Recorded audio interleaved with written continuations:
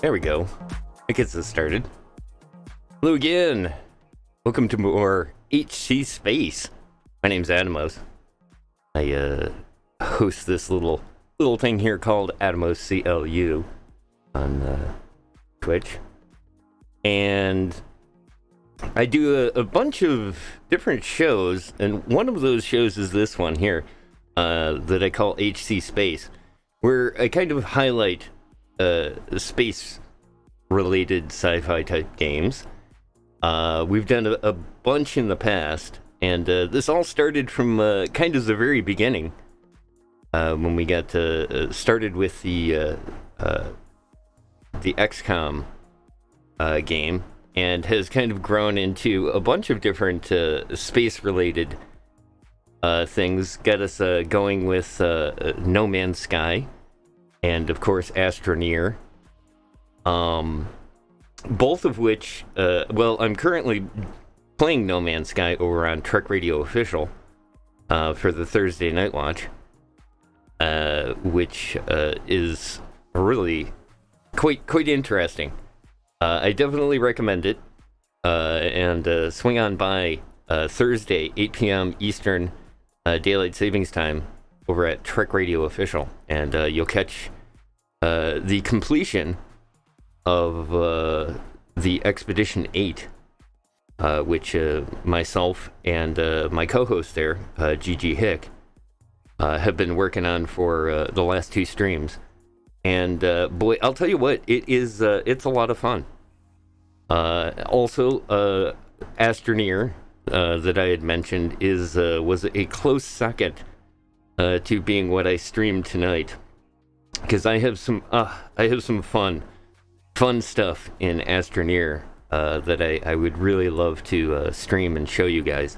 For those of you that maybe aren't familiar with that game, I definitely want to show that off at some point here coming on up, whether it be here on this stream, the HC Space one, or over on Trek Radio Official with GG Hick. I don't know, because the multiplayer side of Astroneer is one of the things that I definitely want to explore a little bit more in future streams, along with there's some really cool stuff that they've added to the game in the last year and a half that make it, I think, would be a lot of fun for people to look at.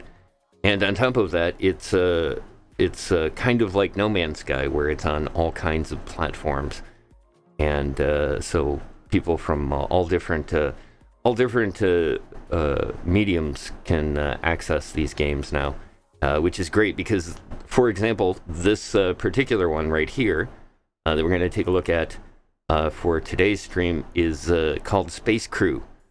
And in this case, this is the Legendary Edition of Space Crew that I'm going to be showing tonight. It is, you'll see. This is also another one of the ones that I was thinking about doing solo for the HC Space show that I do over on Trek Radio Official. But it's really on the nose with that, and I think it'll also make for good content for that as well, because there's more that can be done with it. It's a really neat kind of game.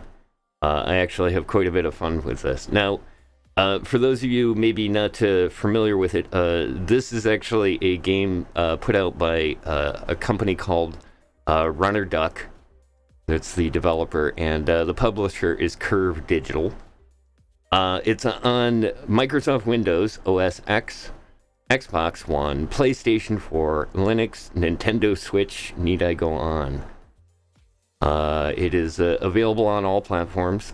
Today I am going to be playing the PC version of this, and I will be using a keyboard and mouse.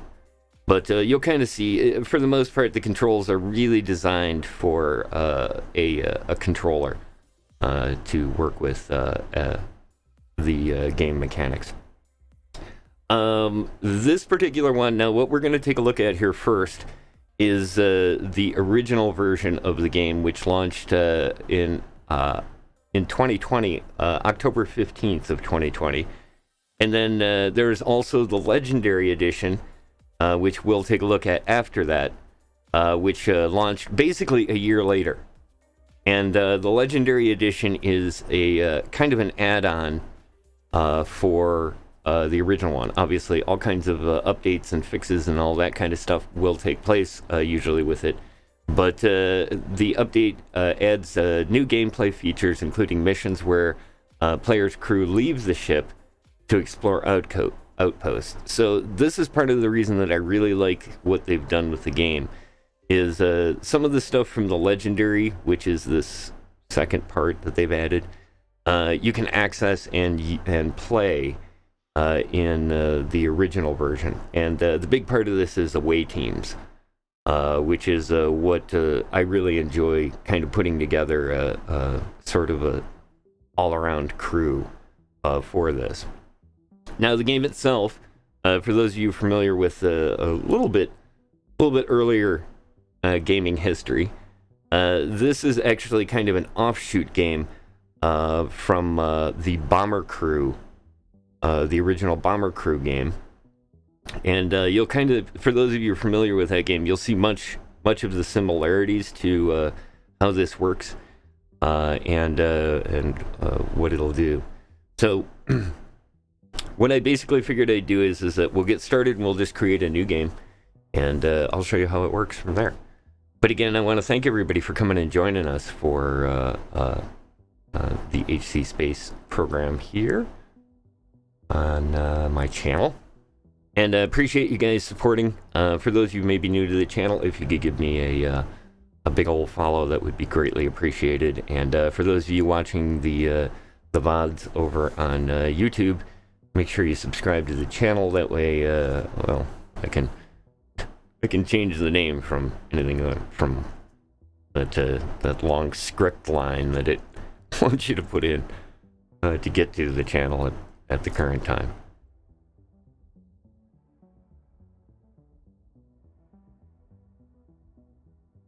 All right, so getting things underway, what we'll do is let's take a look. Show you the. Love this. Here we go. Here's some of the game ambient noise. How's that to start?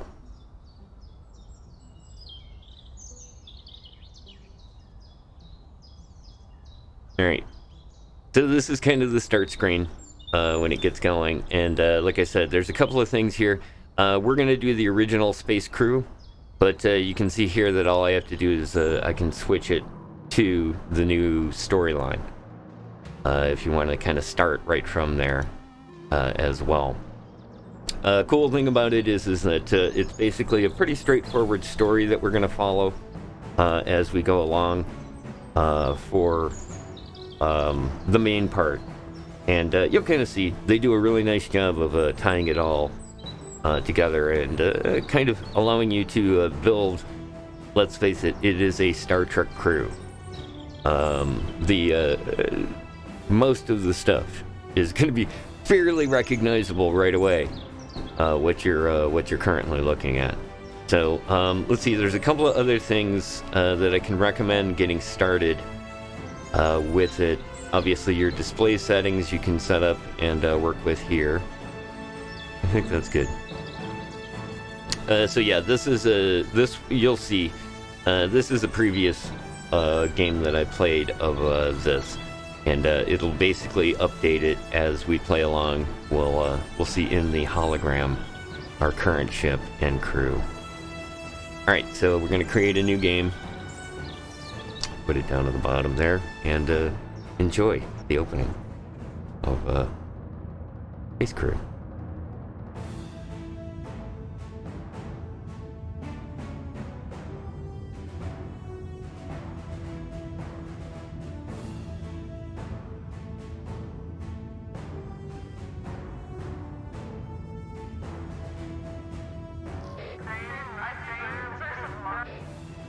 Welcome to Athena Station. We have a mission that needs your attention. It appears a module in the comms array by the moon is malfunctioning. We're not expecting any complications. This will serve as the perfect opportunity to go over some of the basics. We need you to go over and retrieve the module, repair it on your ship, and deposit it back to the comms array. Okay, so let's throttle down the volume here just for a moment. So basically, yeah, what we're going to be taking a look at here is working with a crew, a group of folks. Now, I have also left on the tutorial section for this, so that anybody that's new to the game can actually see kind of how the mechanics of it work, and it'll also help you maybe understand what I'm doing with them a little bit later. The crew that's currently here, this is basically your default. Every time we restart the game, you get a totally different layout. Well, everything else. Including the different crew, what they're equipped with, what the ship is equipped with. Well, what the ship is equipped with is just, this is a base level ship. No upgrades, no nothing. The crew is going to be base. We'll take a look at what that is and how this kind of works. You can also see here that you can see where their stations are. These little icons will tell you what each one of the stations are. We'll kind of see how this works as we go along. But these are kind of the base level folks that we get. And as we go along, we can acquire, upgrade, and kind of level up all of the different crew members and what they do and what kind of jobs you want them to work while we're doing our starship stuff. Okay, so like it says here, we got to go retrieve this module. All right. It's going to be basically walk me through all of the stuff here. Let me do something here real quick. Where is it?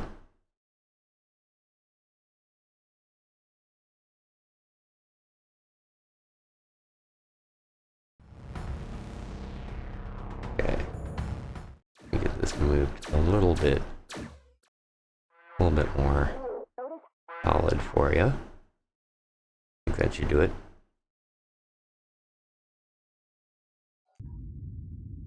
Yeah, there we go.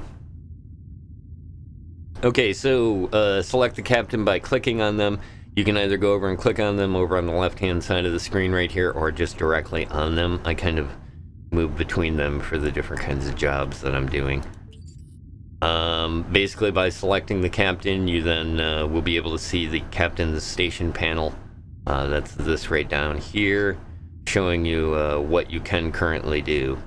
We'll see each one of these will kind of be locked right now for doing the little demo that we're doing to get it started. So we just take and launch.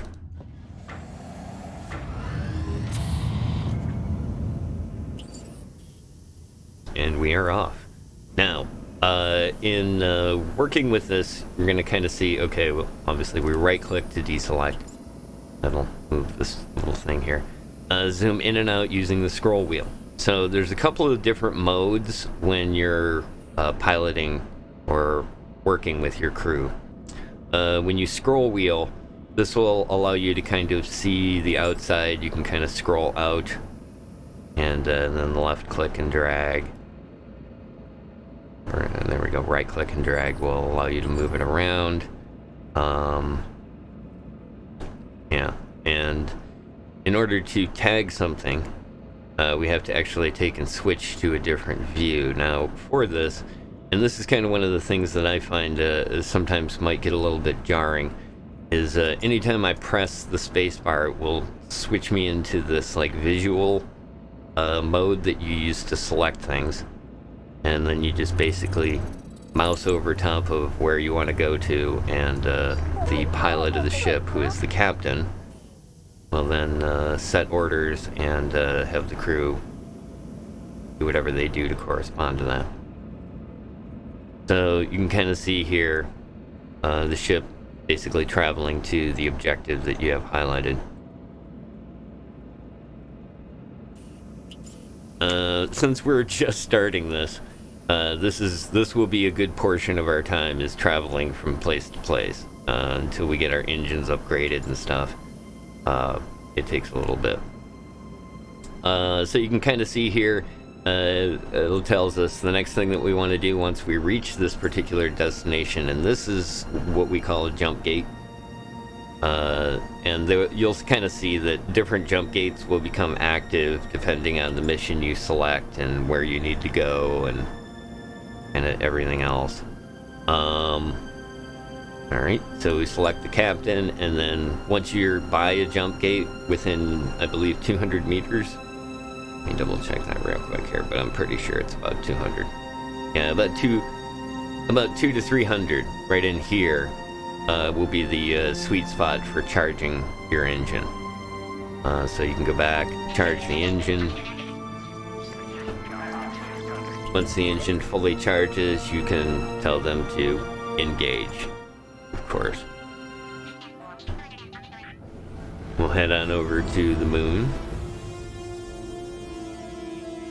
Earth, the moon. You can kind of see here, I'll scroll back out again. Looks like we've got some uninvited guests. Our scanners are picking up incoming phasmid activity in your location. Okay, so you can kind of see here. Well, we'll actually do some stuff here. Oh, it has all this locked down for right now. Let's see. We're uncertain how many there are on their way, so make sure all of your weapon stations are manned. Right now you can kind of see that I've only got these two guys, and I've got an open one here and here. There's basically one on each one of the sides. That'll be kind of how it works. This is the airlock right here. You use the airlocks to go out and repair the engines if necessary. This is the O2 filter. This is your shield system. This is the tractor beam for the cargo bay. And then each one of these little stars right here is, or these little target things, this is one of your weapon stations. Your captain, your comms officer, and your security guard. Okay, so at this point, we've got to make sure, uncertain how many there are, so make sure all the weapons are manned. What we're going to do is we're going to pull our security officer out, and we'll move him. Select the engineer by clicking directly on them. Okay, so they're going to walk us through this and move him over to here. Okay, while he's on their way, we're going to move this guy over to here. I forget how much they really walk you through this at the beginning. Okay, so we click on the mouse wheel or press the space bar to switch into targeting mode. And then in targeting mode, you just kind of move the mouse pointer around. You can click on it to select it, and that will focus the fire of anybody that's in that zone. So they'll specifically look for this guy. You can kind of see. Watch the fight go on that way, or you can scroll out this way, also see what they're doing. So kind of a lot of different ways to see this. Okay, looks like you got the last of them. Repair the probe and return to base. Alright. So we need to target the probe. There we go. And we're going to need our engineer. Send him over to the tractor beam.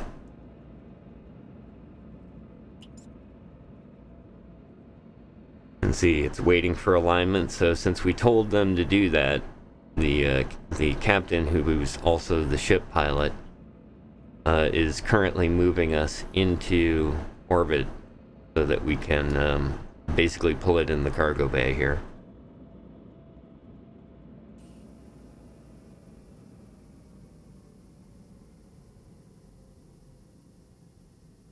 Alright, he's going to spin it around. There we go. Once we're in alignment, the retrieve button will come up. We'll be able to click and it'll do its little retrieve. Okay, it basically takes and retrieves the thing here, so we've got the engineer currently selected. We'll send him over to repair it. Meanwhile, everybody will kind of wait here, doing their thing. You can move people around and do things later on. If necessary. This is your little healing station if anybody gets hurt, which will happen probably quite a bit. Alright, so we've repaired the module. Now we're going to head on back to the station. Since we're still in alignment, we can take and deposit it right away. We'll take and load it onto the satellite.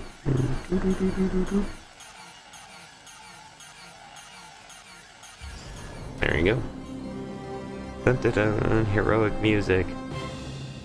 We have bravely fixed the satellite. Return to Athena Station by tagging the jump gate. That's the communications array. I've already tagged that. That's where we want to go. Athena Station. Alright, and then we can kind of basically do whatever we want. We got our little sim characters here. We'll put him at his station. Okay, it's currently locked for training. Pretty much all we can do here is transport back and then land at the station.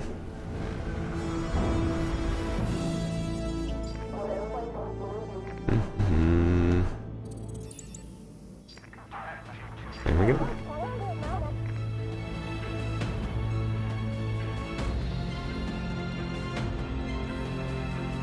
And they'll do whatever they need to do in order to line us up and land us at the station once you select it. As you get better, the ship will obviously get faster, the captain's piloting skills get better, and you can do a lot more. Now, one of the pretty cool things that they added in with the Legendary Edition is the different levels of pilots that you, or of crew members that you can find by running different missions and stuff, and that'll be kind of one of our gigs here when we get started with actually kind of freelancing our ship out, is basically looking for rescue missions. We want to try to rescue as many people as we can from the enemy, because it in a lot of cases makes for the ability to kind of find new crew members. And so as we go along, one of the things that I've definitely found in playing this is if you can kind of put together a really good like base level crew and get them leveled up, the kind of ship that you put them in will make a difference, but it really makes a difference if the individuals are have the kind of skills that you need for the way that you want to run the crew. It's very well done, and I really do appreciate how nicely refined it is. In some cases, you will kind of find, yeah, it's not super speedy, and I'm not generally the type that kind of rushes things along, but we will run into cases where there's long travel times involved, and you can kind of like double speed and fast forward through some of the stuff. So it's a pretty solid, but in a lot of cases, the missions are basically like what you just saw here, where they send you out, you do a couple of jumps, you end up at a location where you interact with something, and then you head back. And we kind of run from this base here, the Athena station, out and run missions as the story goes along.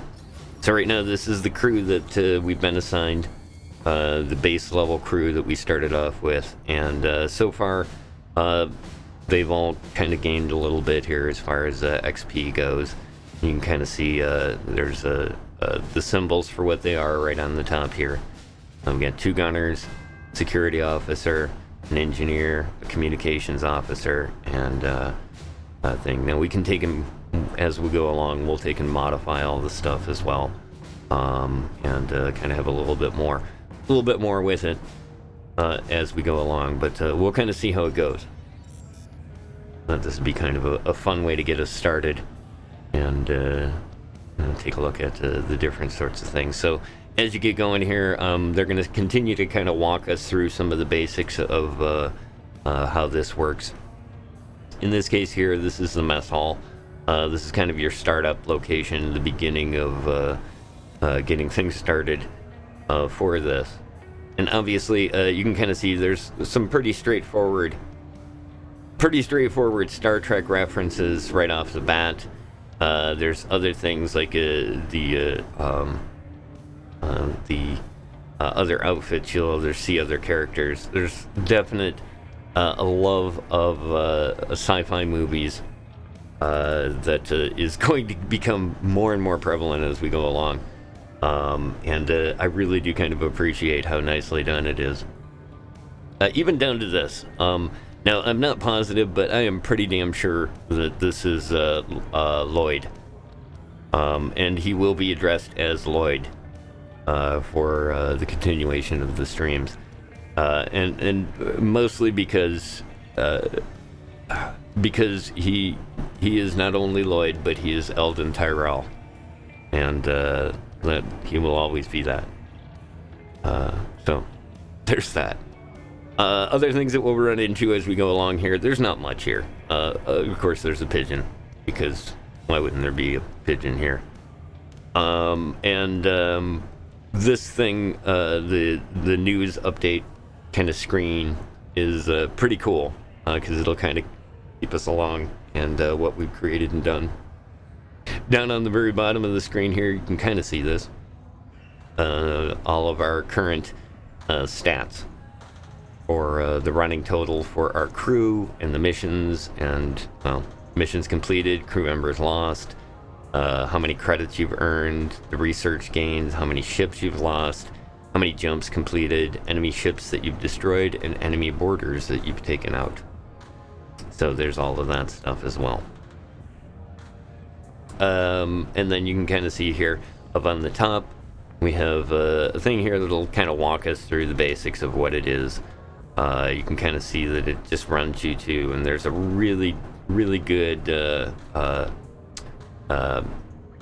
kind of base getting started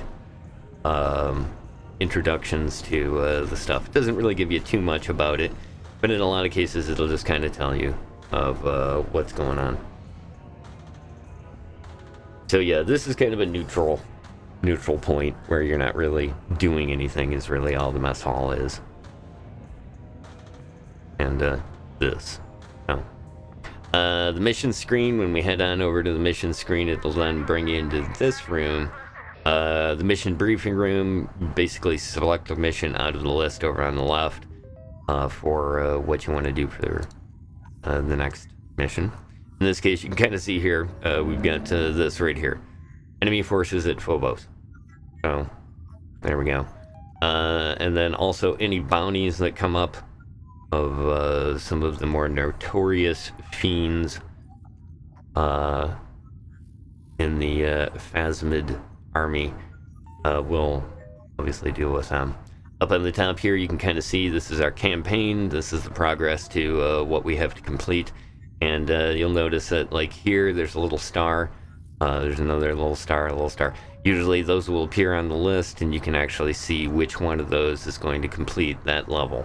But for the most part, you'll kind of see that it's sort of sandboxy in the fact that you can kind of, if you want, you can spend all your time here getting, getting your ship all geared up and getting familiar with it and working with your crews and stuff, or if you want, you can kind of progress the story along as quickly as you want.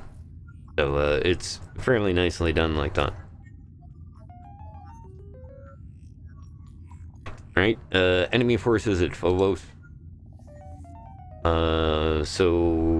Getting on here, the enemy forces massing at Phobos must be taken care of. Wipe them out.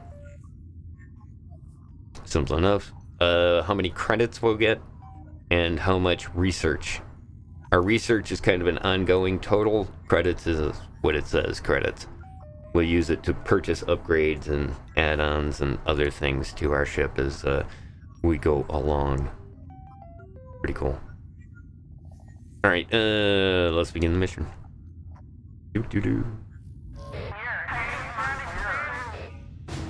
Let's get some decent music too. Although this is a real combat mission, there are still a few features of your ship that we'll need to try out. Alright. At some points during the mission, some control of your ship and crew will be locked for training purposes. Alright, we've already seen that. Alright, so first thing we want to select our captain and launch.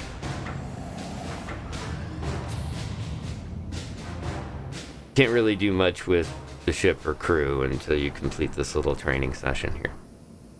This is basically just teaching us the basics of how to run it. Okay, so what are we doing next? We gotta target our location. And I will try to be cool with the switching camera angles. But it can get a little bit dicey sometimes with the way that the control works and mouse and keyboard setup. So yeah, again, like I said, you can kind of scroll out, see what's going on. Those are some of the little fighters. As our comms officer gets better, we'll be able to call those into combat. And then there's also, you can see there's another one of the ships like ours. These little combat. Okay, when we've tagged a jump gate, it'll head us over to the one, which is what we're currently orbiting here, the jump gate. And we'll hit the charge, and it'll open it up, send us to wherever the location is that we're cleared for. Oh yeah, that's the other thing. In the early versions of this ship, you'll see that once you charge the ship, before you hyper jump, okay, how the reactor works. Alright. So select your engineer by clicking directly on them, and then down here it'll show us what we can kind of do, which, since I've already hit the thing, you can see that we could switch the different things around. Can you let us do that? No. Alright. You'll kind of see me do this on the fly. For charging the hyper jump, 4 units are needed to charge your hyper jump. So in this case, the ship's reactor only produces 4. So in order to hyper jump right now, we have to use all the power that we have on the ship, which covers the shields, the weapons, and the gravity, and all of that is going to go into the engines so we can jump. Alright, so basically you don't want to sit here like this for long, where you're getting ready to jump and haven't really done the jump yet. Scroll me in. Sometimes the camera can be a fun fight. Notice your energy weapons are showing that they don't have any power. Yeah, everything shows it doesn't have any power. Your gravity generator, shield reactor, yep. After you complete your hyper jump, reactor output will be returned to the previously set balance, and everything will be operational again. So let us jump. Select your captain. Hit your engage button. And boom. Here's Mars. Red rocks. Oh. Pretty cool little environment. We'll pass through here. This is kind of a junction point for a lot of where we're headed. Select your engineer by clicking on them, and then what you can do is then shut off the gravity. That turns off the gravity generator, and when anybody gets up and tries to move around. Oh, you're not gonna let me do that. Okay. I have to complete the tutorial. Okay, try adding a unit of power. So by pulling it out of the gravity, we can put it into something like the weapons, which will make them more effective with more power. Non-energy weapons like an autocannon aren't affected by weapon power. Security officer is this guy here. We use our security officer to the ship's left of the weapon station by left clicking on him. Okay, yes, we did that.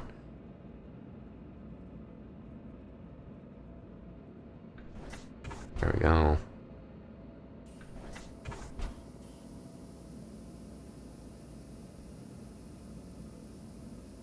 I do not move the security officer.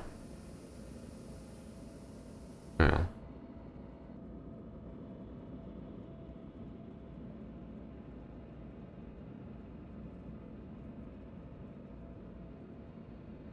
No, you can see since the gravity's off.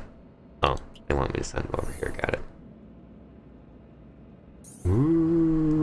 yeah, this really is very annoying. Enemies incoming. Full ship and crew control has been returned to you. Thank you. I appreciate that.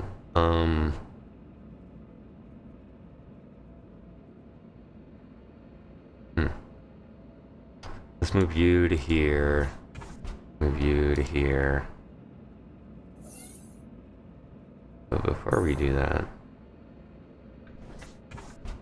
Oh, you're not gonna let me? Okay. Fine.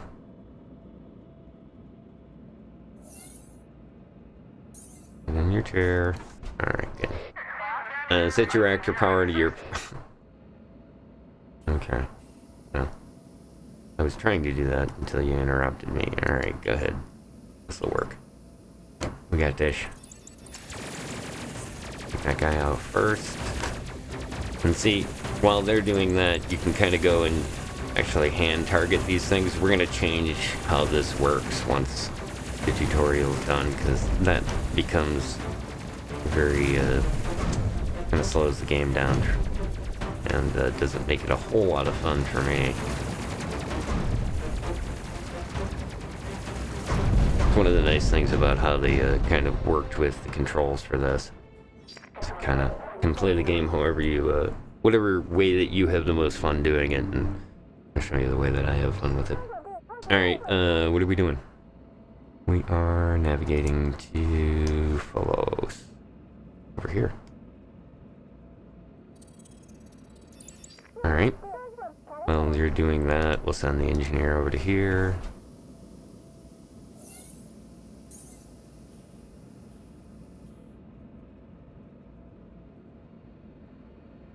Having the gravity generator off early on is very irritating. I like to kind of work with, when I work with the power, I usually like to try to give as much as I can to weapons, and then secondary would be engines, and then after that shields.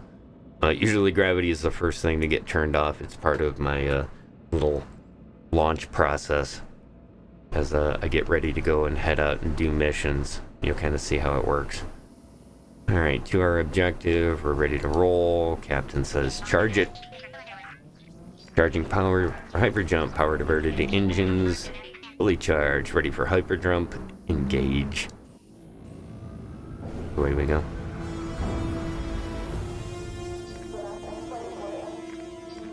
Alright, Mars Phobos. It does kind of look like Phobos. I bet it is pretty much a rendering. Uh-oh. Wow, surprise. Here they come. Okay, always make sure you target them first, and then you kind of look at what you're going up against. You'll get used to the different kinds of ships and realize which ones are more of a threat than others. Let's finish this guy off first. Yeah.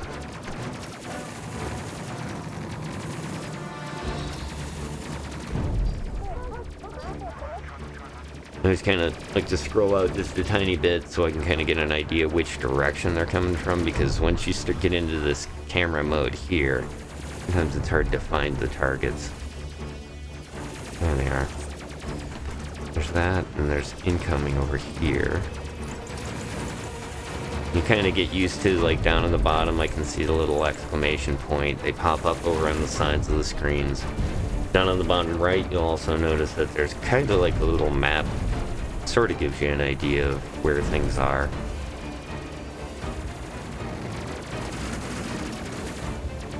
But basically, you don't really have much control over what is going on as far as the ship is concerned. That's your captain, your pilot. I can't actually, you know, kind of tell it what to do. But there are a few tools that you have as running the ship that you can kind of work with. Like here, if in combat I go, well, I want to turn my left side towards whatever's coming at me from Mars here. All I have to do is, you can kind of see down on the bottom there, it says hold the left mouse to set a custom waypoint, and the captain will then turn and move towards that location, thus turning your cannons that way. It's very much like kind of running a, obviously like a ship. You get your cannons on the side, you can kind of load these out with whatever or however you want to set them up. And then the same with the front and the back. I've got some pretty kind of cool things that we can kind of do with those, and I'll show you some neat stuff you can do with those as well as we go along. So, next step is to head back to a base. And to do that, we have to go through Mars. Let's see, can we get, yeah, we can get to the map now using our sensors guy here. And it's kind of hard to see, but because it's all so close, but yeah, here's the home base. That's where we got to go, and it kind of shows you, all right, you got to jump. We have to jump here from Mars here back to there. Really don't have to worry about it because in the game you can kind of see here it pretty much will highlight whatever you're going to need with the orange text, and then once you get close enough, it always will pop up this ready to charge to let you know the captain. You need to select your captain either there, or you can click on him over here. Hit your charge and you're good to go. Fully charged, engage. This will take us to Mars, and then from Mars we jump to Earth. Alright, usually kind of the way that this works is generally anytime you're in this travel in between. Okay, before you return to Athena, let's explain a little more about your captain's piloting modes. Okay, good, we can finally get to this. Your captain, on the captain's station panel, you can select the current piloting mode that's down here. We currently have it set to waypoint locked because I highlighted that waypoint. This will always kind of go up if you highlight the waypoint. Currently, as the jump gate waypoint has been targeted, you can see that waypoint locked, like I just said. Press patrol to cancel the waypoint. There we go. Notice how the jump gate was untagged. Tag it again to switch back to follow waypoint and continue on the journey. Patrol is just kind of like, well, you'll see. I kind of use that when I know I'm going to get jumped anyways, so just might as well find a good place for that to happen and then patrol around there waiting. So this will take us back over to our target. And like I said, anytime you want, you can hit patrol and that'll unlock it. As we get to when we get to level 2 here, we'll have the ability to go into attack mode or defense mode. That's really all there is to the pilot side of the game. And like I said, the more experience your captain gets, or whatever status the captain has. Currently, these are base level characters, and you'll see we'll eventually rescue silver level characters and gold level characters, and that will they'll have better stats on them. Love the Earth.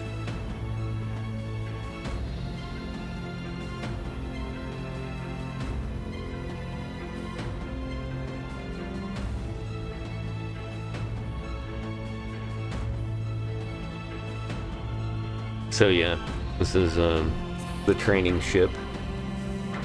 And like I said, this is basically going to be the ship that we'll have for this story, and if we ever get into the legendary story, which we'll get into it. All right, enemy forces cleared. We got 1,000 credits for that, and 500 research, and we returned. Hooray! Okay, crew comes in. There we go. So level 2, they all hit level 2. You can see here the ones that'll pop up show you what they earned on that level. Where you see it underneath that, where it says level 6, that's just basically saying that you can unlock, and we'll basically like unlock the ability to kind of pick a skill that we want them to be like secondary in. Which will be really key to kind of how you load out your crew and how you work with them. It's pretty cool. It's one of the things I really like. As you go through the levels, there's certain abilities that will unlock no matter what. So obviously the higher levels will see better skills and whatnot. This is the piloting skills I was talking about the captain getting. There's attack and defense. It also turns out that our engineer gets the reactor boost, which basically gives us more power for a little bit. Shield replenish is what our engineer, or our security guy. He's security and technically tactical when he's sitting at his ship station. Security in the fact that he can, when he's on foot, he's a little bit better at shooting and movement. Has a better chance of surviving in firefight. And then these two guys here are both the same kind. They're gunners. We're gonna hire on another gunner when we get started with this, because shuffling people around gets irritating sometimes, and I don't want to just kind of have fun with it and show you guys a big crew doing their thing. Okay, so also as you unlock abilities, you'll see, and it doesn't matter if other people learn it, you're going to see it pop up again anyways, but it gives you a good description of what each thing does. So there's attack and defense for the captain, that's our pilot. Pilots, a course of action towards enemy fighters for a more direct confrontation. So obviously attack is attack, and defense is moving. It'll just basically keep turning your ship to put the strongest shields towards whatever the biggest threat is in the environment. Like I said, reactor boost temporarily gives a small boost to the power output, so we'll be able to add more to either the engines or any of the other stuff. Shield replenish quickly restores shields to full strength. That's a really nice one, because it doesn't matter what kind of damage is done, it's just like basically instant new shields. And then your weapons officer, we picked up focus fire. Heightens your aim accuracy with the turret for a short period of time. Basically knocks you up to 100% chance to hit for probably about 20 seconds. Maybe a little longer, but 20 seconds seems about right. Maybe as much as a half a minute.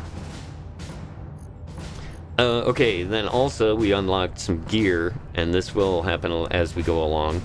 Once you kind of reach certain research levels, you're, like I said, accumulating research value. You basically, that's when it allows you to unlock stuff. So, like, if we really want to get technologically up there quickly, we can do lots of missions that involve research as a high payout, or if we need to buy stuff like adding equipment, or in this case, gearing up our people, you'll need credits to do that. So, again, kind of picking the type of missions you want for what kind of crew or things that you're doing at the time. Light armor. So the light armor suit, that'll be the first thing we pick up. If we get a battle helmet, we also get the boots and the gloves. And we'll basically equip our crew members with all that stuff. Alright, so since that was what it was unlocked, we'll see it pops up saying that we've got something to do there. It'll take us over to that part of the base. Crew gets assembled, and as the crew gear room, you can customize your crew and your gear here. Different crew gear will have different properties, such as resistance to damage, resistance to radiation, or improved mobility. We'll start with the captain. And it has preset ones here, so as you go up, you can kind of unlock these different preset ones. Or you can always do the custom loadout, which I tend to kind of work with because I like to outfit each person depending on the jobs that we want them to do. In this case, the captain's job is to stay alive. That's all it really is. I need the captain to be able to pilot the ship and then get us to where we need to go. So we'll start off with the headgear. In the headgear, the only thing we have unlocked so far is the helmet. So you get a helmet, and you can equip. And you can also see here we can equip to all. Pretty much everybody's going to need it. So it'll cost us 240 credits. We're going to equip everybody with it. You can actually see they all get their helmets. Our suit, albeit very fashionable, needs to be upgraded as well. Kind of cool too, because they do kind of put in, obviously you can, if you want to work with the Star Trek layout type stuff, they have obviously the TNG type looking outfits and then put together basically this, which is the light blue jumpsuit. This I kind of think of is the Ripley Aliens or Alien gear, but also fits with like 2010, right? I mean, depends. The jumpsuit is pretty popular. I also think of this as like a Mystery Science Theater. For a while, I did have a bunch of the Mystery Science Theater folks. This one right here is obviously the same thing. No protection. All of these right up here, no protection. They're just basically like clothing outfits. You'll see down here, this will show you how much armor it gives you, what it's going to do to your movement, your radiation protection, and whether it helps or hinders with oxygen. In this case here, when we put on the new armor that we just unlocked, the light armor suit Mark 1, a very basic armored suit provides some of the protection without restricting the wearer too much. So it's going to cost us 10 movement on the character and give us 10 armor. You can kind of also see that depicted over here on Frida Bauer's character tag. The character tag tells you some of the basic stuff right here. You can put all of this in. Also notice up here, here's their customize. Once we get out and into the real world, we can actually, we'll create characters as we come along. So like I said, these folks right here, don't get too used to them. Probably won't have them for long. But it'll depend. It really depends on the RNG and whether we get to kind of or find the people we need and we're able to upgrade. Because that's going to be kind of the rule of thumb, is whether we like it or not, whatever the position is. If it's a level upgrade, like as in their silver or gold level, we're going to switch to them. Because I've definitely noticed that especially the golds are light years better than just standards. So for now, we're not going to mess with that, but you can kind of see here, we can kind of change everything about the character themselves, including the name and everything else, which is what we'll kind of do.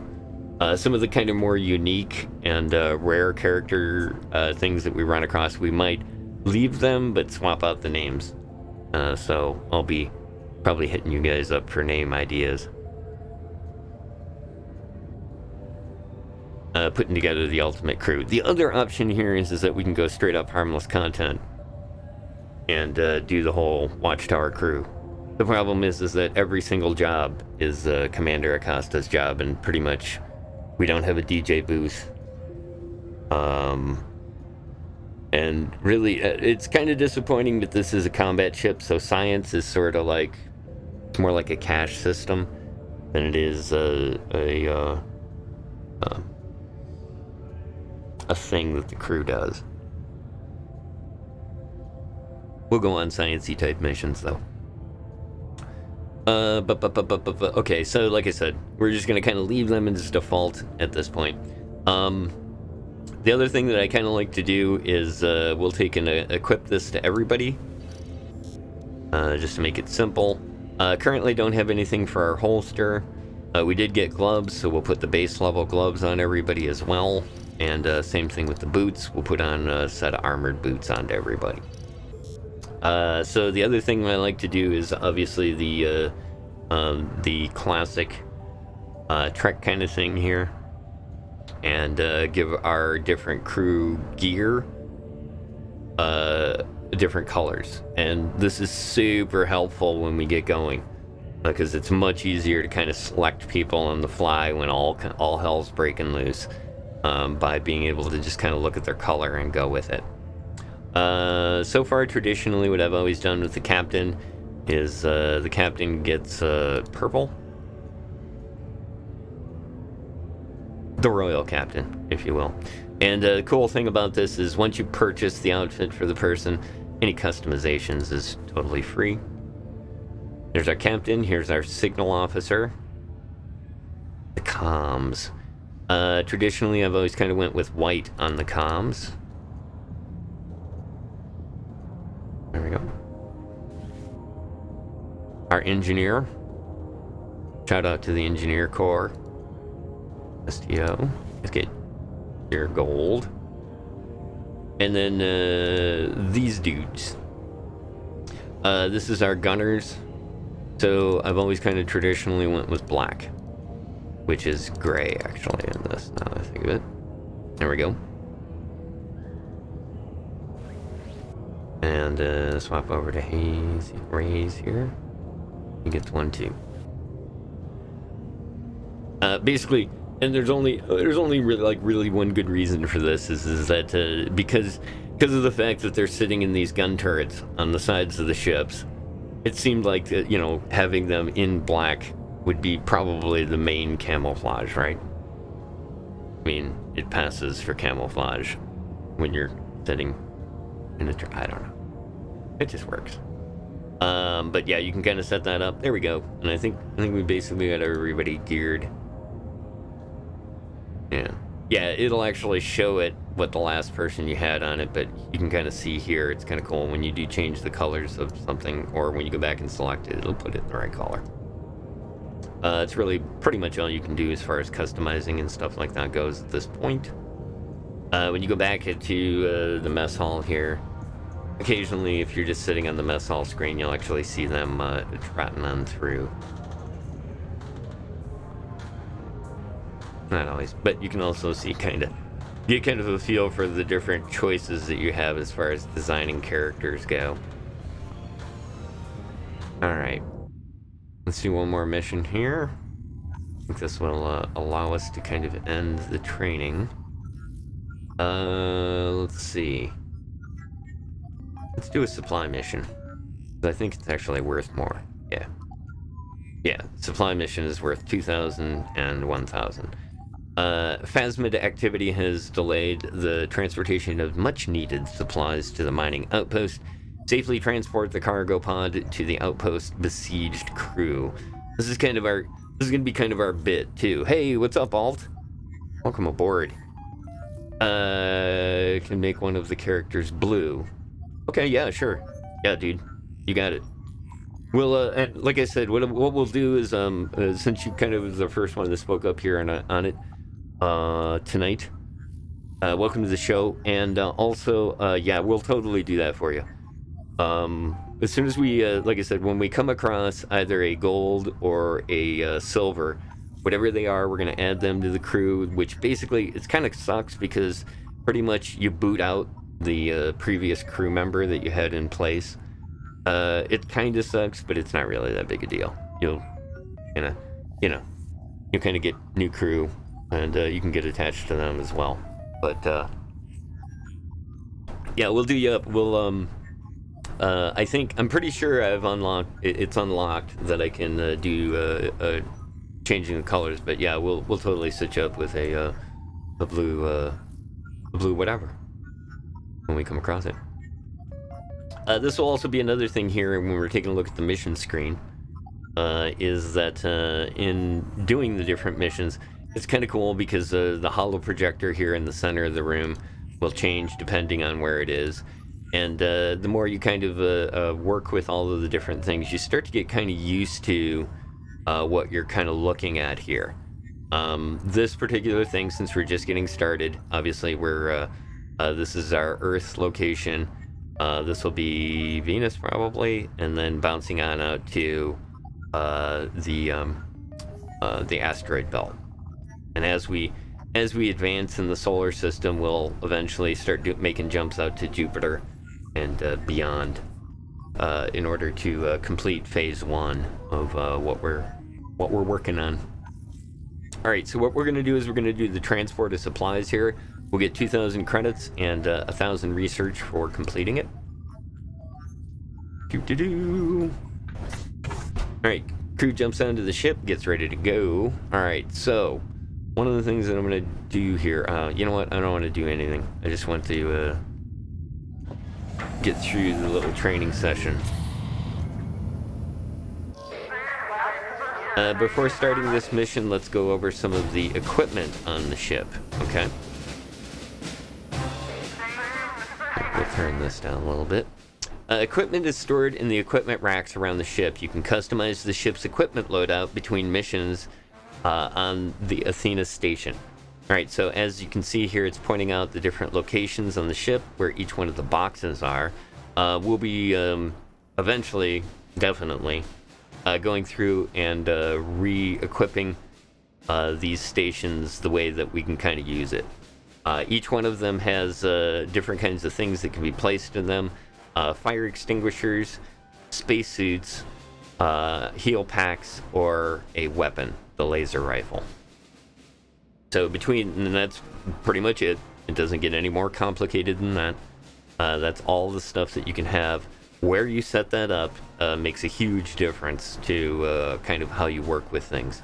It's really super helpful to have the right tool sitting right near where you need it to be, and not having to run around the ship with somebody, and who knows, getting into all kinds of trouble.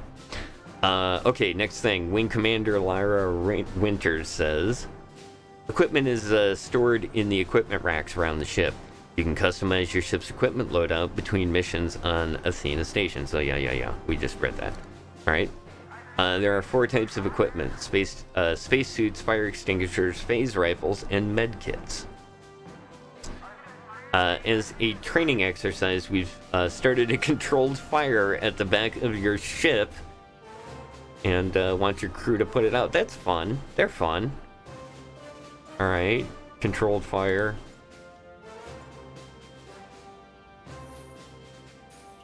Yeah, this seems like a bad idea. So once he picks it up, then in his little pop-up here, it'll pop up the option to extinguish fire. Cool thing about it is if there's a fire anywhere, that'll pop up, and you don't even have to worry about directing them to the location. They just kind of... They're somewhat smart. This part right here, basically you can stow it. You can either click on that or just click the stow button and they'll put it in the nearest available compartment. Occasionally your engines may become damaged. This will cause them to leak radiation on your ship, harming the crew. For fun, right? To repair your engines, we'll have to send a crew member out of the ship. Make sure they pick up a spacesuit before going out. That is a good idea. We've marked the engine as damaged, so let's try repairing it. Alright, so normally, yeah, this is just marked as damaged, but normally this is actually a radiation sphere that will do damage to your systems, your people, everything. So you want to take care of radiation nonsense as quickly as possible. Alright, so he grabs the spacesuit, puts it on, and then from there you just go over and click on the object that you want him to repair, and he will go over and work on it.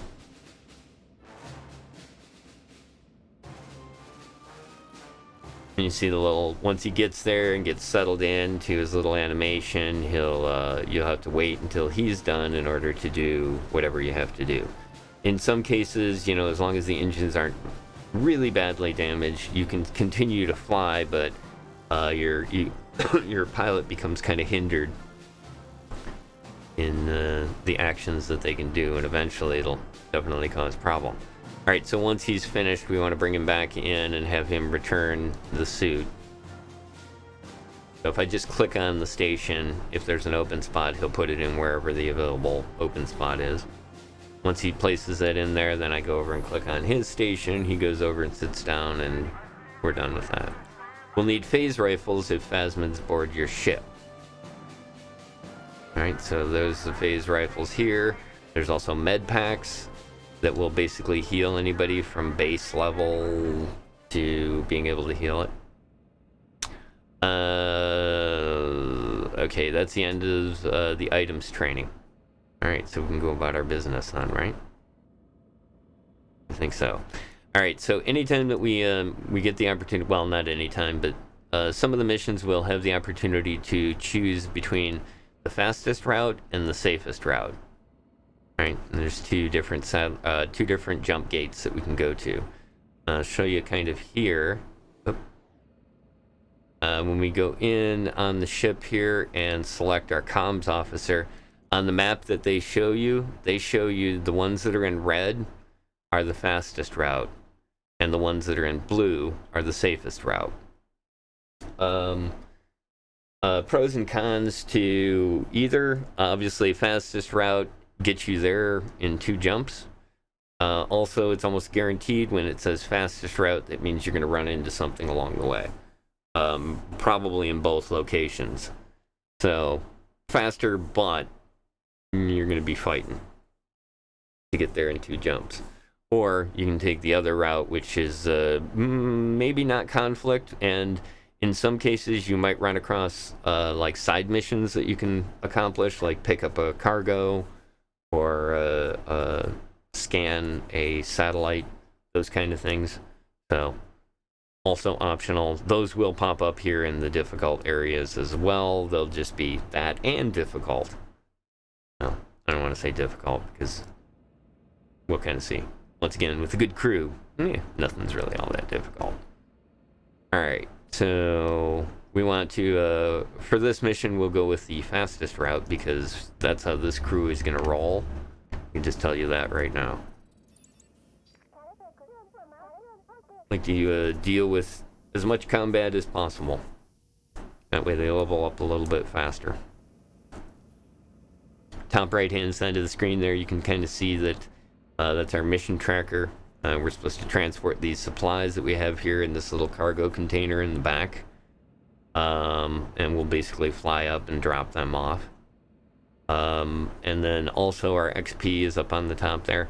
On the top left-hand side of the screen, it also shows us that we can do slow time and accelerate time.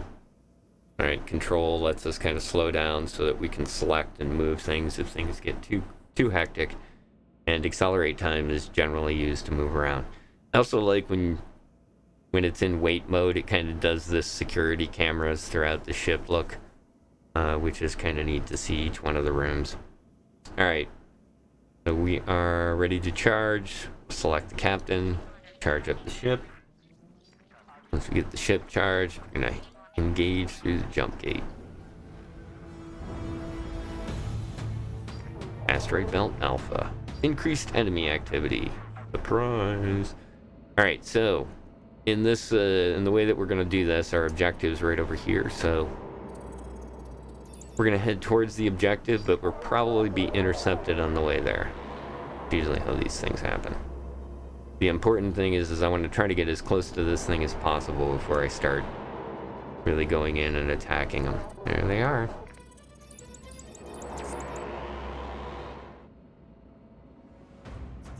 Alright. They're going to begin shooting. We need to get our people moved into place. You go here. You go here. There we go. Incoming.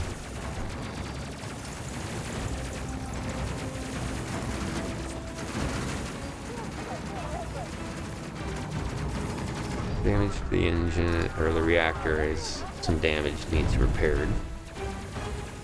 We're gonna hold off. He's more valuable on the guns right now than fixing that. Yeah, there's a lot of them.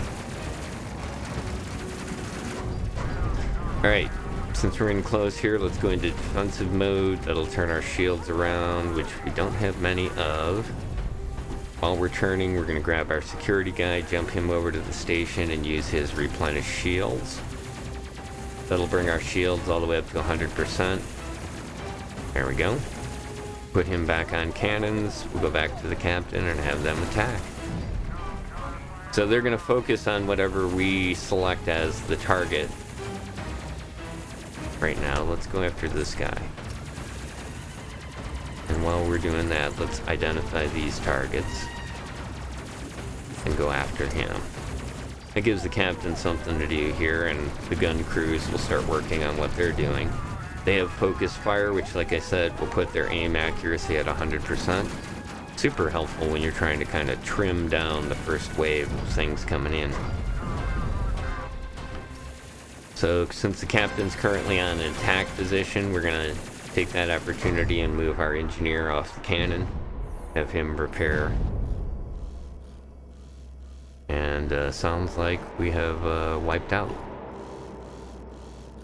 the enemy. So you can kind of see how this works. Is it's real-time strategy. but at the same time it has kind of a where you have to kind of also target things and work with that. Now, once we've completed the tutorial phase, which I think we're just about done. I think this kind of finishes it. Once we finish the tutorial phase, we're actually gonna have our comms officer will basically become the targeting officer. All right, so we're at our location. We're ready to charge. We'll charge on up.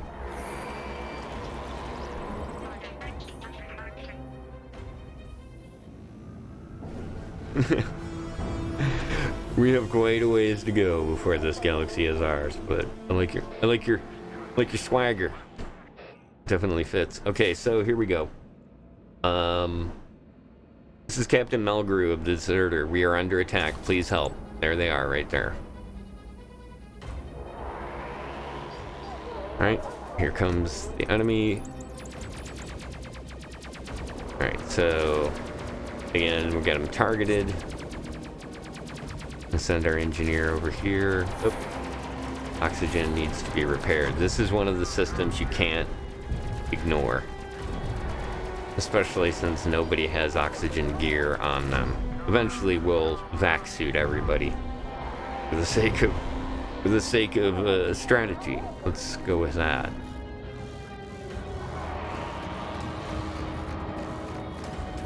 Alright, in the meantime, I've got the captain basically flying over to this location while we're being attacked. Have the engineer go back over to his station here. Oh, focus fire hasn't recharged. Is this dude just popping us? Is that what's going on here? Yeah. That's right. Yeah, if you don't highlight them, the crew will just sit there and let them shoot you all day. Part of why I want my comms officer doing what they're supposed to do. Oop, we got a fire. Look at that.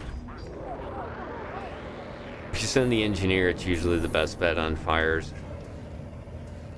He'll put it out and then do the repair. And since it's the engineer, he does repairs much faster. You'll notice here that while I got this guy highlighted, this engineer has taken some, he's down about, well, almost a quarter to a third there on health. So we're going to send him over to the health station here. The other option is we could just have him grab a med kit, but kind of a waste with this little amount. Now, since he's jumped into this station here, you can't have the fire extinguisher. He just kind of tosses it off to the side. Not exactly what you want him doing, but it's kind of one of the jobs that you'll see my engineers generally, their job is to wander around the ship and clean things up. And other people dump them.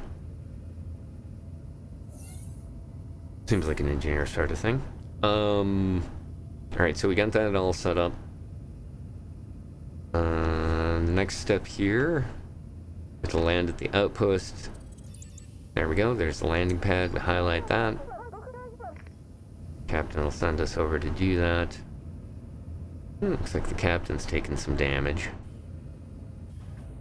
Gunners have taken some damage too. Probably because we had the shields go down. Ta-da!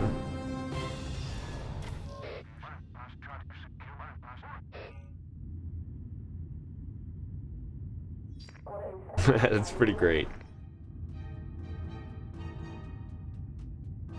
At least whatever you approach is our land. This land is ours. I gotcha. Right on. Okay, what do we got here? What just happened? Oh, we picked it up. Or dropped it off. We did what we were supposed to. This was an automated one. So, yeah, here we are. This is the station. Everybody's landed. Basically, that's it. Dropped off the supplies. Launched from the base. Like I said, training mission stuff. Okay, once again, we can choose between the safest route or the fastest route. I'm not gonna take the fastest route.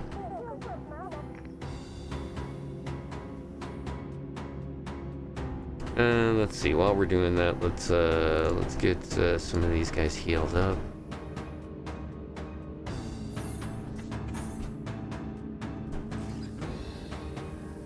Gotta line up with the healing machine. Hey, watch the asteroids. The other thing is that low-level piloting. Actually, we could probably get rid of the gravity here. You guys are gonna have to suffer, but you'll be fine.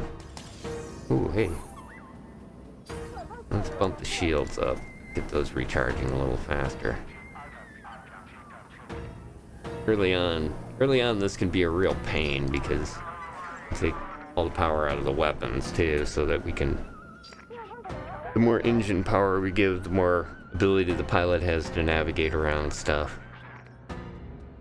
In this case, we're going to crank the shields up so they'll recharge fully and then drop them down and give the rest of the power, that power, to the pilot. At least until we clear the asteroids. You don't really have to micromanage it that much. It just, I don't know, I kind of find it fun. Alright, we'll switch it over there. We'll move the engine power back, put it into the weapons. We'll leave the gravity off, and we'll put, oh, no, go back to your share. Take our gunner and put them back at their station. Let's see. Yeah, we're pretty much, this is usually kind of how I'll set up this little 4-spot engine, or reactor, once we get started. Captain's in need of a little bit of healing, but as soon as you take the captain out of the chair, the ship stops. Plus, we're here. We're ready to charge. Let's go. Jump it.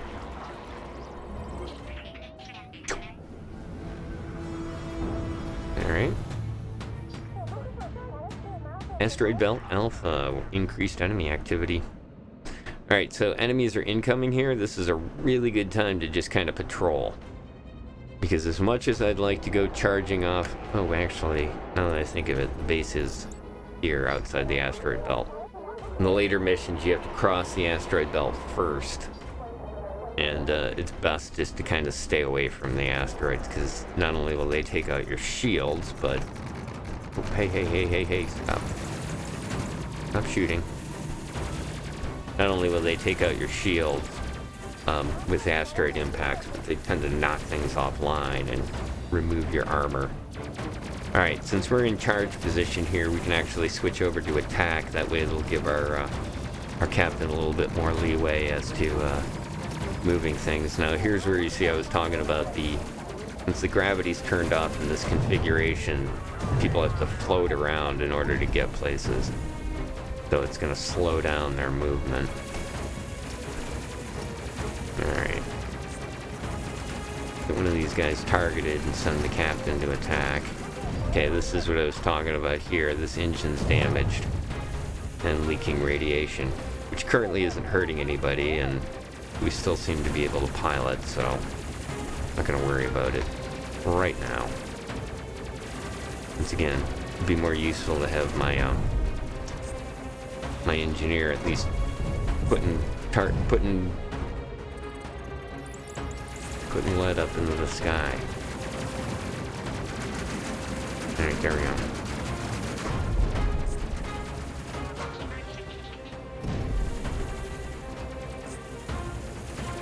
Alright, see, this is the jump gate here too, so if you get over to the location first and then put them on attack, it makes it a lot easier to kind of stick to that location. Reactor's looking pretty gross. Alright, so reactor leaking, we need to grab... Hey, what's up, Coley? Welcome aboard, man. Get you hooked up with a crew member as well to get started here. This is I don't know if you've seen this game before, Coley. You might enjoy this. It's a lot of fun. We're just getting started. We're just finishing up the tutorial here. Got our engineer out repairing the engines. Pretty badly damaged too. I'm kind of surprised. But you can see here, Parker's taking radiation, Ray's is taking radiation.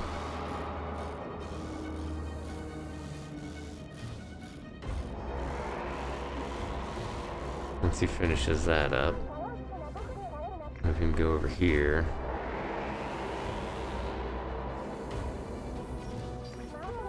gets back onto the ship. Once he gets onto the ship, we'll remove his spacesuit and have him go over here and repair this. This is the fun here. We'll have Parker clean up the spacesuit, carry it over to here, because that's important. We're taking asteroid hits. We're gonna have to move.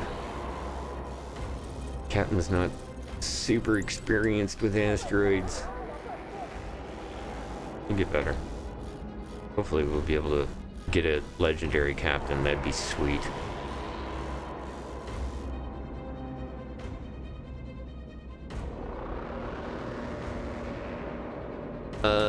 Exclamation point SO. And then whoever's name you want to do the shout out for. Where was Parker? Parker was over here. We'll put Parker there. No, Parker needs to go to this cannon. Parker needs to heal up. That radiation did him a number. Alright, let's charge and get out of here.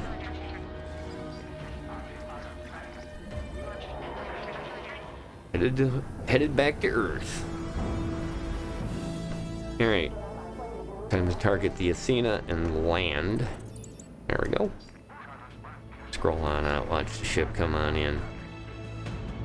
Hooray! I think the last tutorial is up. And then Parker, get in your seat. I can at least turn the gravity on for him.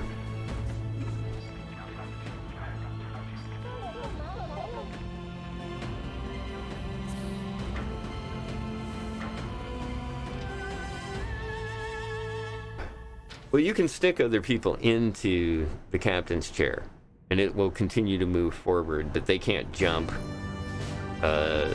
So, I mean, yeah, you can kind of move them, but for the most part, like I said, you'll see, my plan for the captain is that basically they're going to be in the chair in every layer of armor that I can possibly put on them. If I could seal the captain into a lead box, I would.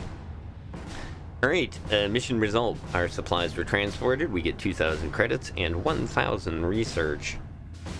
And we have returned the Century Eagle.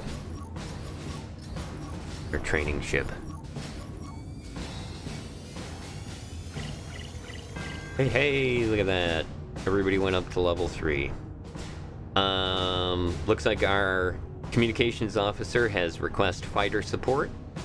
Both of our cannons officers now will auto switch the weapon pod, and you'll kind of see what that means as we get going. But that is a really nice ability because it will allow us to create some kind of flexible loadouts for our ships. Requesting fighter support calls in friendly fighters that provide additional firepower for a short period of time. And then the auto will automatically switch dual weapon pods to maximize damage output against current enemy target.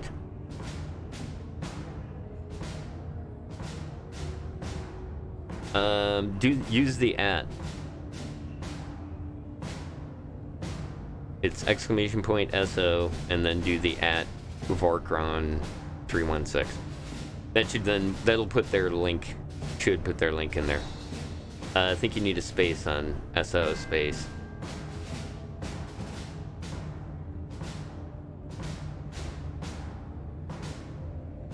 That's great. We get some good.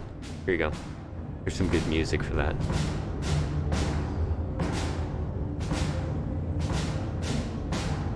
Did you get it?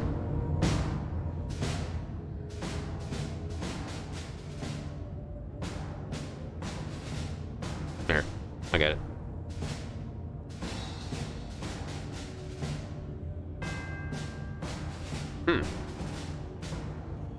Why is that not working?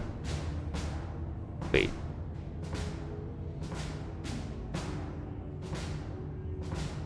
Is it? I don't think it's case sensitive.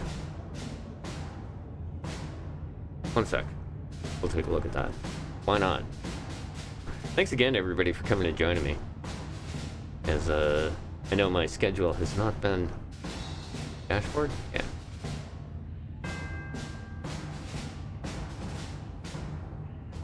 Alright, my schedule has not been the greatest, But when I can get a chance to, I wanted to do something like this. This is a fun little game. Cloudbot section, commands. Pretty sure it's the default one. Check out target name. Yeah. Active. Oh well. Not sure why it's not working. Weird. Thanks though. Appreciate you stopping on by, Colby. Good to see you, man. Hope you've been doing well. Alright. So there we go. We got our base level crew here. I got our standard plating Mark 1 that we unlocked by hitting research level 2 or 2000. Also the plasma cannon Mark 2. Oh yeah, right on, right on.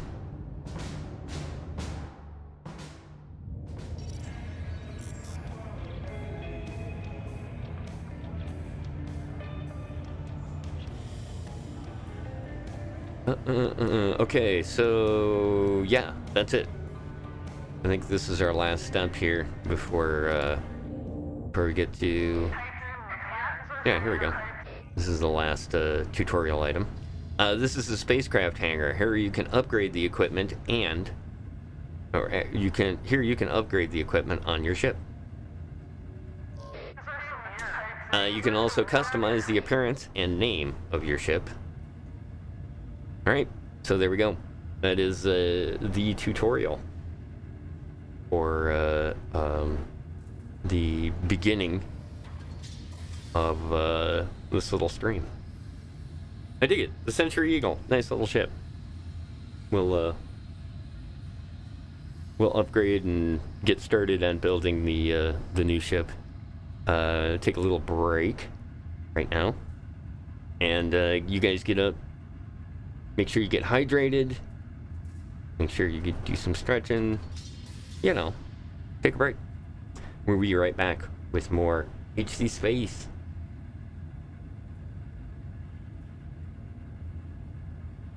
Space Crew.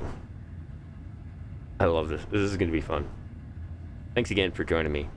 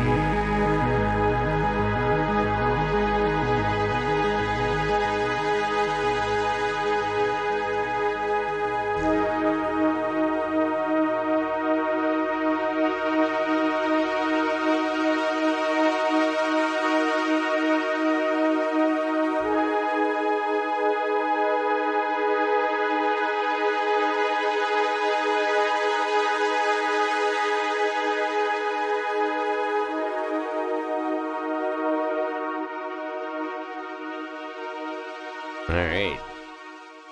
Back from break. Thanks for waiting. Once again, my name's Adamos. Welcome to Space Crew.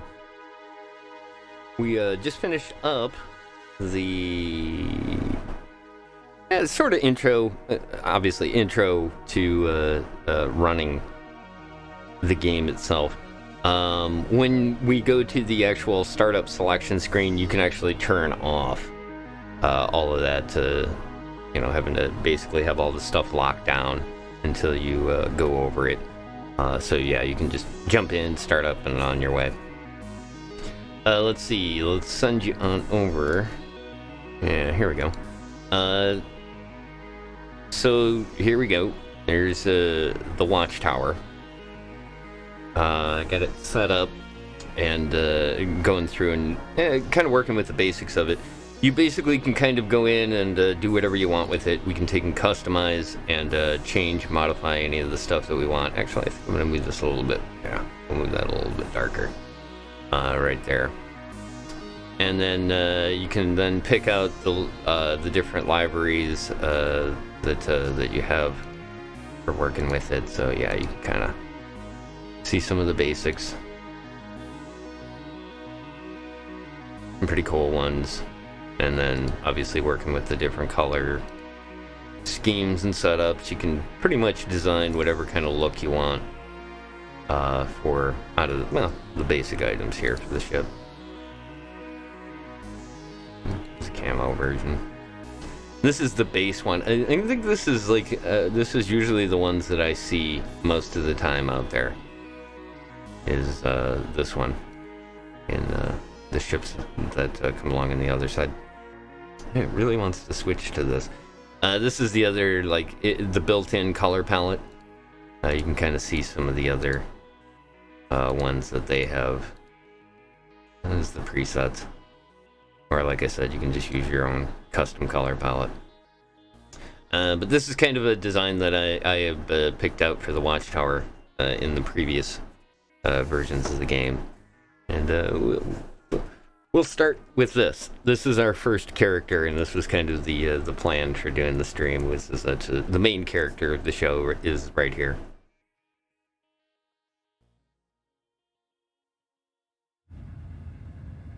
All right, and let's shut that down. Okay. Not much you can do here as far as other than that on the libraries. You can kind of go around to the sides here, and like here, there's pretty much base spots, front, top, and bottom, on the left and right hand side. So there's 4 right there. There's also this spot right up on top right here, which I think is 7. No, 6, 5, 5. There we go.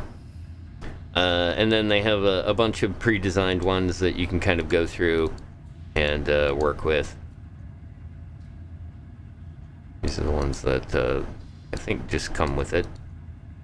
There might be some stuff that was added in because it's the Legendary Edition. I don't really remember what the originals were. And then there's also the custom one, and I'd kind of take and mess around with this old logo thing that I had just to kind of see how it worked out. Yeah, at some point in the future I may mess around with this a little bit more, but you kind of see. You can create your own GIF, slap it on there. And then there's also the company one. I think there was another one. Yeah, this one. Curve Digital. Their stuff, but you gotta get the idea. And yeah, and then of course you can always flip it whatever direction, it'll move it all 4. So yeah, basically I'd kind of set that up there. Then you can put on the main text here, which I just have it putting up the ship name on this one. This one I don't have up, but it would look like that.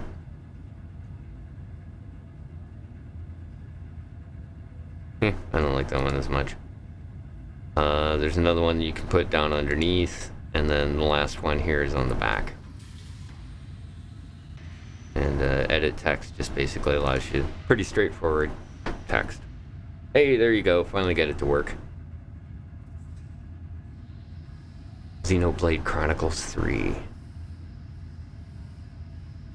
Yeah, it was just being grouchy. Ah, yeah, that also helps too. Yeah, spell it right.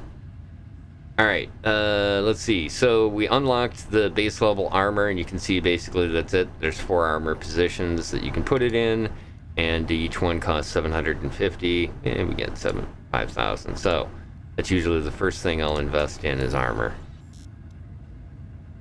That is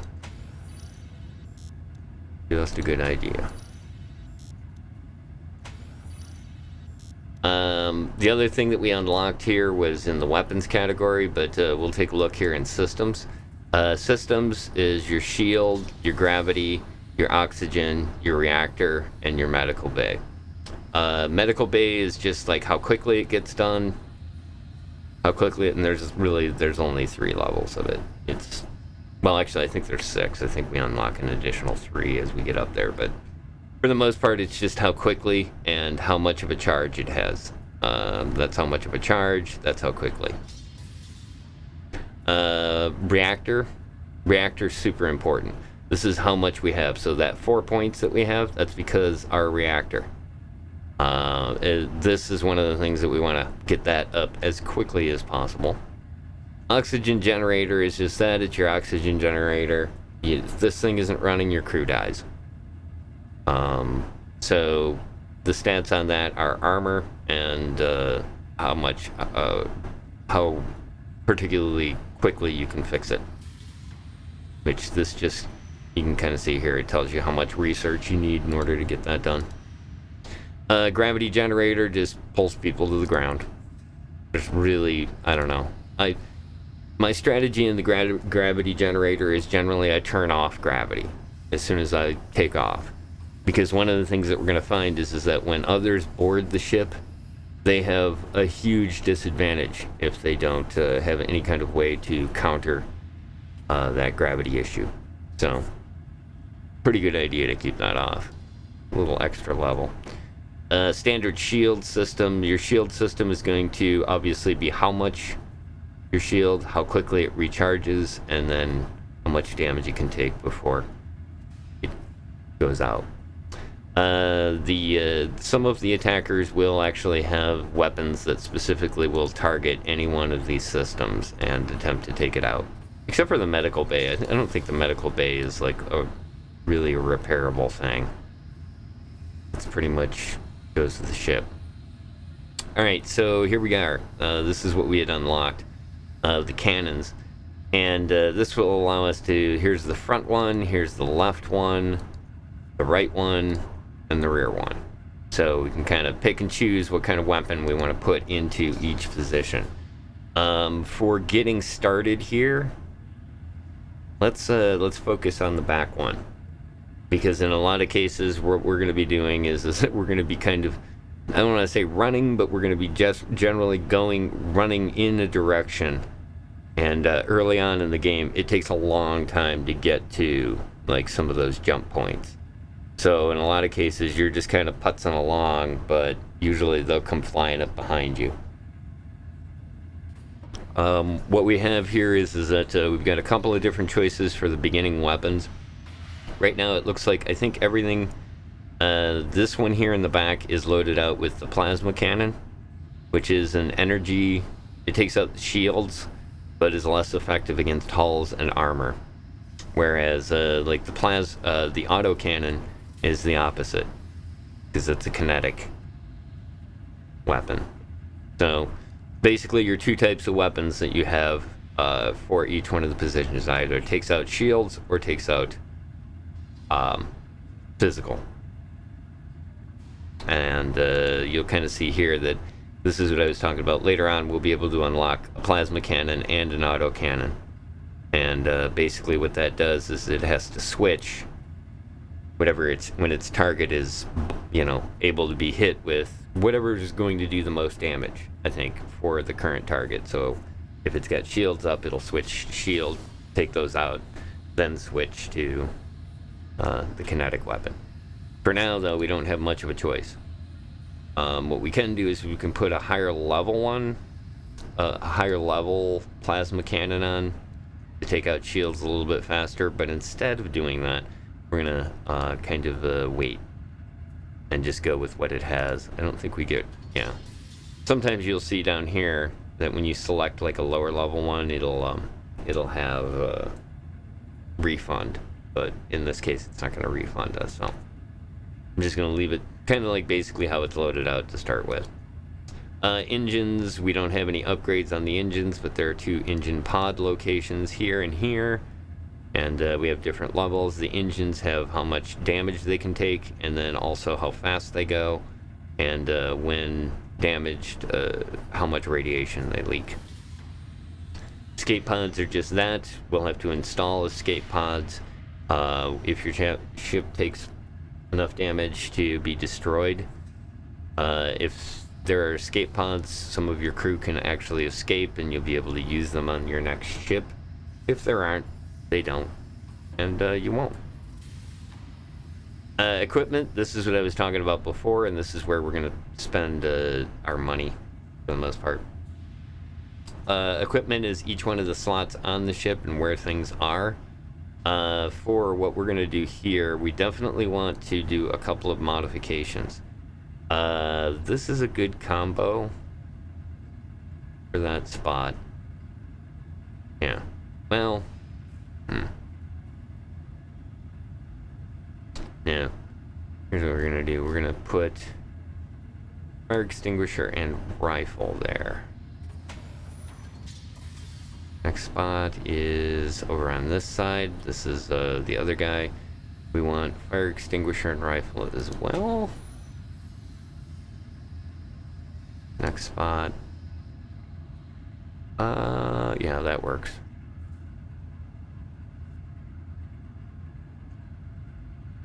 Oh, wait.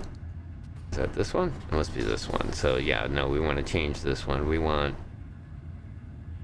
him to have the vac suit because he's going to use it the most, and a rifle because that's going to be his life now. He is engineer and deals with the onboard nonsense. Alright, this we're gonna, we'll leave that like it is. Usually don't need a second suit, but who knows where things will go. Alright, fire extinguisher and a med kit. Put that here.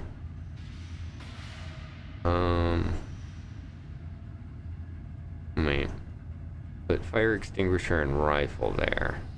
Ew, that's expensive. What if I change the other one first?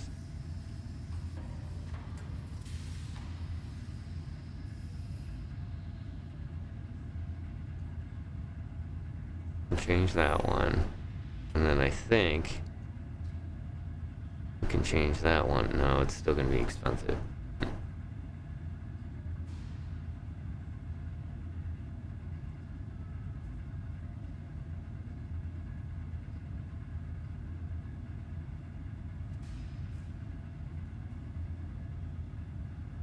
Yeah, we'll go with that. Definitely need a weapon at that station.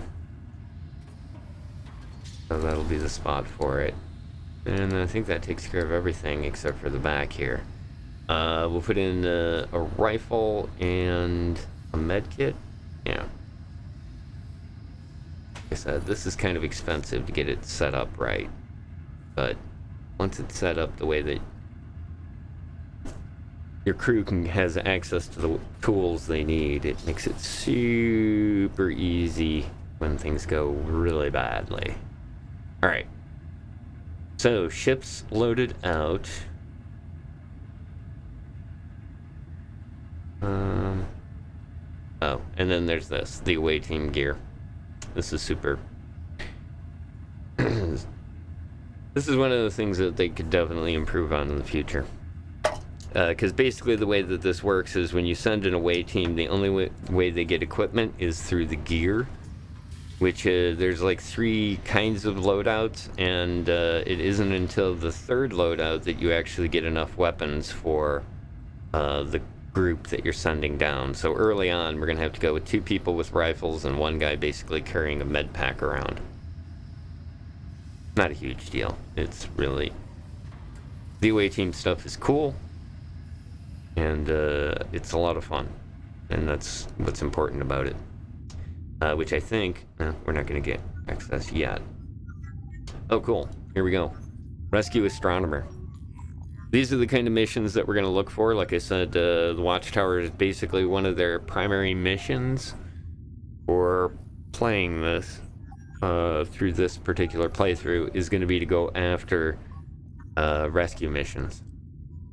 And their crew will be kind of specialized in doing those and ground mission. Which a lot of the time they're kind of hand in hand. And really you can kind of see here the only other mission I have is just to go shoot things, which let's see, how much do we get for that? 1,500 and then 500 research. It's a quick jump, so probably wouldn't take too long. This might take a little bit longer because you got to do some more jumps, but definitely a little bit better reward. An observation outpost located near Saturn's moon Prometheus has come under attack. All but one of the outpost crew have escaped. The remaining survivor must be rescued before the outpost is destroyed. Yeah, we got to do that, right? Alright. Alright. So, we've received classified information that enemy champion Ewan Garrett is active in the area. Oh, shoot. I think I missed my opportunity.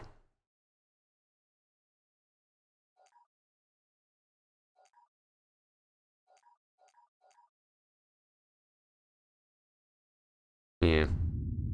We'll have to wait till we get back. Alright. But that's okay. No, this will work out good, because we can pick up our new guy that we pick up will be the extra crew member.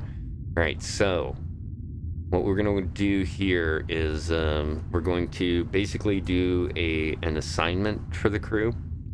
Set them up in the stations that we want them to be in when we go to take off, right?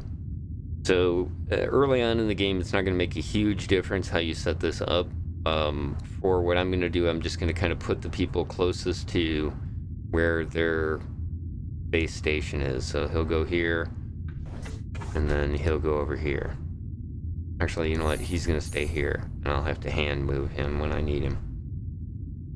It'll only be for this mission, so not a big deal. All right. Once you've got these set in place, then I'm going to do is kind of like, if you've got somebody selected and you want to deselect them, once again, it's that right click. That'll then allow me to get to this, which is toggle return to stations panel. So if I hit the E key, it'll pop this little panel up here where I can tell them to do some base things to the entire crew. In this case, I'm going to save the stations that they're currently in. And then once that's saved, I can always hit this return to save, and they'll go back. Alright, so let's just move some people around here real quick. Put you in that guy's station. We'll move you over to here. We'll send you over to here. We'll move you into command real quick, because I did want to check that before I... Oh yeah, okay. You can launch with somebody other than the captain. I'd wondered about that, because captain is like one of the few crew members that you can't dual train. Oh, I wanted to... You're sitting there to prove a point. Right, so basically once he gets in there, and go back to this and tell him to return to save, everybody will switch stations and go to where they belong. So usually I usually set up a base loadout like how I want that set up, and then I go into here, mess with this, turn off the gravity. We get that 1 point from turning off the gravity, and we'll switch that over to weapons and go back to the captain, and we're out. The Watchtower is off on its first mission. Alright, now that we're off the deck, we get our choice, safest route or the fastest.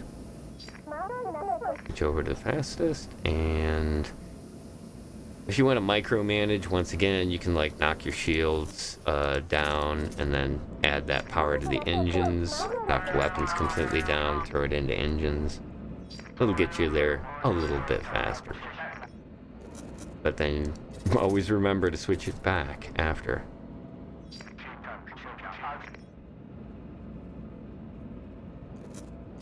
There we go. Be pretty close. Oh, okay, fairly close. Charge it up.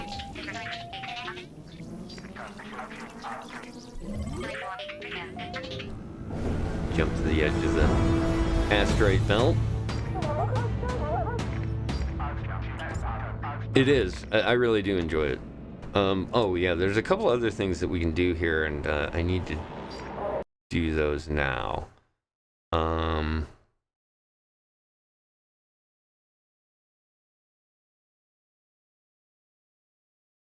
Can I do those now?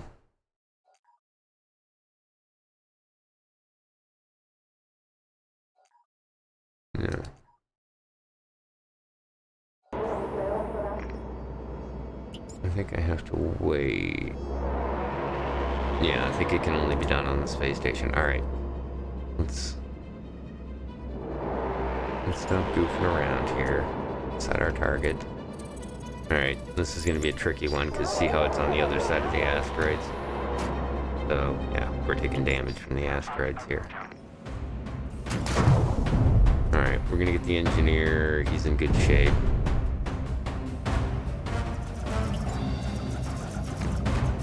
Set up our focus fire on guys in the station. He doesn't have that because it's not a skill yet. Yeah, we'll do the reactor boost. That'll give us 2 more points that we can dump into weapons, so they'll hit a lot harder. Get some targeting done.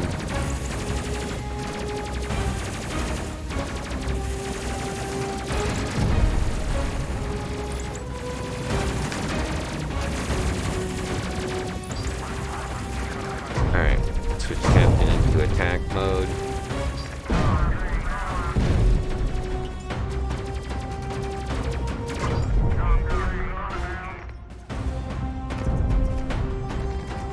Fortunately, these guys aren't super bright early on. Alright, these are like little tanky craft that they have here. Basically just meant to track fire. Usually for something else to come in.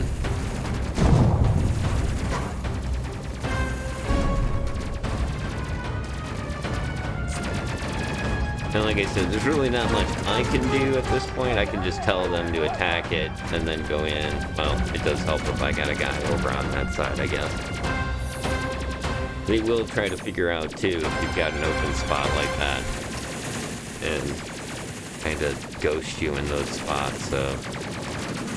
It's always good to make sure you got people at their stations. Alright, that takes that out. Let's fly back over to the thing here. Try to avoid the asteroids, please. Got that? We good? Alright, send him over back to the station. Like I said, you can see the gravity's off, so he's a little slower. Alright, weapons and engines are looking good. How far is it away? Ooh, Captain. No. We took damage, didn't we? Oh. Yeah, it's kind of neat because you can kind of see the asteroids. Like this one coming up behind us here.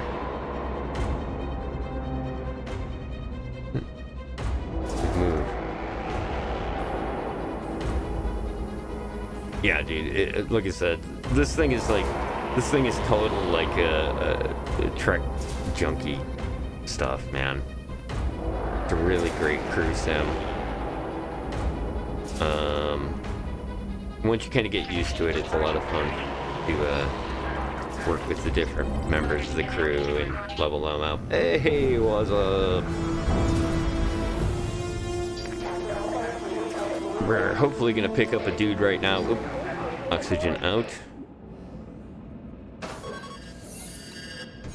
Alright, here we go.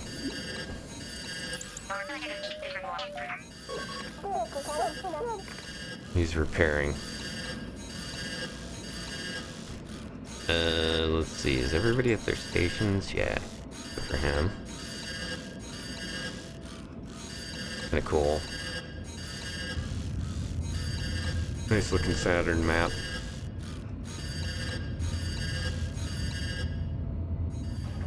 Alright. No land. Pick this dude up. Hey, it's Beast Boy. I think we can... Alright, so for now, this guy is going to be just basically dead weight. Which is, eh. Alright, so everybody gets to their seats, let's launch. Once we get to, yeah, he is kind of like, this kind of look like a cactus.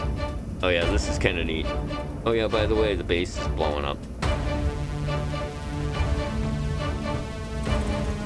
No, not the safest route, the fastest route. Watch this. This is great. So like some of these missions you do, this will happen. 7 seconds. We're gonna be way close.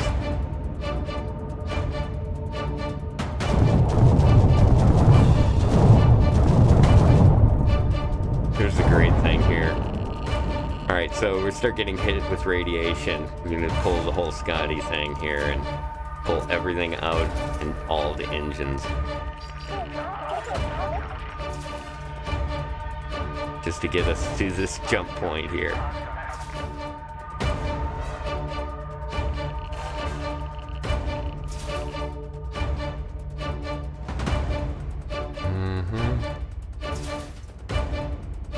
Ow. Get these repaired. Get going. Alright, we're in range. Why aren't we charging? I switched it out the wrong way. Go check that, Captain.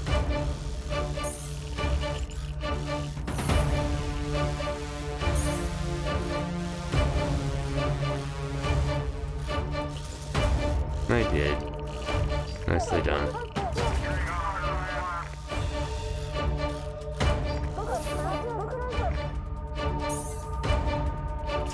We're gonna bake here in space.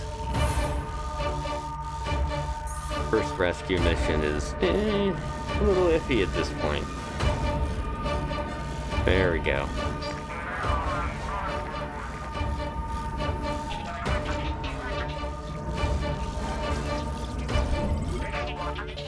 Nicely done.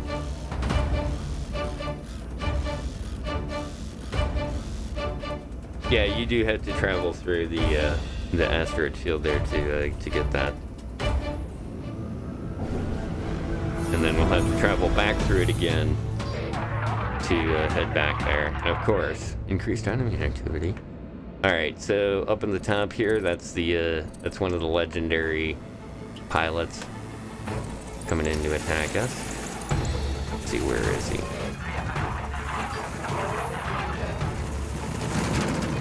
Where you at, dude? There he is.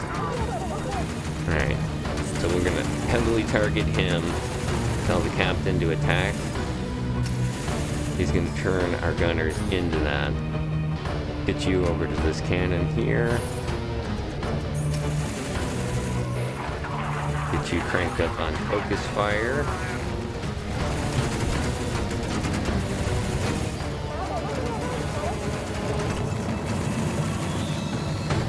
Alright, make sure that these all get targeted for future attack.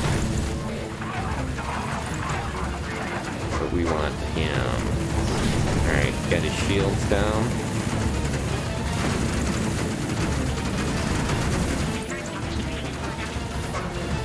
Hostile life forms on ship.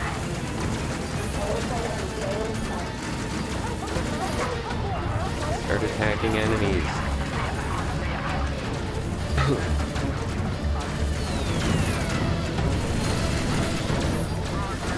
Reactor's in bad shape. More enemies incoming. Fix the reactor.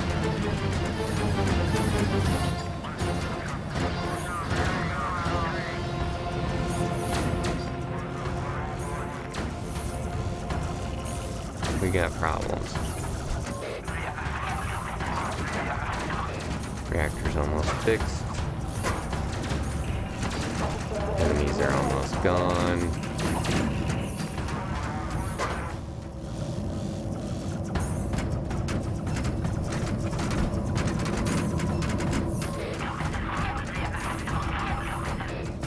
Back to your station. Alright. Ah, here comes another one. That's okay. Could be able to get him. He's got him pinned into the corner this time.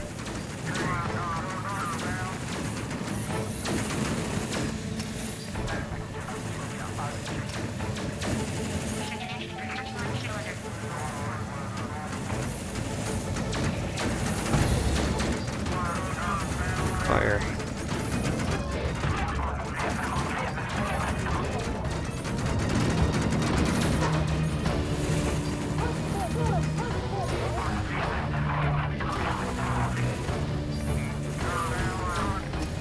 Oh no! I don't think I have a resurrection time either. Okay, we'll try to deal with this kid. That's not gonna work.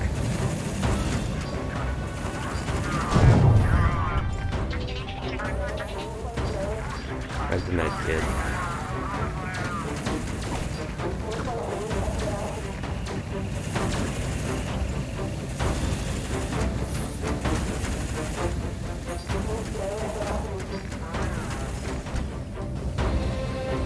You got him. Alright. Get over to there. Get this fixed. How we doing, Captain? Good lord. Oh, and this guy died. Wow, this is not going good.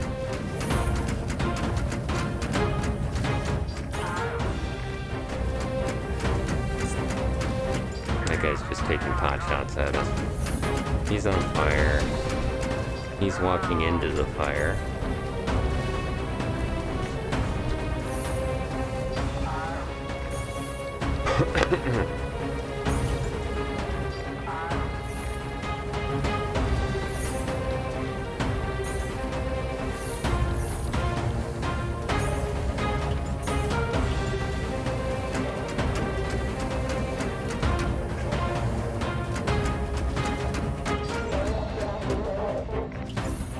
Yeah, hold on. We're not gonna survive. We're not surviving that. I definitely needed to make the modifications here before I started this, and that was this right here. I want the crew size increased. Leave it on that. That's the big one there. Tagging semi-automatic. That'll help out quite a bit. Alright. Do I get...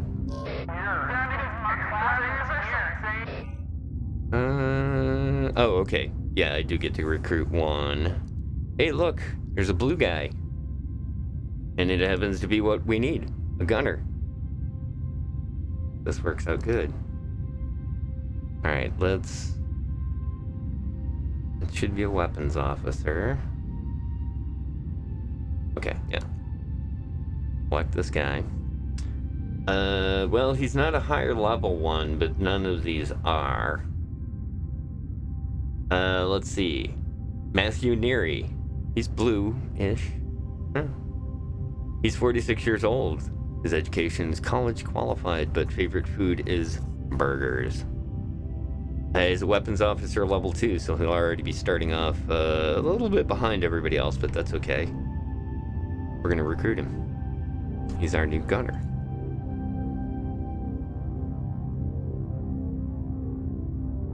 Alright, with that set, we need to get him geared up.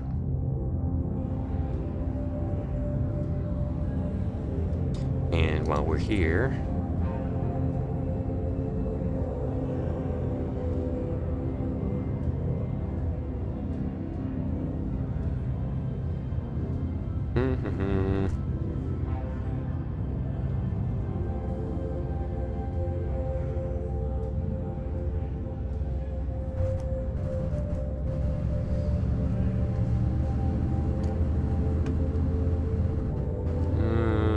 I'll put it up as the same thing that's in here.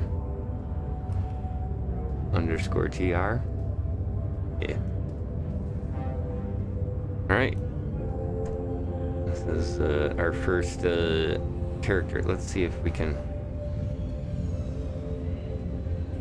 I guess you can't change... Oh, here we go. Skin. Yeah. See if we can find a... it's more white than it is blue. Yeah, that's definitely the blue dude right there. But we'll make him blue and give him green eyes. Sure.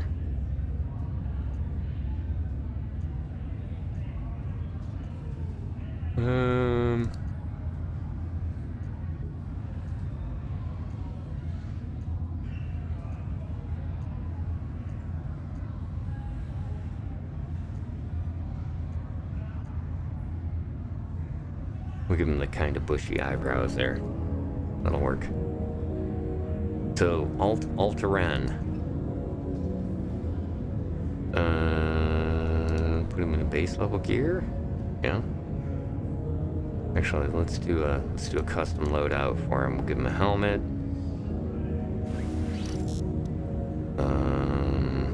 Light armor suit. Will be a black light armor suit. Yeah. He's a gunner. No holsters unlocked yet, but we do have gloves and armor boots. All right, here we go. Yeah, bluish. Green eyes, cool. Good with the green eyes, or you want a different color? You want me to go green, or I'm sorry, blue. So we can do that too. There's blue. Yeah, that's kind of cool, actually.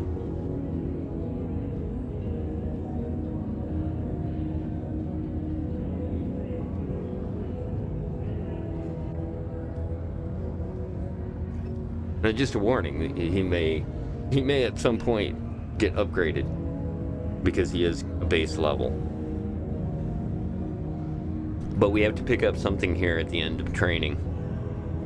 So we'll start with this guy, and then if we run into another blue guy, we can mess with that. But we got that. Let's see. We were gonna do any spacecraft upgrades. We just needed that extra guy. It makes a huge difference. That's all set. Alright, let's try that, see if we can pull that mission again. Yeah, there it is. Rescue astronomer. Alright. Let's get it right this time. This is where it'll make a difference. We'll put, we'll move Alt to the back here. We're gonna put you in rear gunner spot there, Alt. Because that's gonna be probably one of the more important ones, so...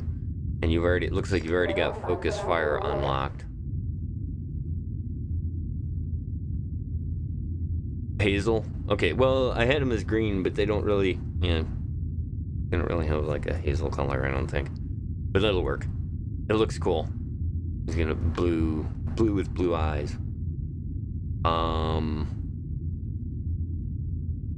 Alright, we need him there, and this guy over here, which, this kind of bites, but for the security officer, it's a real close move.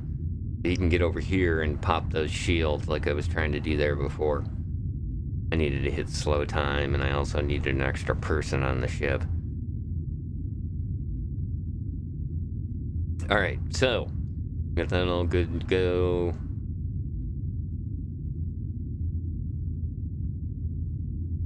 Yeah. So we're going to take and save this as our loadout.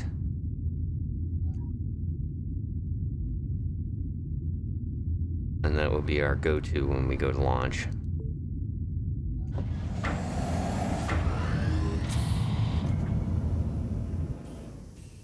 Alright, and now that we're up, let's see, is it... Yeah, that's fastest and safest. Let's take the fastest route so that we can get into an engagement. Some practice in. Shut down the gravity, increase the weapons, and we'll leave shields as... Yeah, let's do this for now. A little bit more speed. And kind of, like I said, you don't have to micromanage stuff, but you can kind of tweak out a little bit more when you do. Alright, ready to go.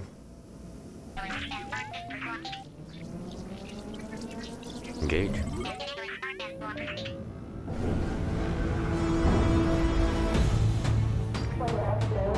Warning, increased enemy here. The asteroid belt. Alright. So our location is on the other side. I'm gonna take a chance here and put all of it into the engines. Try to get as far into the asteroid belt as we can. Alright, the other thing is that now we've got... The other thing that's different is now we've got our person working sensors is actually auto-targeting for us. Which, like I said, the targeting is just not one of my favorite parts. So, I'd prefer to focus fire, but not spend all my time scrolling around. Boost us up. There we go. Put more of the damage into put more power into the weapons. Alright, now that we're at the objective, we'll just switch the captain over to attacking. Start going after them.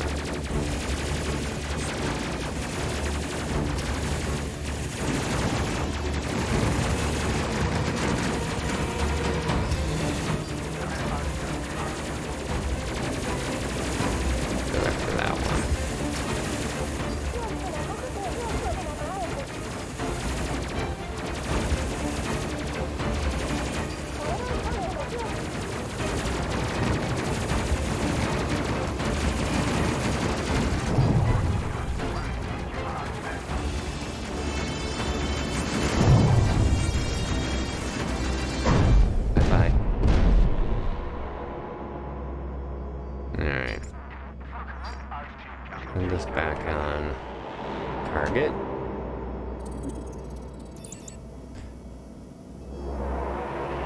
Go pick up our passenger and move along.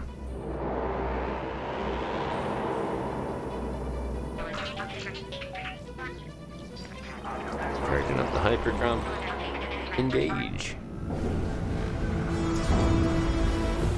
Alright, on the other side of the asteroid belt. Now, over to Saturn. Oh, this dude's red. Oh, same thing. Weird, the shields went out. Happened last time, too.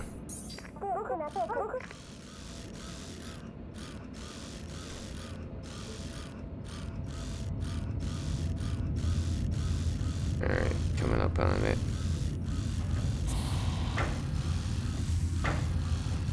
Alright, let's pick up our little dude here. Hello. Alright, so usually when you run these missions, these guys will end up being crew members. We don't know what kind of crew member yet. But you definitely want to try to get them home alive. Alright. Ready to go? Get out of here.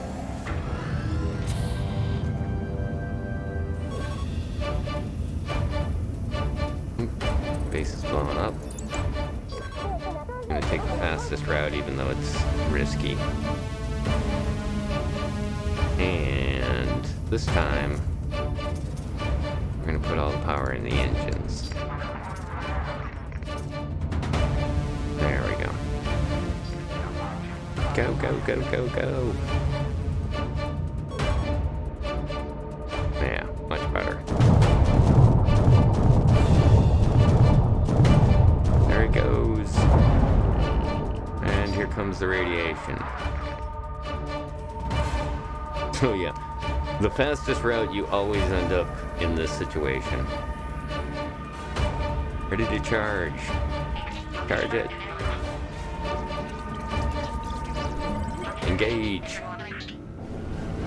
Yeah, the fastest route, you always end up with the radiation, but if you get out, like I was trying to do.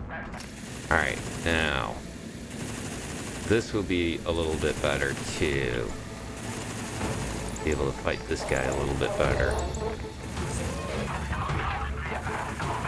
Attack him. Alright, let's get this guy on his focus fire. Get Alperen on focus fire, and Parker on a focus fire. This guy still doesn't have focus fire, but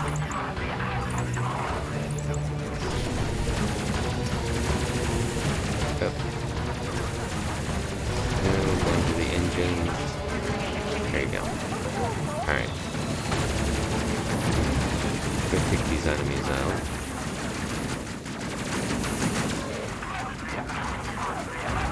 Stop shooting my passenger. Again, not very good at doing security when he's not a security officer, but it works. Alright, go repair that. While you're doing that, let's go find the target. How's our legendary going? Let's see if we're here anymore. No. Usually, early on, the legendaries will come in, hit you, and then run. Fix it. Now go attack the enemies.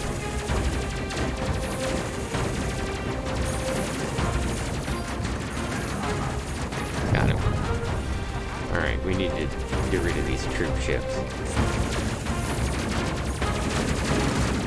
Or this guy. That'll show him. Parker, go help him out. There you go. Good shooting, Parker. You definitely need some weapon training.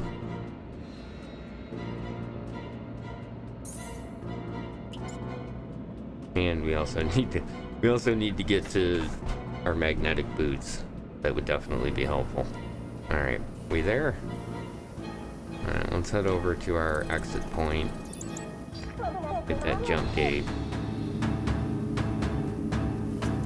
Come up with all kinds of engine power.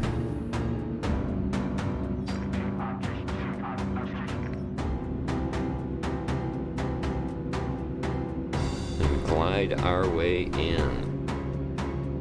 So once again, thanks everybody for coming and joining me here as I stream some more HC Space.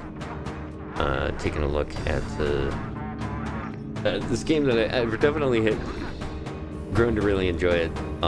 The Legendary Edition update they did basically a year after release really changed quite a bit of the game, and has kind of made this quite a bit of fun. We're about to get into, we'll take a look, hopefully we'll pick up a away team mission here next, and take a look at that. Because I dig the interior shots too.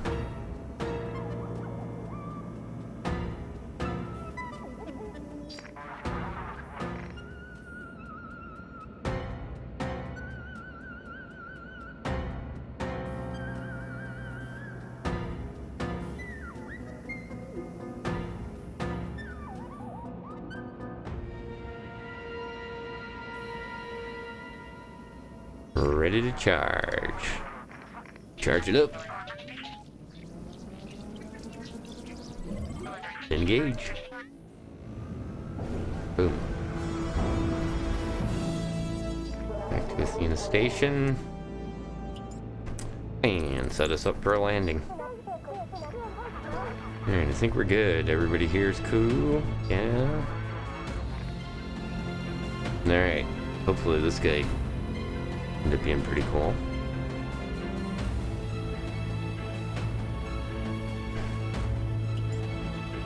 We could really use, well, anything.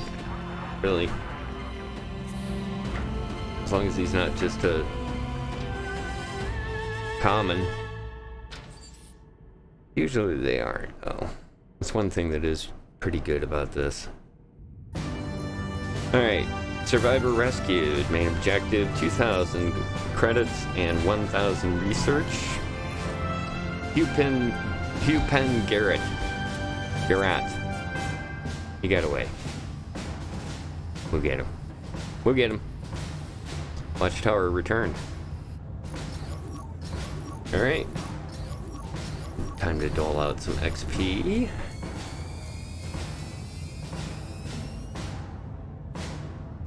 Alright, nobody leveled up. Oxygen mask contains an extra large personal oxygen supply, so that was what I was talking about before, is with the oxygen mask on, we'll be able to kind of get around that. And then also our standard shields, Mark II capacitor. Let's just get rid of that. It was going to be on top of that. There we go. Slightly improved version, improved shield recharger. Creates a fairly basic shielding and recharges slowly. And here we go. There's our dude for recruitment. Blib Glob Planaka.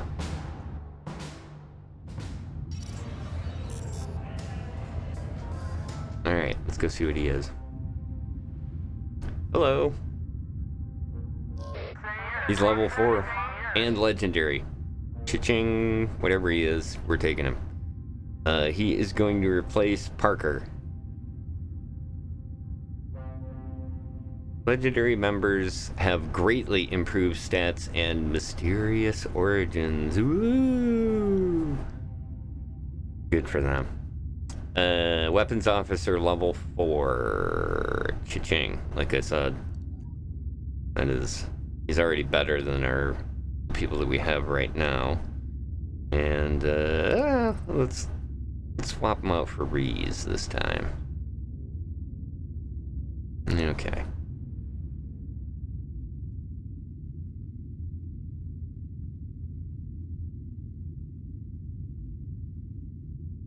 And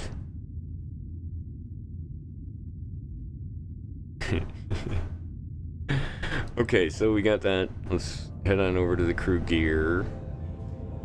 I forget, what did they pick up? They picked up something that was kind of like, eh. Oh, the headgear. That's what it was. Yeah, I can't use that. It'll replace the helmet, so I'd rather have the armor than the oxygen. I just got to make sure the oxygen thing is on, which kind of I'm gonna make sure anyways. Nope.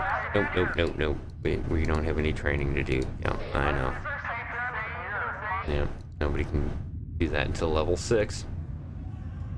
Alright, come back here. New guy.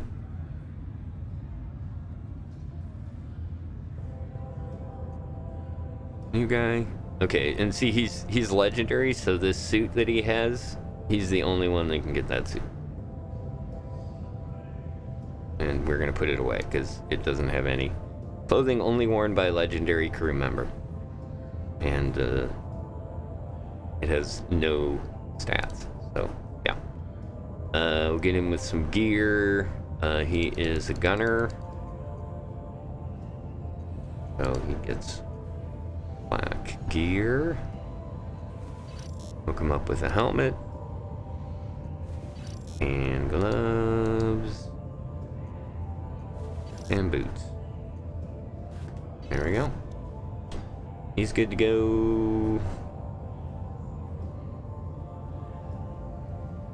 Right? Right.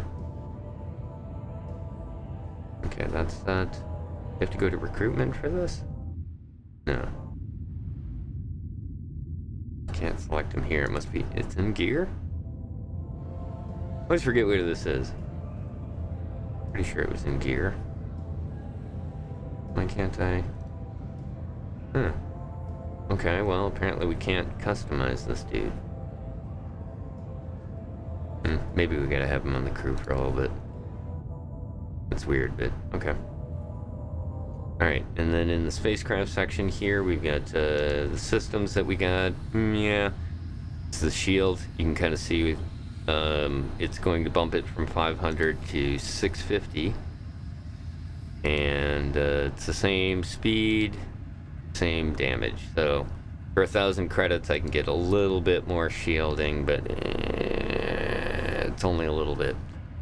Not worth the credits. Alright. Here we go. Away team mission. Okay, so again, away team mission here, they'll highlight that it is away team. This is one of the new things that was added in for the Legendary Edition, was this ability to do away team missions, which I wanted to get one of these. Away team missions are now available. On these missions, you will send 3 of your crew off ship to explore a space station. Okay. And then there's these, obviously the low risk mission is clear out the forces again, but these new ones have opened up at medium risk to escort the transport, and the other one here is clear the enemy forces, so obviously a little bit harder version of this one. And then the high risk one here is eliminate the champion, which is our guy that was taunting us there for a little bit. We'll wait to get him because we need to do a tiny bit of upgrading. But yeah, here he is, this guy. Higpin Garat pilots a modified Phasmid light fighter. It has a stronger shield and appears to have improved mobility and evasiveness compared to the standard light fighter. Evidence from previous encounters indicates that Hugpen Rargrat may exhibit arrogant behavioral traits. Threat level is very high. He's also worth some money. 4,000.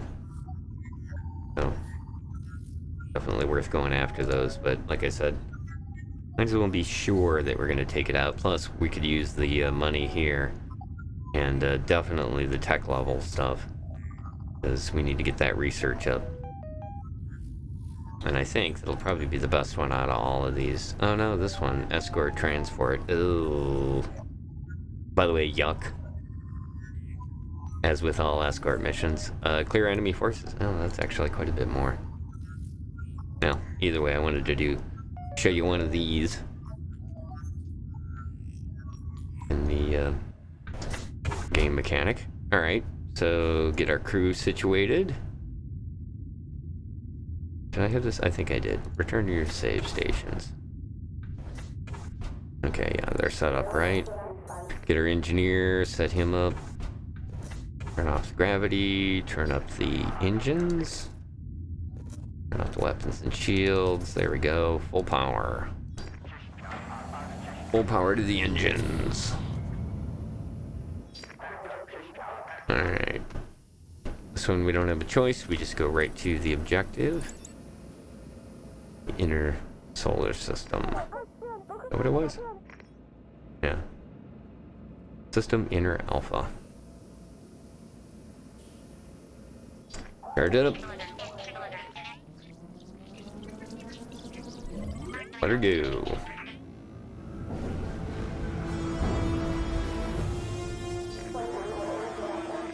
Ooh.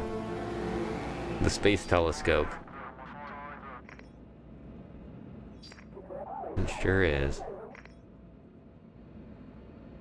Alright. Set for land. We'll cut the engines down, put a little bit into weapons and shields, just in case. Usually don't. Isn't an issue, but yeah, no.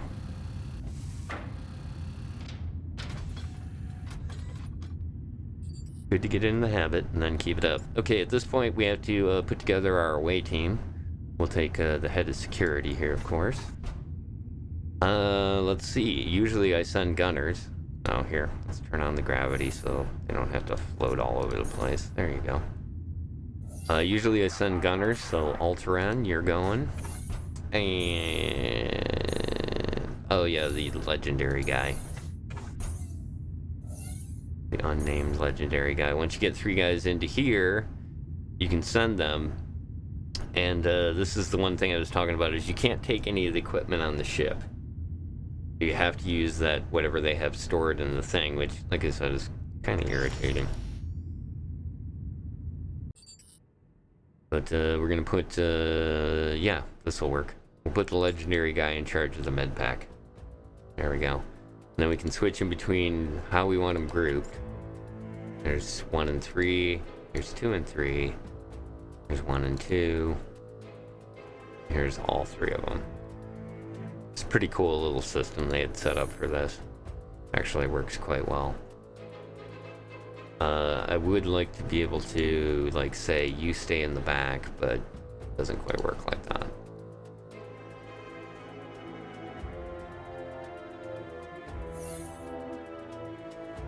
Alright, these are credit chests, and these are information. And basically, it's kind of like you have to figure it out. Okay, flip this switch, it'll open up one of the doors, etc. It's usually pretty simple. Alright, he opens that door.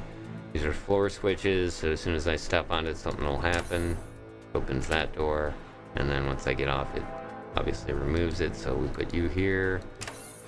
And then we'll have you go loot that. You go loot this.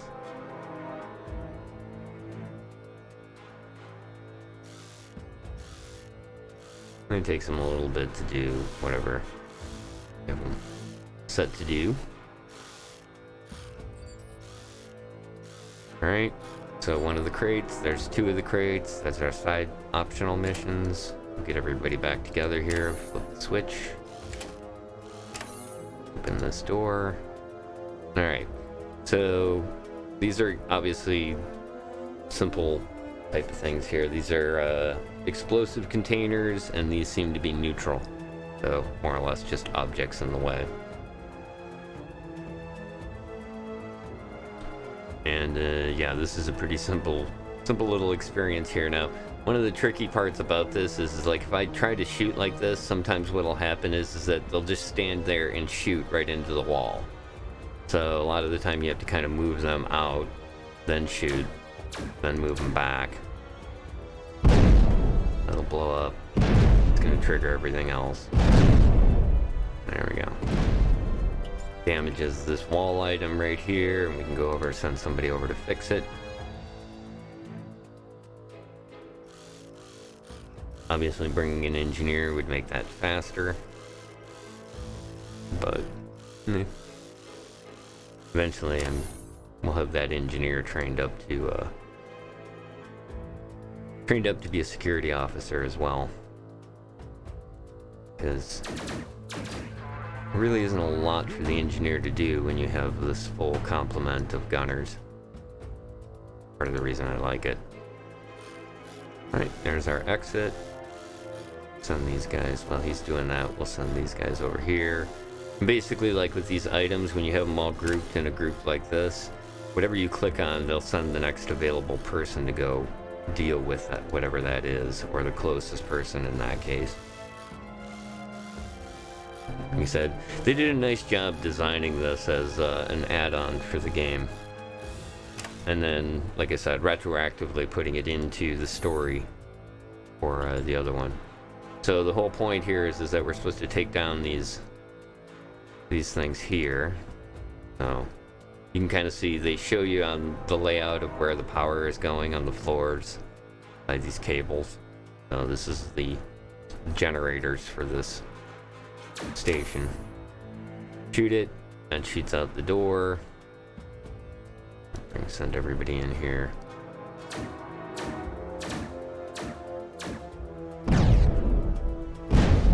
Nope. You gotta be careful there because you do take damage. Once you take out all of these, the reactor starts to go. Over on the left-hand side, you'll see that I've got 49 seconds until the station self-destructs. So we make a run for the door. Once we get to here, we can return to the ship, get on the ship, get the hell out of here. Boom. Alright, fortunately, didn't have some kind of explosive reactor on it. It does like to explode, though. And it's gone. Woohoo! I guess.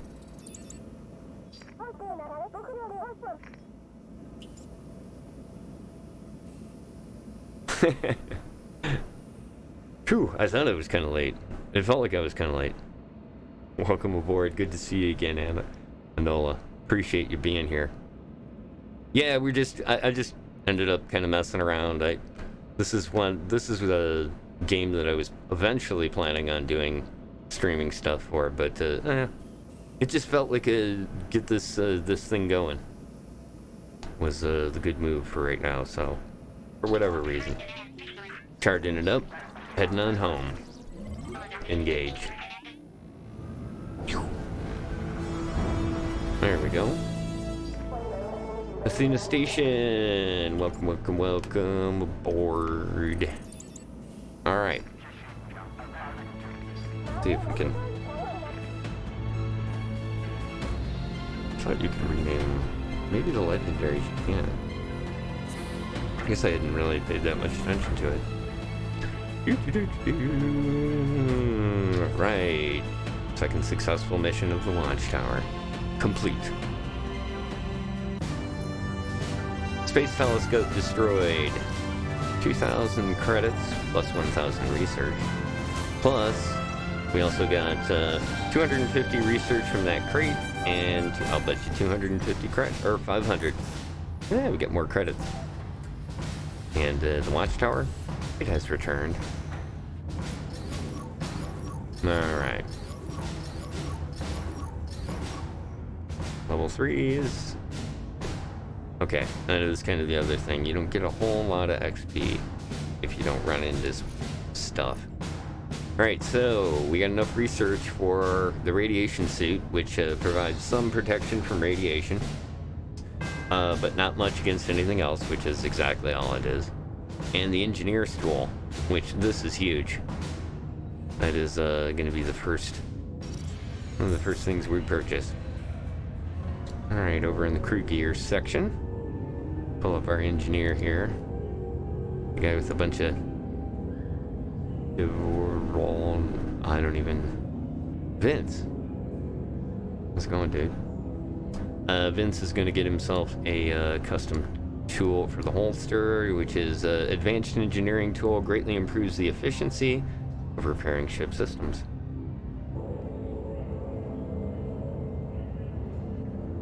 Actually, that should work. You know what? Let me update that.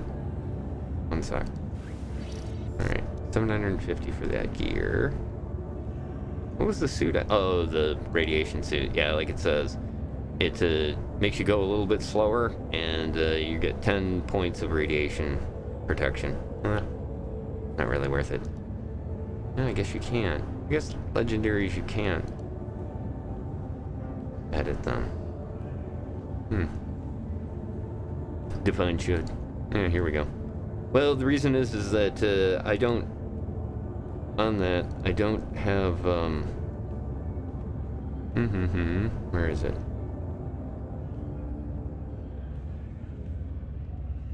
Invite people.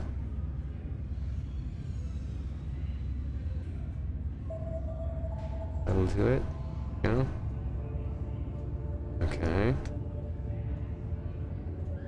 And then from there I need to go... Hey, I actually have that open. Sweet.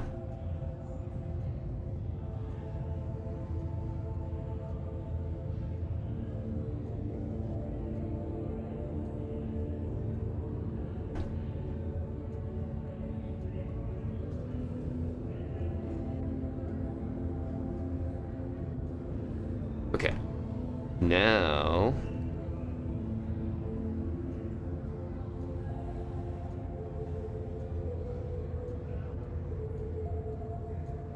there you go. That's up to date. My invite only lasts for 7 days, and I think when I created that was the second part of the drop stream I did a couple of weeks ago. But that should take you to my Discord there, the HC Arcade, where you can find all kinds of fun things like announcements and weird things that I find online. The announcements thing will be anytime I do anything there, you'll get a notification, because I always do an every one off of that. Okay, so yeah, we can't modify that, dude. That kind of weird. I thought you could. I don't know. All right, so that was it. We had the gear. We can't do any training yet because we don't have a high enough level. So let's take a look at our mission. All right. So in this case here, the next thing I'll take a look at up on the top here is the campaign progress. This is like for going through and doing it.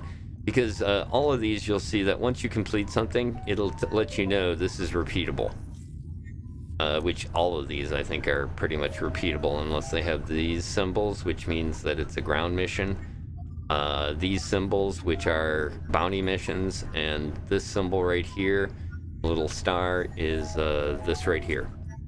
This is actually to get this part done right here and move on to the next part of the campaign. You have to complete this recover comms probe.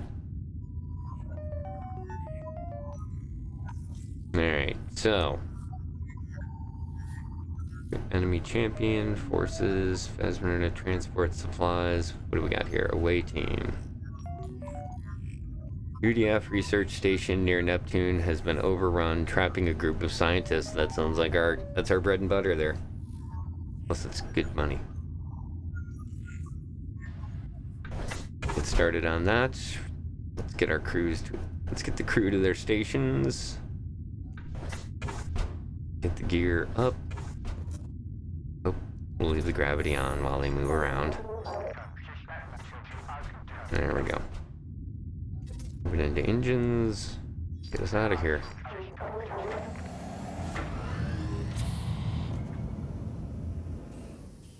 Alright. Fastest route. Or safest. We'll go with fastest. Away we go. Thanks again, everybody, for coming and joining me here as we do the kickoff of getting the green crew going for the new watchtower here in Space Crew.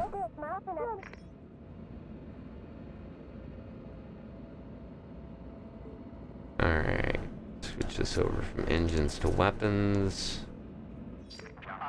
Get you ready to jump. Charge it up. Go. Boom.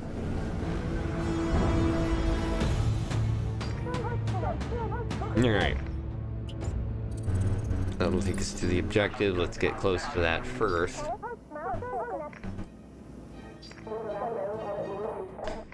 Get our crew cranked up here when they come in. Tricky part is that you're never really sure which direction they're going to come in from, so which guy you want to... There we go. So, yeah, we'll start by getting back here. This guy on focus fire, this guy on focus fire. And he doesn't get that, because that's a security officer job. Alright, so we could jump at this point, but I usually stick around and attack. We'll take out all these targets first, get the XP. Alright, there's one of the boarding ships right there. Get him focused. Alright, he's out. He's out. Another boarding ship. Come on, get it before it gets in there. Ah, alright. Probably not gonna get it.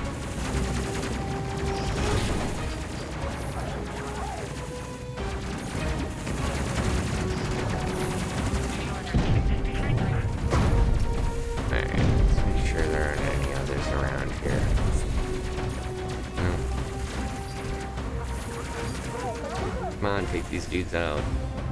Oh, yeah, this is the other thing. They'll come over and, like, hit your gunners, and the gunners will get out, and that's just enough to just kind of disturb them.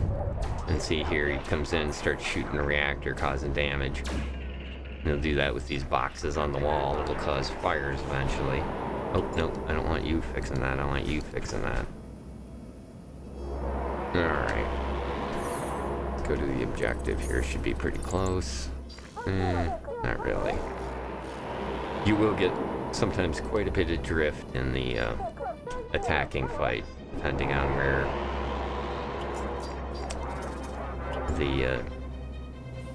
the aliens are coming in from, which sometimes can be kind of frustrating.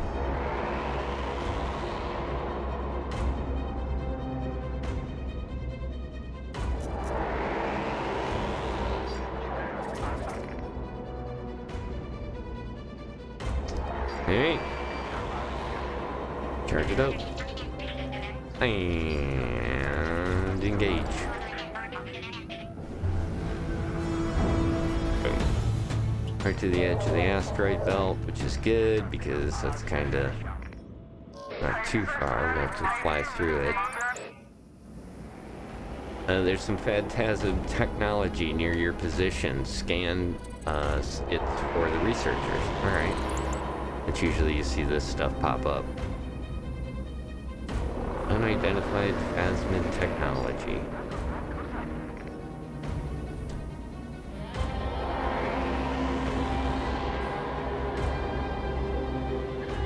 Ready to scan. Scan it.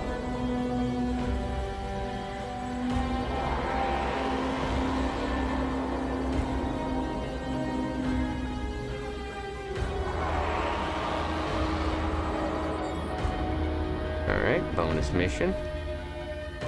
So we'll get more research for that. Alright, head back to Neptune. Full engine power.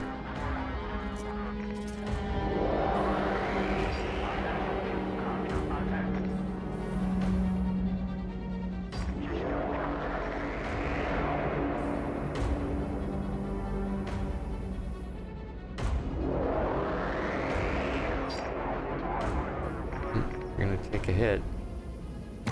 Oh.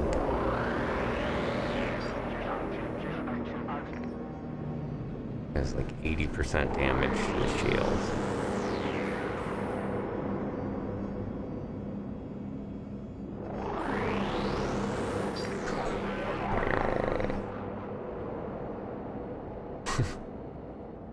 The captain seems to be in a state of amazement. What the heck was that? Oh, get the shield. Alright, we'll give you a little bit of shield power. Get those recharged. Takes a little bit, you can kind of see down here. A little bit to get them recharged. Once they're fully up again, you can drop them down. Well, not fully up, but early on, you try to eke out every little bit of power you can out of the engine so we can get an upgrade. Alright. Did it. I think this is the last jump. Yeah, join the club. There we go. Alright. Research facility. Aliens doing their thing. 180 galaxies, very nice. Yeah, we're playing No Man's Sky 2. Over on thing, we'll do that tomorrow night. On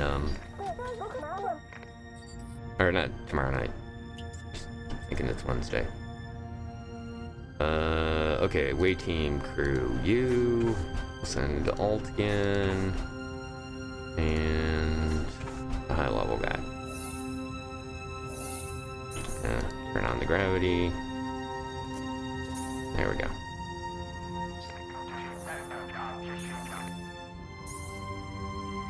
Yeah, we'll be doing more of the Thursday night watch. We're finishing up the expedition.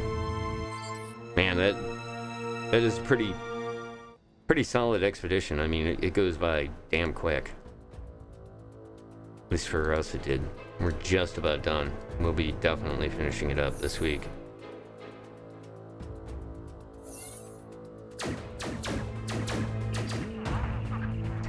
Alright. It's a busy little base.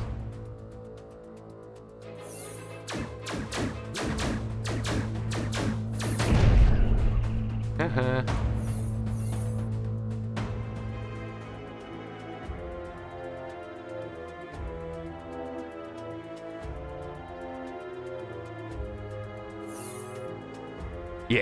Yeah, like I said, for anybody that kind of knows how to work the systems and everything, it's not that bad. But if you're brand new, it's a pretty good little introduction.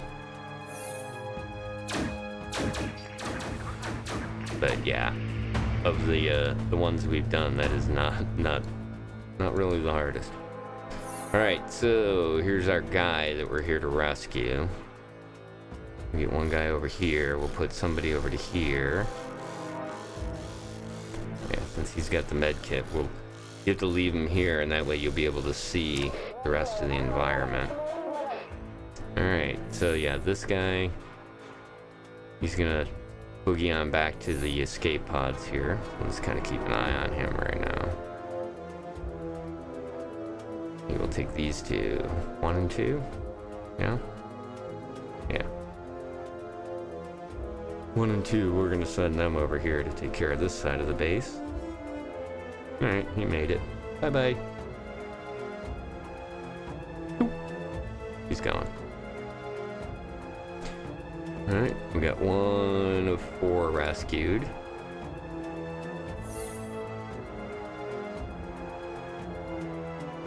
Alright, these things are super nasty. We can't do anything about them once they get loose. These dudes are about the same level as us right now, but we can operate being teamed up a little bit better than they do. But it looks like we're a little bit better armored. Alright.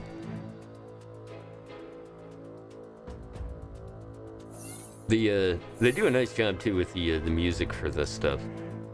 I love the theremin sound. Alright, how do we do this? We do this. One guy goes over here. He goes on there, shuts down the power. Once we shut down the power, all these guys are going to make a run. And so are we. Because that is loose. Come on. Let's go.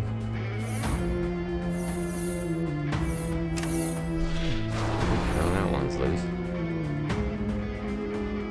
Keep going. You just do what you're doing. That one got loose, but I think they can make it. Alright, that's all 4. Alright, so our next objective is these crates, and that's our secondary mission. We just have to wait for this to time out right. I think we can actually do it a little bit better, a little quicker if we get over here now. Alright. He turns around there? Yeah. So, obviously you can kind of see how the map basically converts. Ah, shoot, we got this way over here. We're gonna have to... let's see, who do you think we'll send? We'll send this guy, the security officer. Go get it.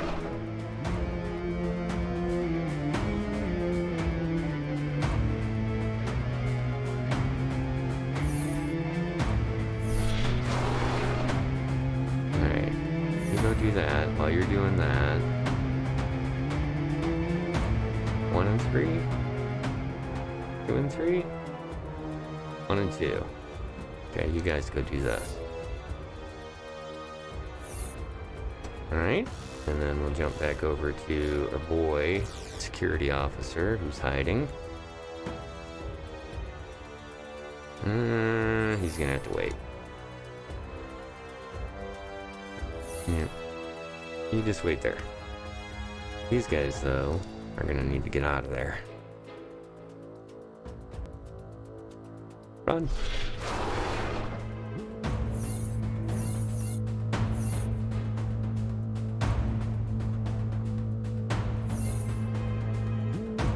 Fortunately, not all that smart. Back over to you. Be enough time. No, they're not horribly bad. Like, I mean, just because he's got kind of base level armor on, so they're not going to do massive damage to him, but he will need to get out of the way. It's gassy. About 10%. Run, little doodle.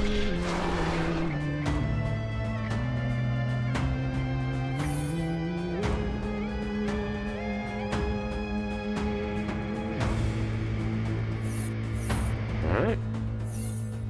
So that's it. That is all of that ship. Let's head on back. Alright, once they're there, head to your stations, everybody.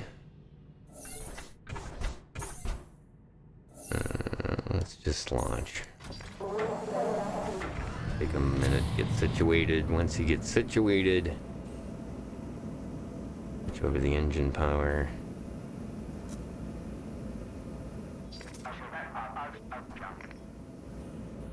Alright, back to base. Which we're gonna have to, what, this is... Yeah, this is Neptune, so... We're going to have to hit at least... the asteroid belt. I think that's his first jump. And then after the asteroid belt, it's the, whatever the next stop. Yeah, asteroid belt. Over by Ceres. We're in the neighborhood of Ceres. Alright, charge it up. Lock it in. Engage. Alright. Warning, asteroids. Safest route, fastest route, go fast. Let's see. We got incoming enemies. You know what? Let's patrol right here. Outside the asteroids, I don't even want to fight with them. Alright. While we're doing that, let's switch over to weapons heavy.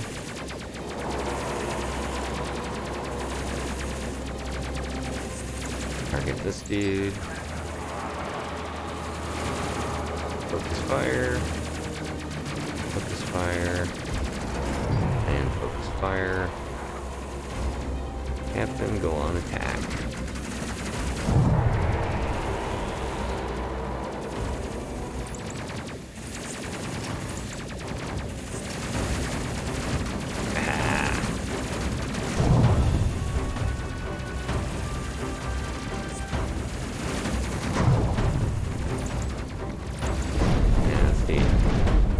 By the direction these guys are coming from, they're kind of pulling us into the asteroid belt. Uh-oh. Yeah, go away. Shoot. Alright. Go get him.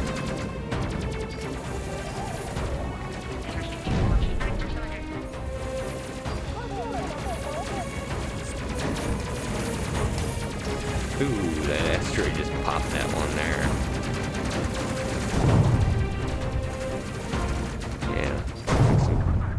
Early damage. You can go here. Oh. Yeah, you go back to your station. You go. Drop that rifle off. Go to the fastest link. Nope. It was over here. No. There it is. Oh, you're already headed there. Keep.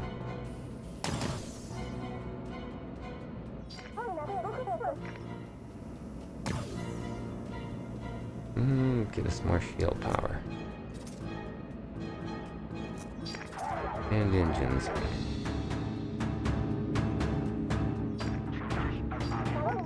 And there we go.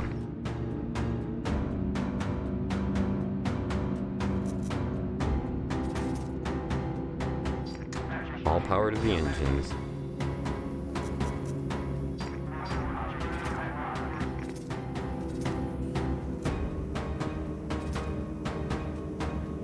Alright. Start it up. Send it out. Asteroid belts. Alright. Base is right here. Kind of skipping along the edge, I guess. Alright. Since this is in a nice open spot, we'll just set this up right here.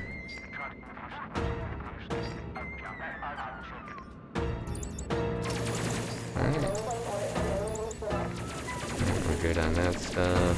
Focus fire.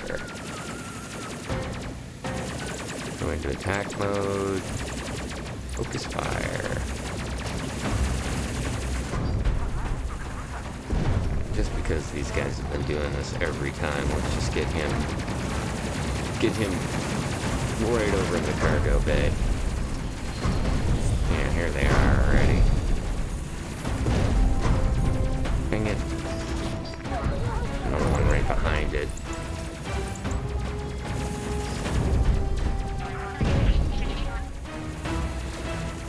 There we go. There it is. I think that's one. Looks like one. Hey! What are you doing letting them run around? Yeah, I can't wait till we can cross-train this guy so that he's also security, because he's basically wandering around, swinging at things.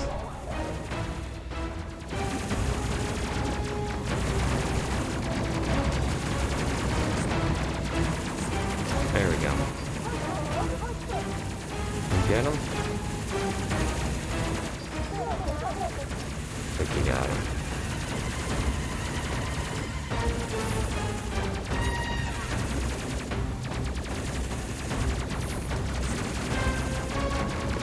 There we go.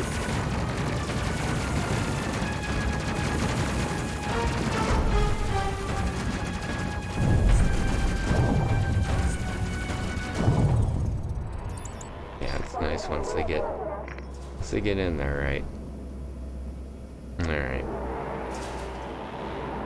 Here goes the oxygen. Start repairing that.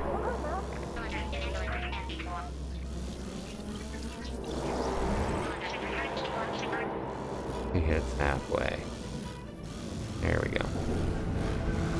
Yay, Earth! A lucky little planet named after dirt. Alright. Let's see, what are we looking at? Okay, not too bad.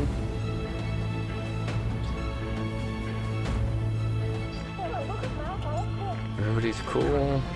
You can go back to your station. Alright.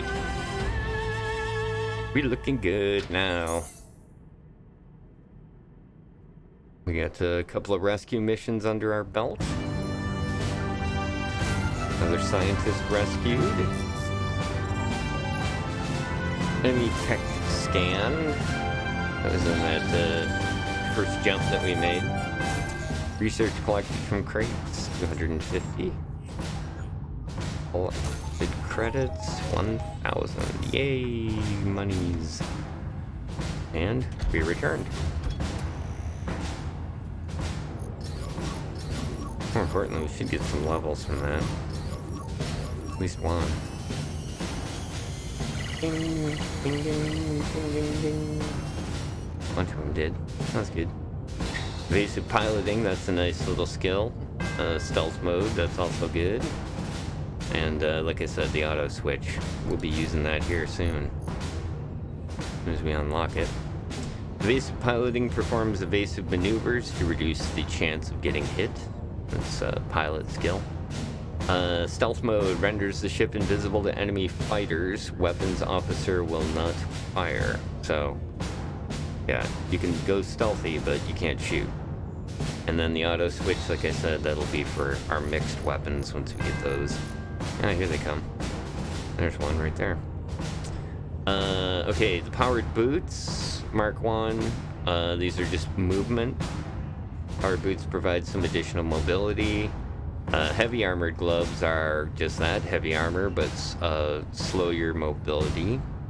The autocannon Mark II, so that's kinetic, again, kinetic weapon, and Mark II, a little bit better. So that's for hulls and not for shields. The low emission engine, low performance engine designed for safety. It allows moderate evasiveness and is not well armored. When damage, radiated emissions are very low. No. Low armor, not much damage, but it does a little bit. It's not a huge upgrade for anything. The Plasma Cannon Plus Auto Cannon 1, this is our first mixed one that we have unlocked, allows you to have a Plasma Cannon and it'll flip over into an Auto Cannon. Like I said, that's that mixed weapon skill that the gunners have, and only the gunners have it. So if you have somebody that's not a gunner in a position, it won't switch. You have to actually go in and push a button to manually switch them. The efficient reactor. An efficient ship reactor, while not particularly well armored, this reactor provides a lot of power. Cha-ching. We're gonna go for that over anything else. I got a new recruit. Let's see what that is. It's a new recruit.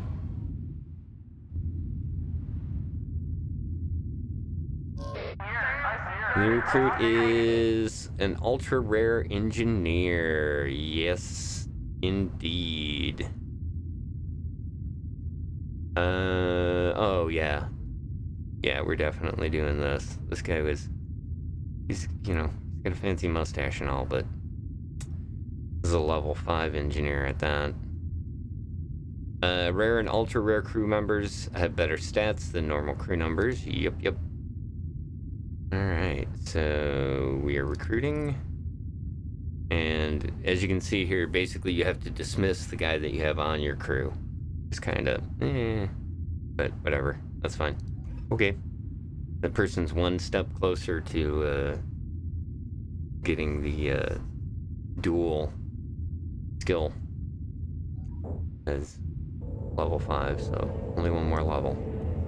It's really nice when you get them geared out like that. Alright, so in our crew gear, where is this new person? Alright.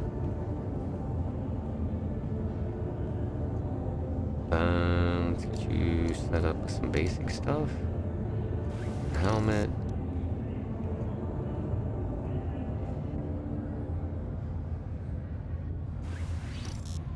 This. And you are an engineer. Alright. So engineer tool. Base level gloves, because we want to make sure that they're moving. Yeah. Engineer has to run around a lot, so it's a good idea to keep them mobile. Here's our captain. You're getting heavy gloves. And we don't have heavy boots yet, so you're definitely getting that. You as well will get the heavy gloves because you're second keeping alive. Don't need movement. Alright, this dude. We'll put the heavy gloves on for the additional armor, since he's going to be away team. Yeah, we'll just leave that. Parker's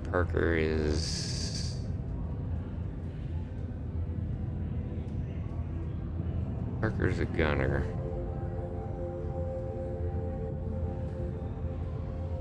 Parker's going to be traded out though pretty soon, so we'll leave him like he is. Ultron will upgrade your gloves. because you're in the rear cannon there, which takes a lot of hitch.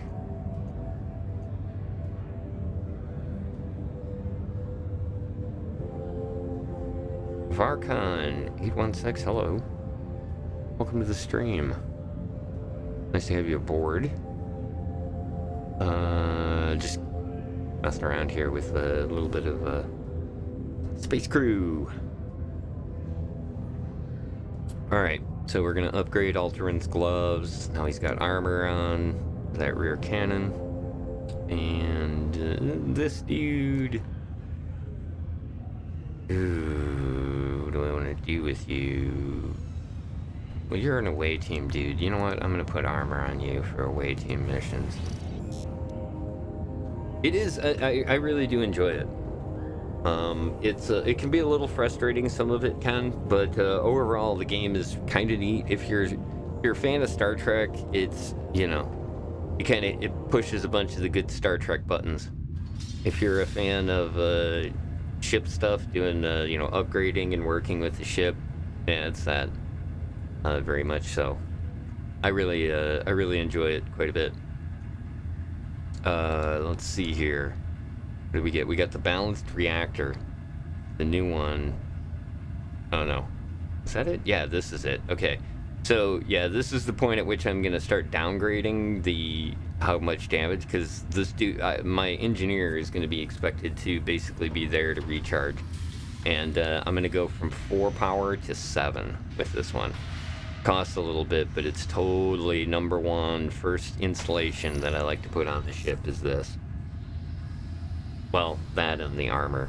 The armor plating first, then the reactor. And then we'll work on some of the other stuff. Yeah, let's get some cool upgrades too. Like, there's different parts to the ship. So, like, the shield system, I currently didn't upgrade it because it's like 150 more than what I have, but it costs like 1,000. I'm just gonna hold off and spend that on weapons instead. But yeah, the medical bay that you have on the ship, and then your oxygen and gravity, these are just kind of gravity you don't necessarily need. And like I said, I'm gonna kind of ignore it for now, and I'll put up with the problems it's gonna cause. But you'll see once I unlock the magnetic shoes, then this becomes a huge thing to be able to get rid of people. You gonna head out soon, Alt? Right on, man. Thanks for coming in, and we'll try to keep your dude alive. You should have no problem. All right, let's see. So yeah, that was all we needed to do, was the upgrade on the reactor. That's gonna be a really huge upgrade now. Next thing is that on our weapon systems, we had unlocked some new stuff. And it's gonna be kind of expensive, I think, because we want this switch weapon here. Let's find out.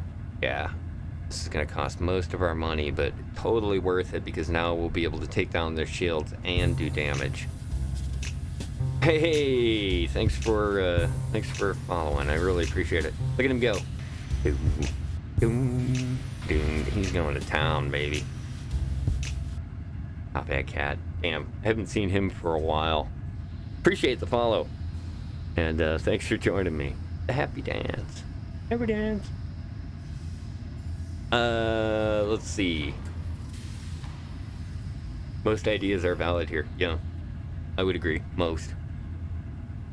Alright, so yeah, we'll swap out. I'm going to swap out the side cannons here.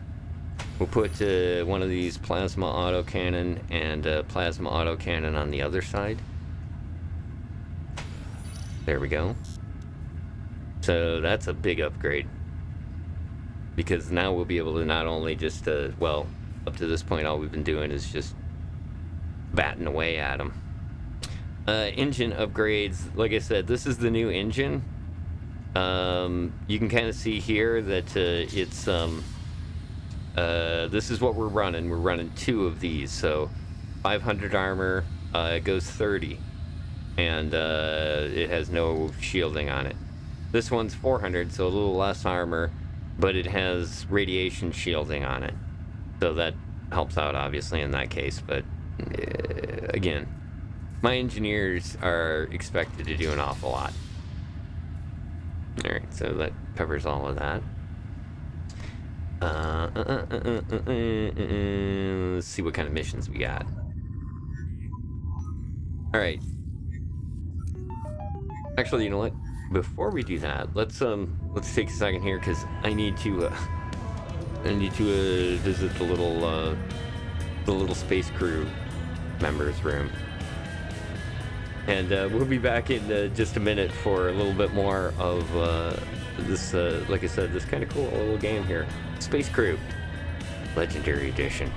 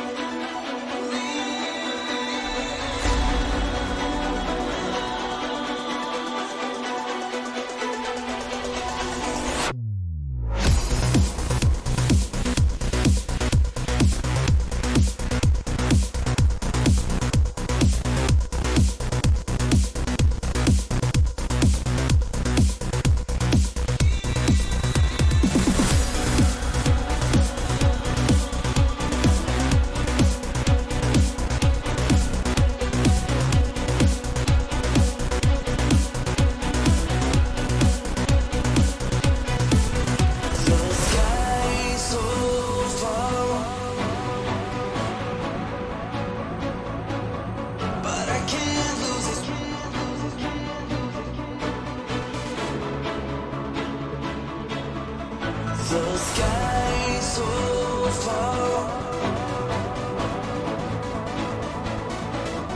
but I can't lose it.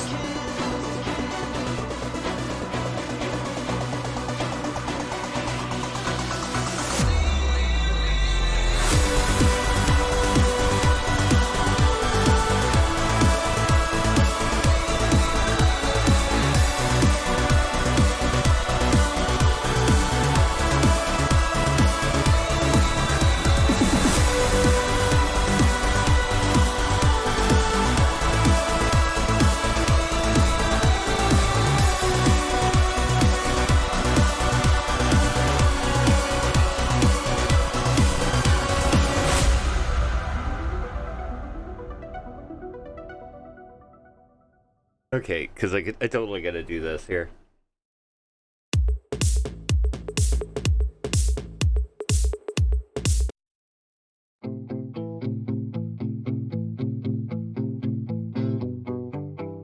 Here we go. Cat Jam.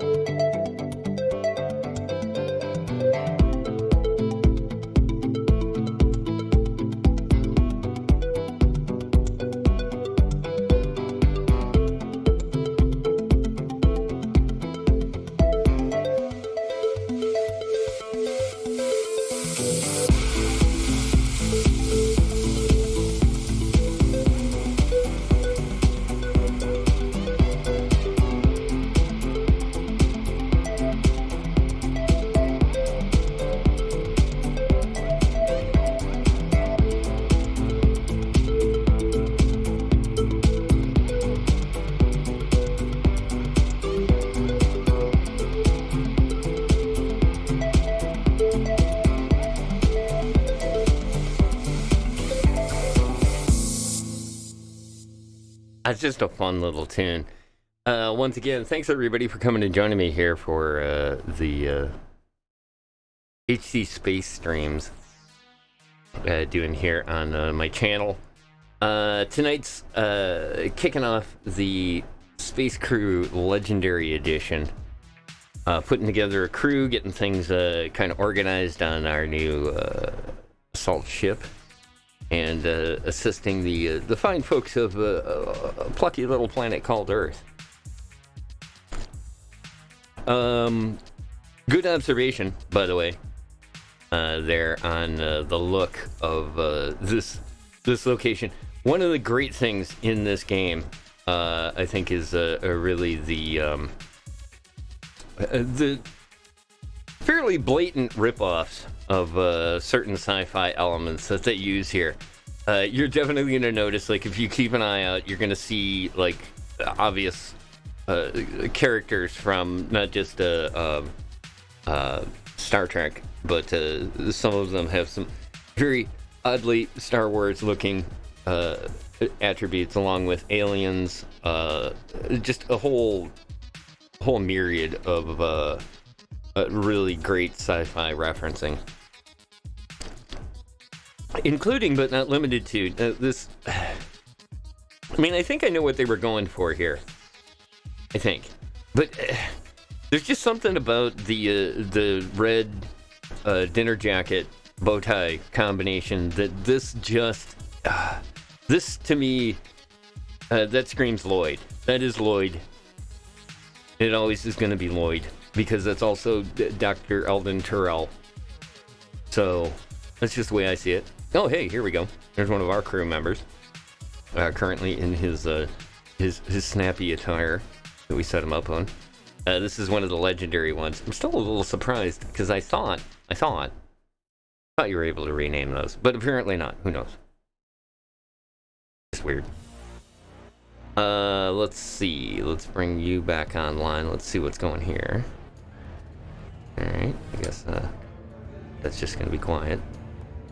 Oh, there's another one of the crew members. Alter in there, marching his way through. Looks like the parrot's still here, or pigeon. As it is.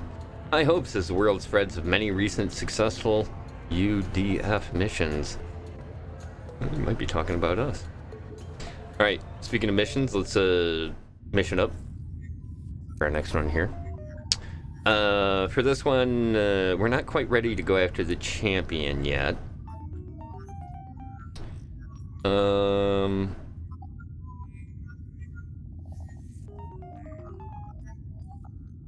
Well,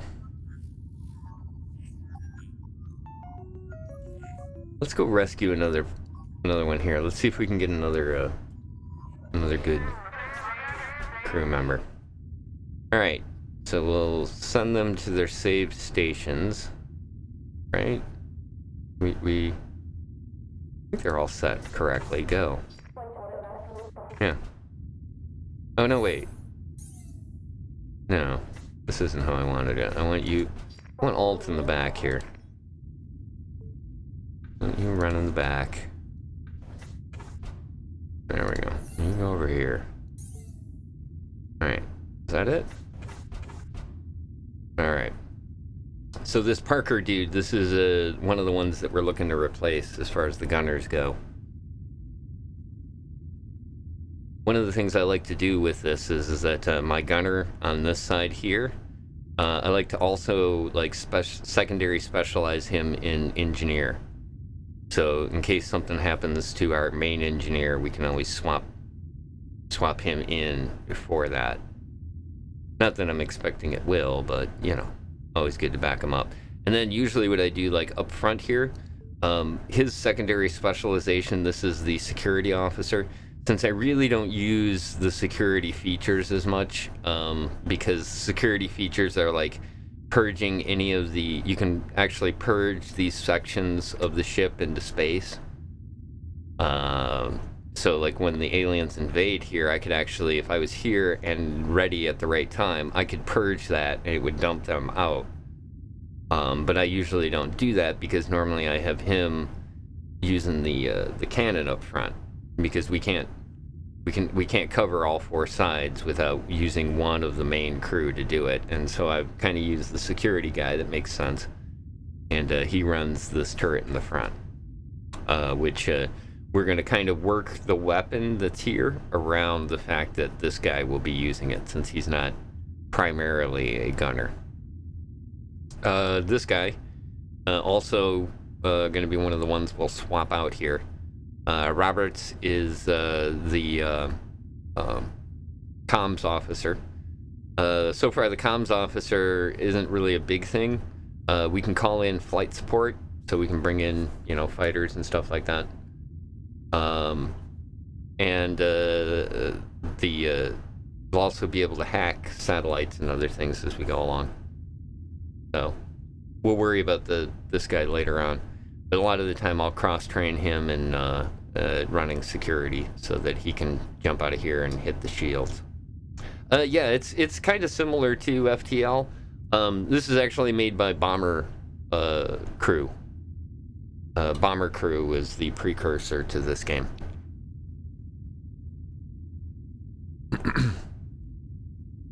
Okay, so... other than that, the next plan as far as like the secondary skills for these other folks are concerned, I usually go with this guy being cross-trained in engineering, and then these two are security. So these are my security officers along with this guy.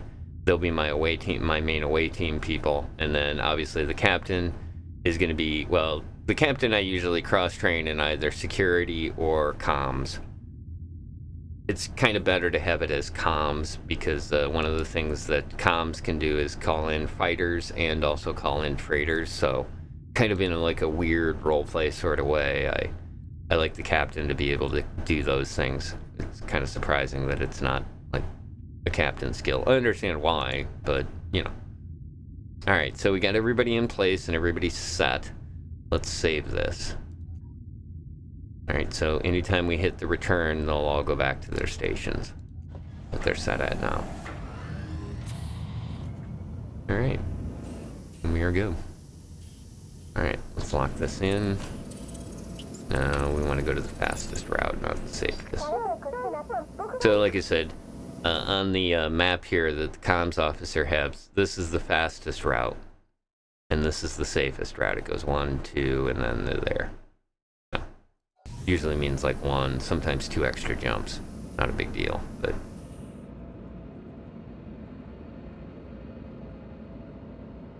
let's see, while we're here, let's get the engineer.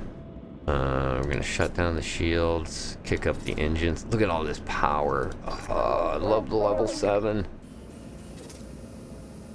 Yeah, this is the new reactor.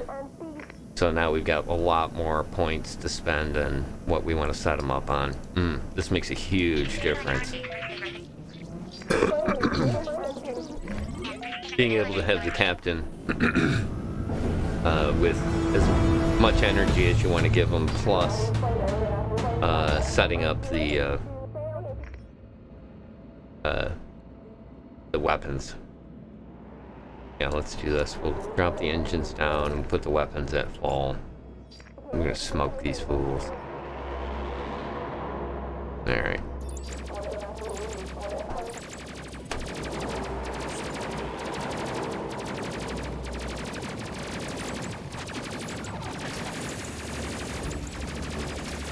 Alright, captain in attack mode. Use the asteroid field a little bit more to our advantage now.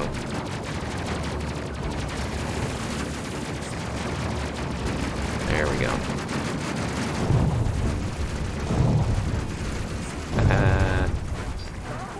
Alright, looking good. Oop. It's a border right here.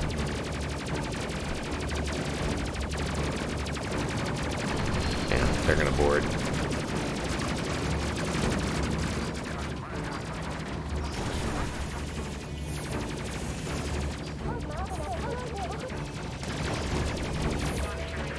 Take them out. This one right here has a little bit different looking helmet on.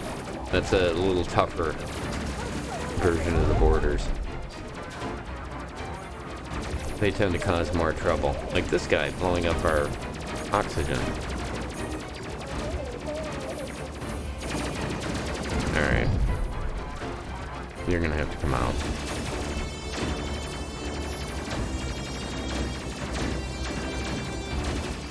There we go.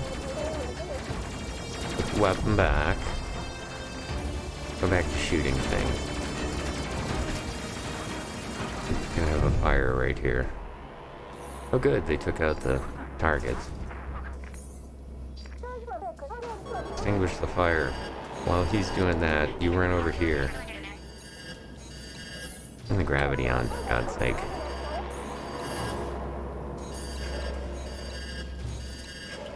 There we go.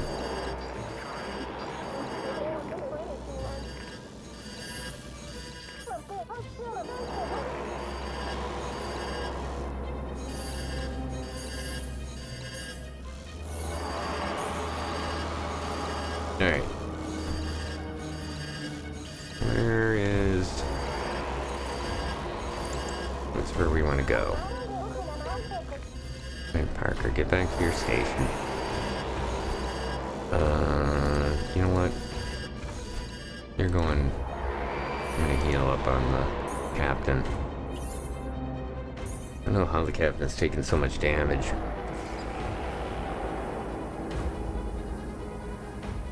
have our security guard take us in.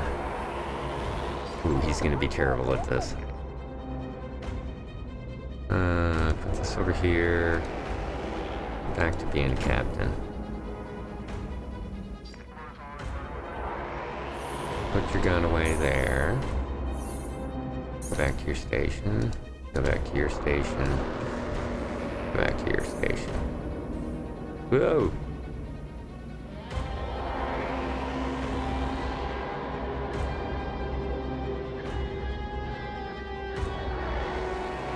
They did a nice job with the music.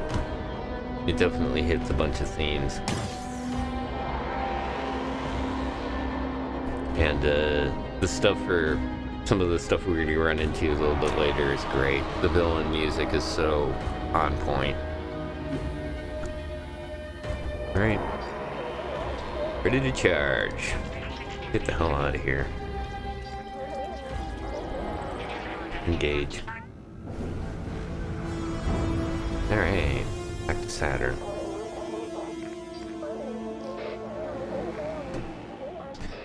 I'm the only surviving member of the crew requesting assistance. Well, we will definitely get in and do that. Let's get you into the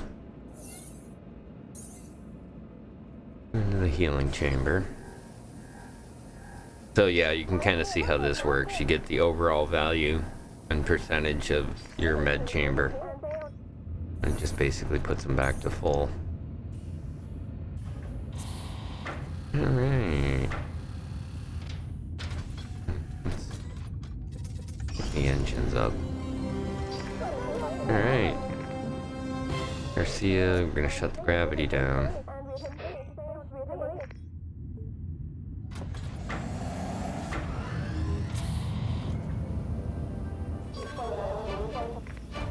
Station self-destruct. Fastest route. Move it. Move it. Oh boy, this is gonna be close.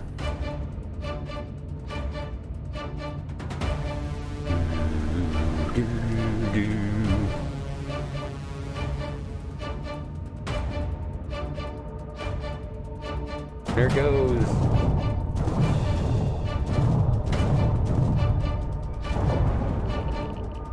Oh yeah, that one's got a big radioactive wave on it. Charge it up. Get the hell out of here. Yeah. Yeah, that's the difference in having that engine. Uh-oh.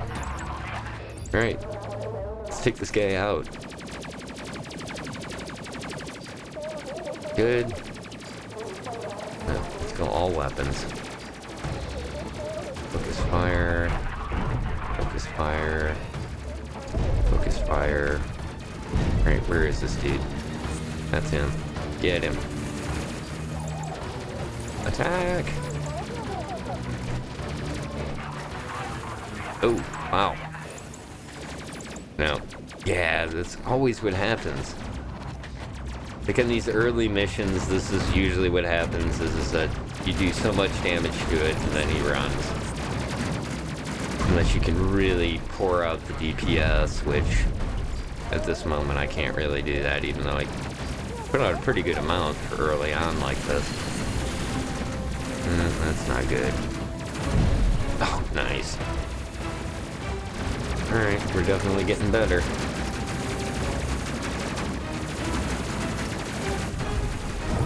Yeah. Alright, let's just head right on over to the base there.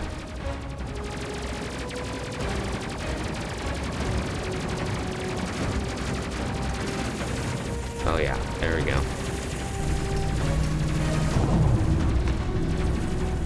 Yeah, those are pretty good XP too. Alright, here's another one of these things. Dang it. He's gonna make it.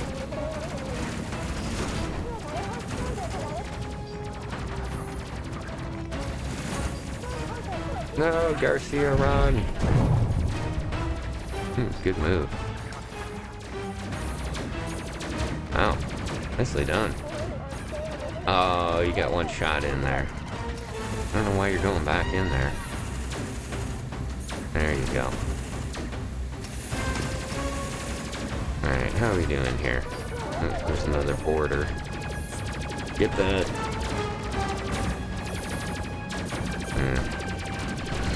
Not looking... Okay, okay. You did it. Nicely done. Alright. Put your gear back. Alright. We're headed there? I think we're headed to the base. Yeah, okay. Alright. Prepare the reactor while you're doing that. Charge this up. And engage. Yay, back home. Alright. Coordinates for the Athena.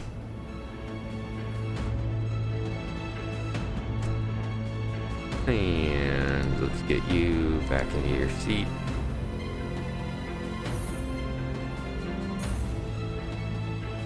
Yeah, boy, man, I'll tell you what, having that reactor makes a huge difference. Just being able to put these weapons all the way up, and then, like, anytime I want, being able to move that up to tier 4. You notice the movement differences. Alright. Survivor rescued. That's our bid. 2,000 coin. And he escaped. Like I said, we're just gonna have to go after him.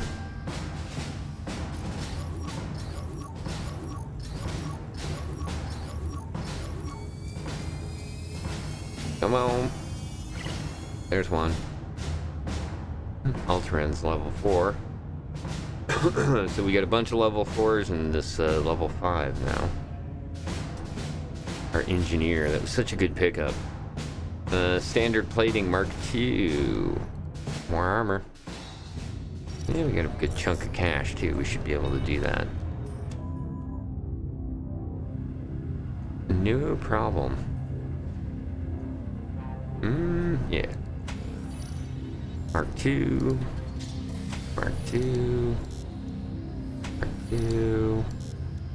Mark II. I like how you can actually see it appear on the ship in those locations. Pretty cool.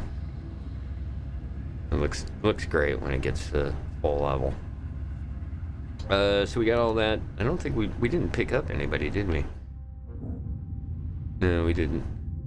Yeah, here's the other thing too, is that for those of you that play Bomber Crew, you can actually bring over your Bomber Crews with the Bomber Crew import. This is the Bomber Crew that I had previous. I thought they were higher level than that. Maybe they start off at level 1, I don't remember, but it's the positions that they're in is pretty much what they were before, so yeah, you can always bring in, you know, those kind of things too. Kinda cool. Alright, back to the mess hall.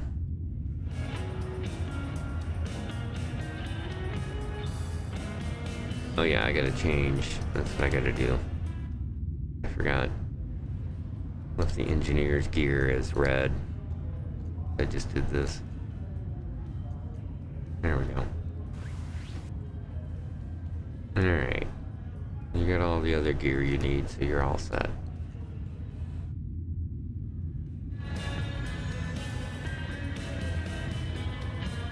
Take a moment to grab a drink here.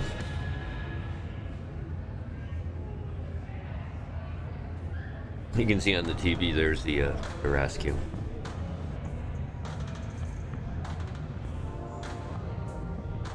The fact that he escaped. Alright.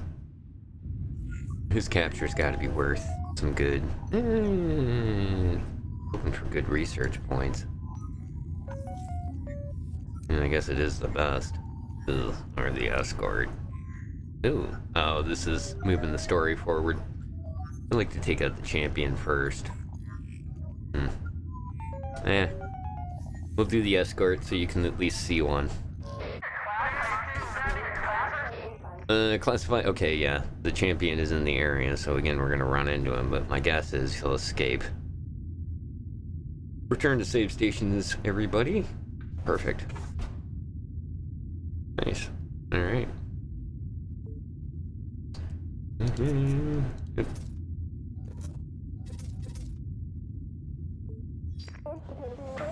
We're just gonna go straight into combat mode. I'm not gonna mess around switching those around.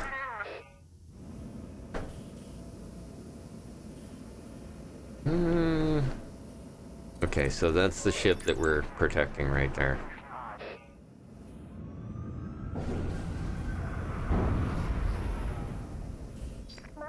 Alright.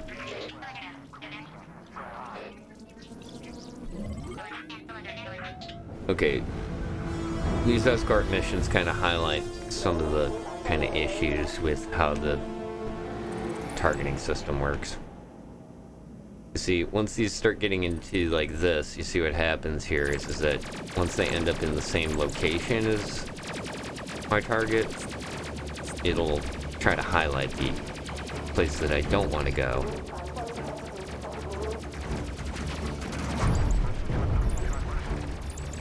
Alright, get these guys into focus fire mode. This is all good.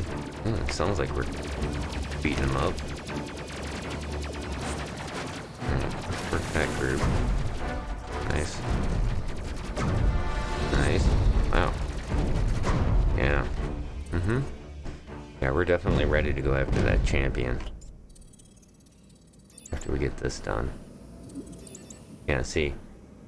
When I have it highlighted, he'll sit right on top of it, but like here, if I end up targeting that, it'll move around it. And you can't really control them too well, but it'll work for this. Like I said, it's not the focus of the game. If you want to do that, go get X-Wing TIE Fighter. Rogue Squadron. That's so good for that. Alright, ready to jump.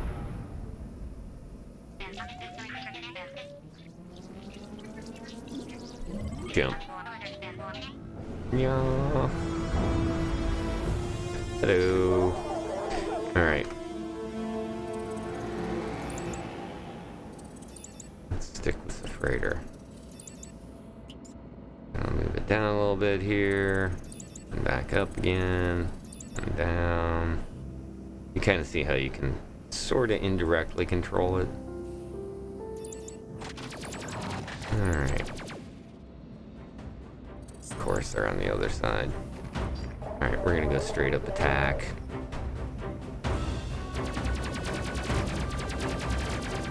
Yeah, use the focus fire round. Excuse me, Mr. Shuttle.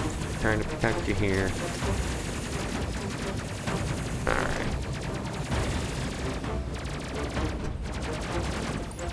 Yeah, see, I didn't want to do that, but because the shuttle got in the way, I gotta go back here and do that.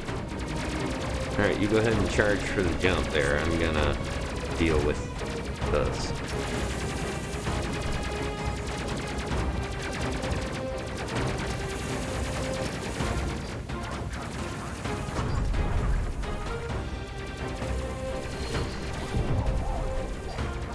Hit that guy.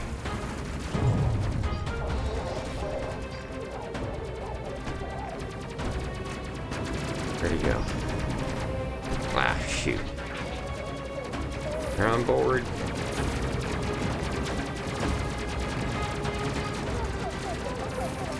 No attack enemies.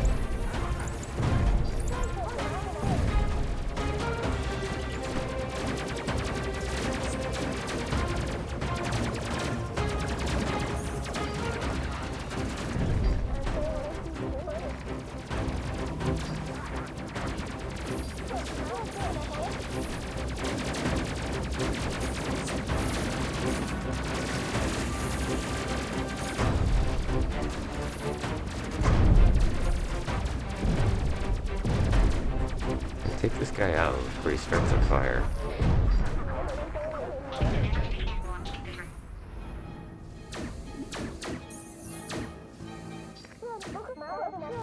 like the recoil on the weapon actually knocks them back. Nice. Well done there. Not security.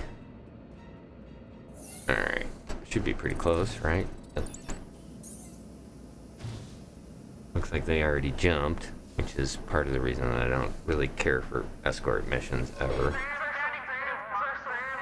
Yeah, see? There it is. It's under attack. Surprise!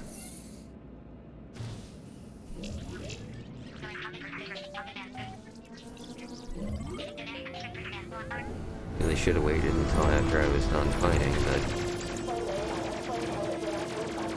Okay, Sarah. Alright. Recharge that. Let's see if we can protect this guy before he gets destroyed. It looks like he's okay. Not smoking anyways. Focus fire! You appear to be shooting. Focus fire. You're not shooting. Now you are.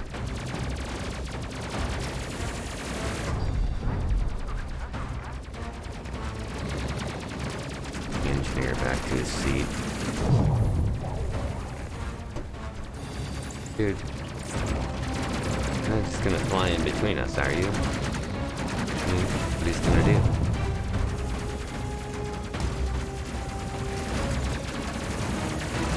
This is kind of why you want a gunner in the front seat, too.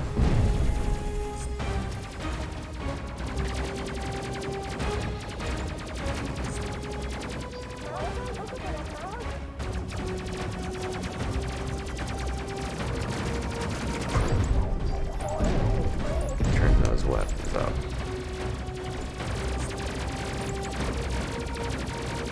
This is definitely scary. Especially with these things flying around. And climbing on board the ship. Pulling the wiring apart. Ah, here we go.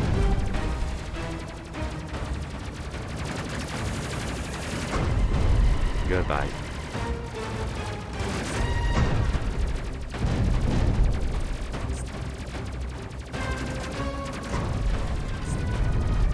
That should be the last one, I think. Yep. There goes the music. Alright, how close are you to getting out of here? Jeez. Not that close.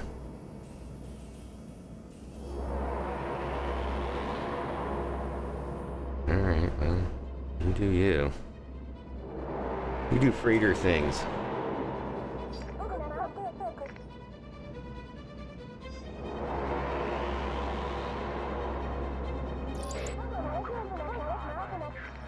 Charging for hyper jump. Yeah, this time wait for me. How about that? Captain? Yeah, and see, if you hit it at the same time they are, you get into this queuing. So they'll do the jump first. And then you can follow that.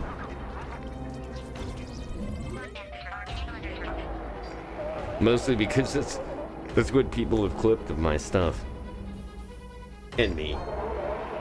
Those are most of my clips. Not the most exciting stuff. But we need to get, once things get a little bit more under control, IRL, we'll get back to doing some of that. Really looking forward to it. Very exciting stuff going on over there, and should be something coming up real soon.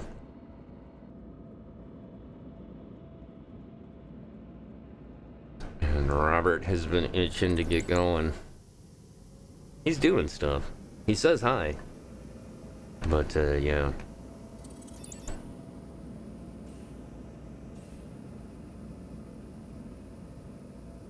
Mostly also because the other part of that is that when I do these kind of streams, they're not really a whole lot of clip-worthy stuff going on. This is pretty clip-worthy though. I love the fact that there's the shadow on there. Nicely done.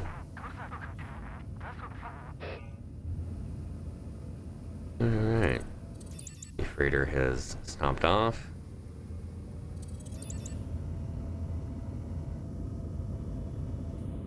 It's got enemies coming in. Where are they at? Up that way, eh? Alright, here we go. Let's get you charged up. Get you charged up. And you. All 2 weapons. Alright, let's call in fighter support. You'll notice up in the top there, Alpha 2 ready for action. Gamma 5 ready for action. Delta 1 ready for action.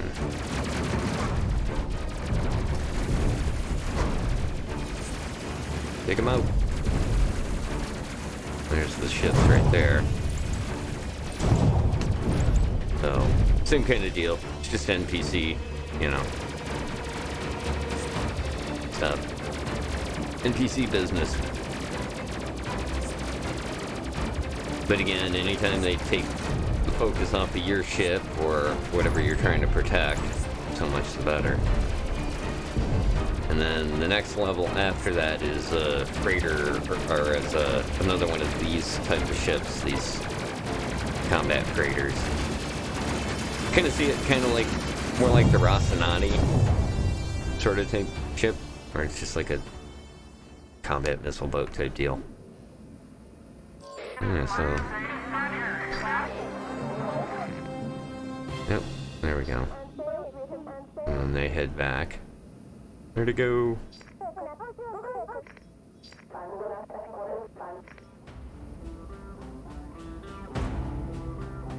Alright. Turn to base. There they go. Grab the captain. Charge it up. Hyperdrive.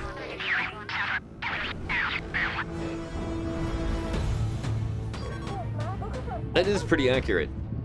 It's a good call there on the 8-ball. That is pretty much what I would say with the question why. All right, so in this system we've got an ion storm happening. Basically, once this timer goes down, we're gonna get hit with an ion storm. That storm is going to cause some trouble. There's also an item here to pick up, which we're gonna go do that. This is gonna be our engineer's nightmare trip.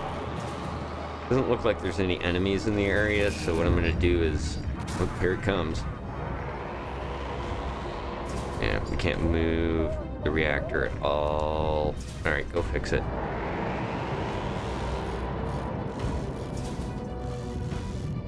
There we go. Everything's back online, except for the oxygenator. Alright, alright, alright. Let's shut down the weapons, put on the gravity, kick the shields up. Gonna go fix this. You're our backup guy. I'm gonna move you into here. Just in case he gets there in time.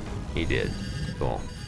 Alright, while this guy's repairing this, we'll bring on board whatever this object is.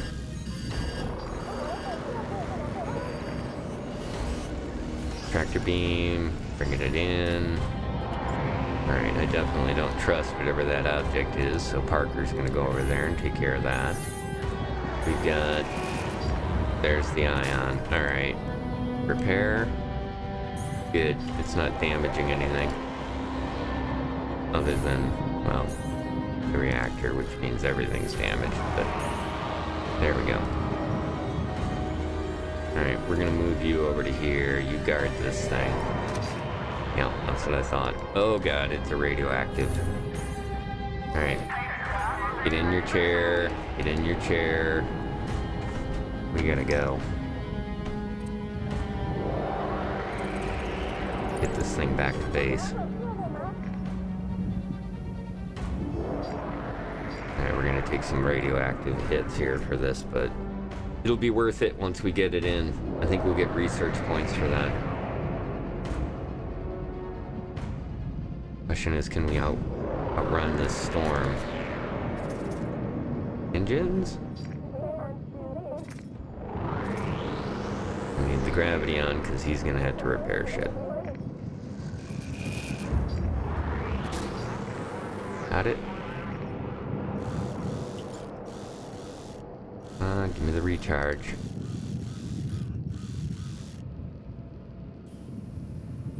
Okay, cool. He's all set. We're in? How close are we? Oh god.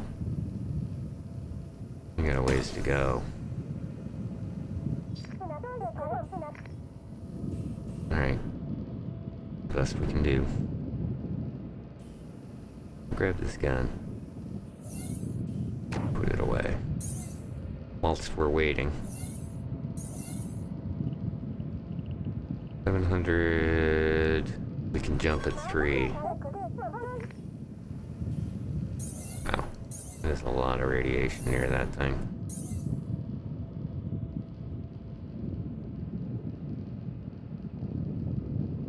Incoming.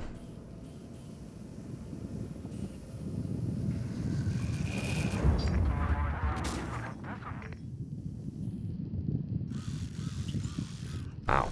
That did a pretty good little pop to the reactor there.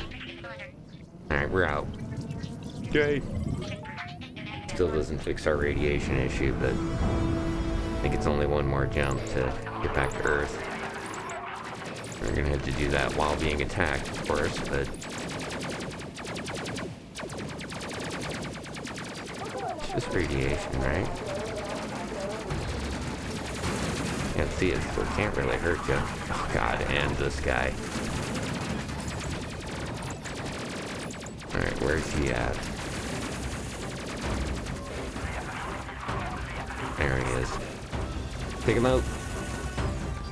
Captain, attack that dude. Oh, he got away again. Damn. Alright.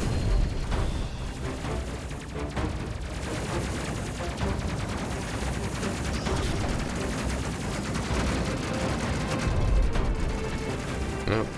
We got borders. See, okay, so now here's the benefit to this, is we got borders. These guys are not taking radiation damage, too, so that's great. He's over there punching him. Come on. Alt-run. Oh god.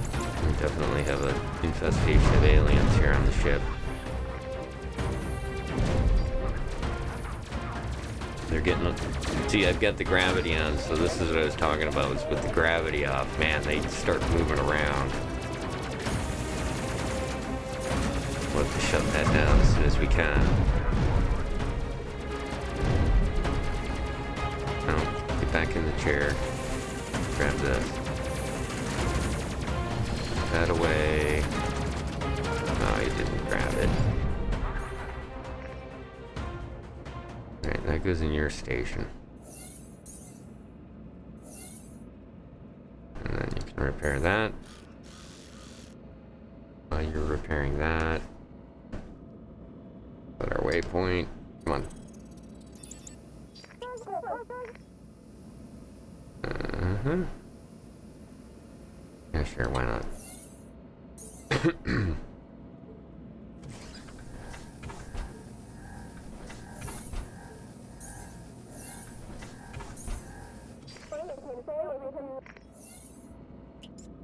Yeah. Yeah, right there.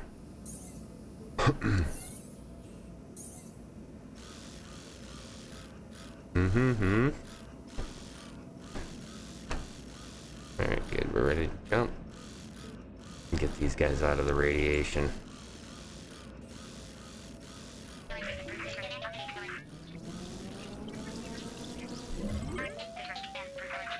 Which is fixed.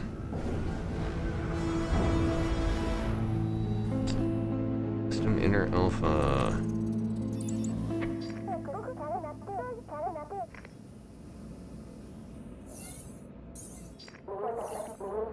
Just get you out of the radiation for a second there, buddy.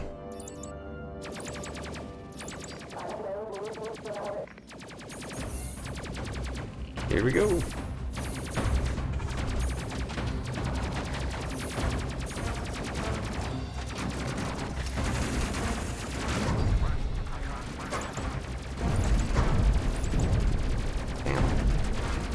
They're just lighting them up.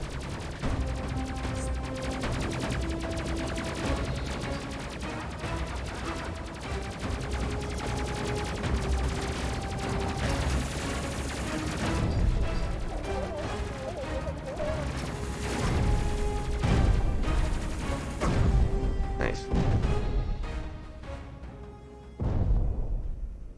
All right, back to Earth. Let's go.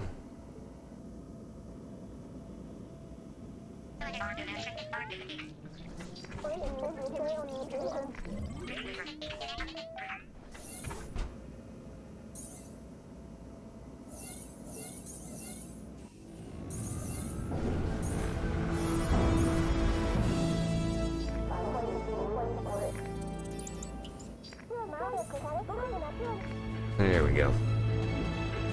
Everybody's gonna hide up here on the front of the ship. Get away from whatever that alien tech we found is. Hi everybody. Just bringing our big old radioactive thing here into the base.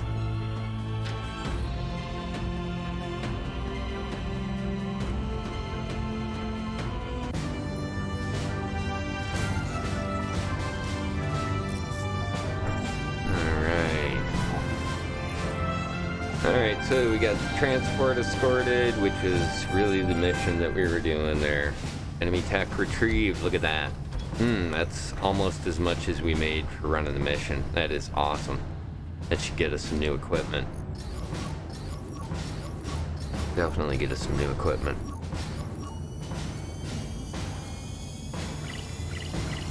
Alright, level 5s, level 5s. Alright.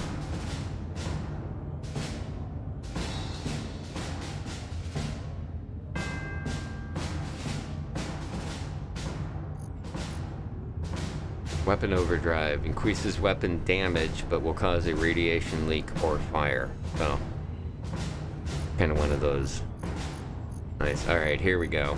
There's, yeah, like I said, we're gonna get some big chunk of equipment off that research numbers. Mark II light armor, so we can upgrade that. Gravity boots, right there. Gravity boots, Mark I. That's huge. Radiation shielded gloves, meh. Phase pistol, that's also nice, because that means we don't have to always put weapons into people's hands in order for them to attack. But they're not real bright about it. They kind of go up, punch them, and then, like, then it'll equip the weapon. The gun, which does pretty good damage, and it's taking up a spot that you're not really going to use anyway. So the agile engine, powerful engine which improves ship's evasiveness greatly, not particularly well armored, and will leak a large amount of radiation when damaged. All right. The armored reactor, which is not going to have as much as, well, we're currently running 7 points. That'll be like 4, I think. But it's got good armor. Medical bay is an improved medical bay, has a good capacity and an average healing speed, so that's nice. And then this advanced loadout, this is part of the away team mission stuff. We could set that up, but you see, really all it's adding is one more heal chest, which is, I haven't even used one of them in the missions anyways. So. Not much variation on these loadouts. We're just gonna wait till level 3 to buy those anyways, which I think is, it's a ways away. Alright, so we need to upgrade. So our suit can be upgraded now. Oops, darn it.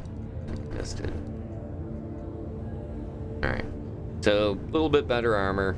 I think it's the same. Yeah. It's like 5 points more armor. Doesn't really mess with too much else, so. Put that on you. The captain, you're gonna get a pistol just for the heck of it. Gloves, we don't need the radiation gloves, and I'm not gonna put the boots on the captain, but you can kind of see here, they just basically kill your armor, which is only 5 points right now, but yeah. So we'll leave that like it is. That's the captain. Here's our comms officer, also kind of like somebody to keep alive. So same kind of deal. We're just going to upgrade the outfit.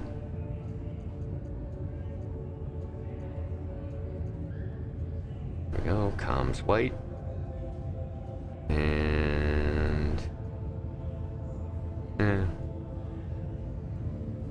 yeah, it doesn't move around too much, so we'll save the money on that. Here's where we're gonna spend some cash. Oops.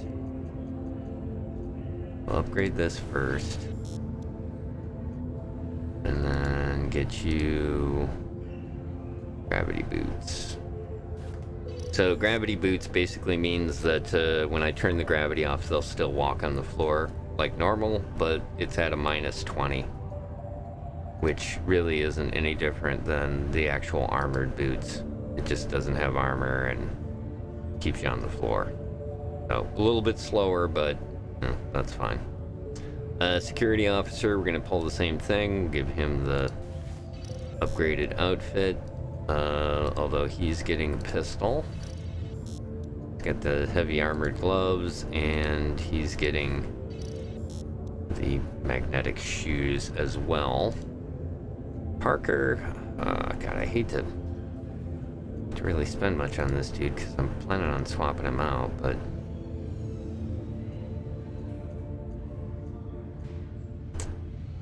we will anyways. I'm gonna leave that, but we'll put the boots on him, and you know what? We're gonna put the engineering tool on him too. He's gonna, gosh dang it, he's gonna act like a engineer. Alright, cycle the colors. There we go.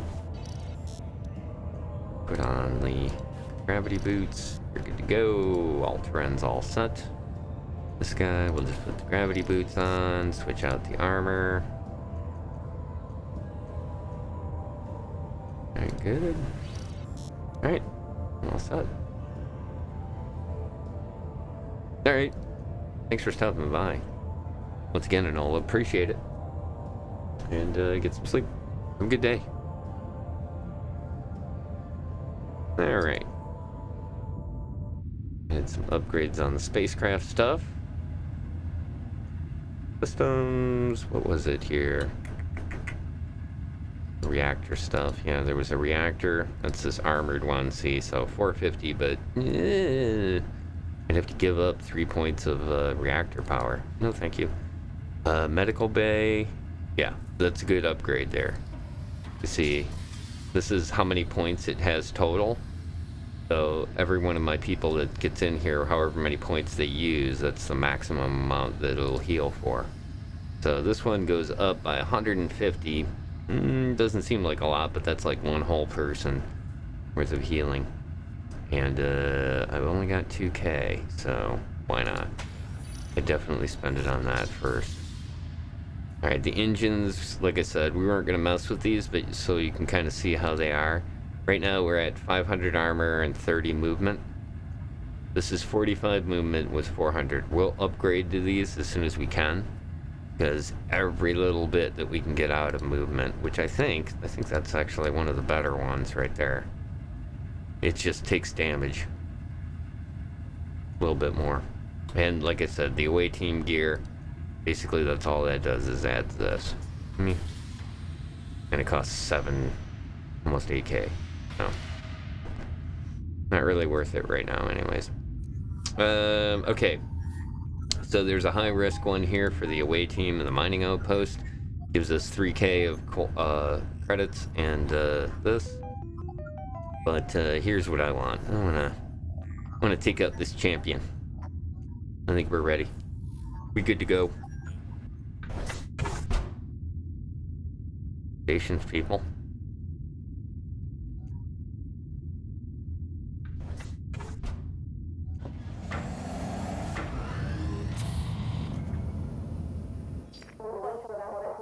Alright.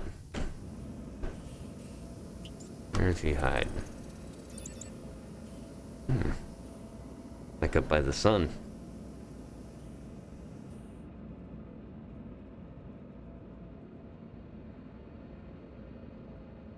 While it's loading there. I'm gonna try something here. Let's cut off the music. Bring this music in. It won't fit the scene as well.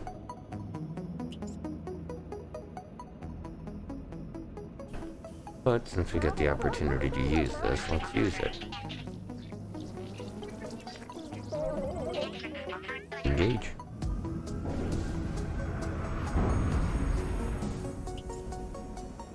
Oh, the Sol Corona. There's the sun. Alright. We're headed to that objective, but looks like we're gonna get some incoming.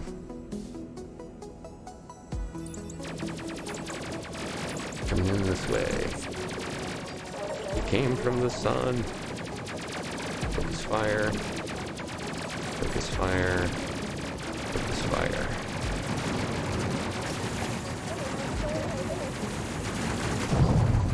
Nice. Yeah, I thought so. That was a boarding ship there. Alright, let's target that one.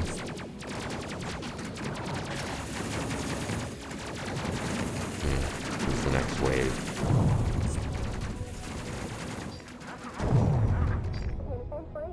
Oh, maybe not. Oxygen system's down. We'll fix it.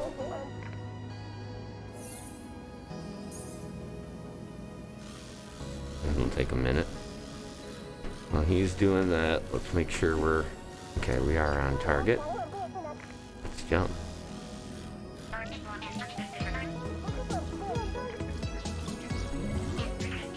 We on the move. Alright. It's good. We're through. Where is he?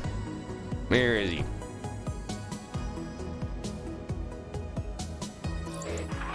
There he comes. Alright. Which direction is he coming from?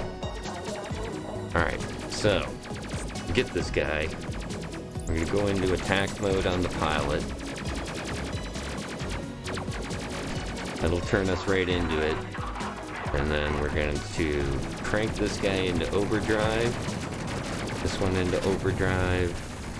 And this one into overdrive. Now, when we do that, a couple of things can happen, like this, where they start leaking radioactivity. We may also need to... No, you stay in there. There we go. What he's going to do, they'll do extra damage. He's coming back around. There we go.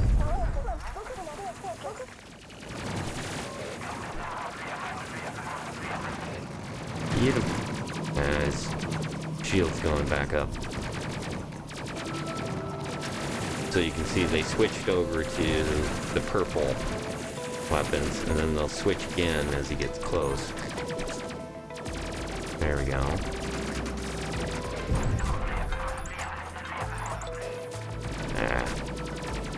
Shield's back up again. There we go. It's on the right side. You see that? Down there. Got it. Nice. Alright, let's take out these stragglers. First contact has turned into worst contact. The stragglers usually run once you do that. Let's check. Oh yeah, we got problems. What happened there? You just did that. Let's have Parker repair this since we gave him that new tool. Alright, get back in your speed.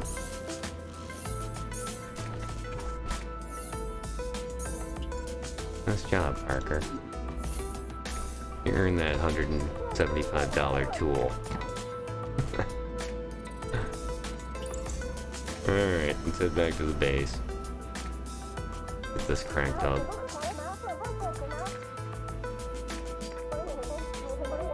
Build that Mac. Yeah. Put one unit into shields. Crank up the engines and head on back.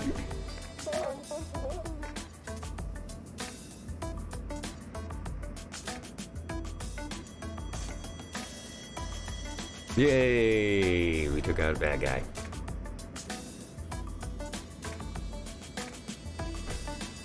Alright.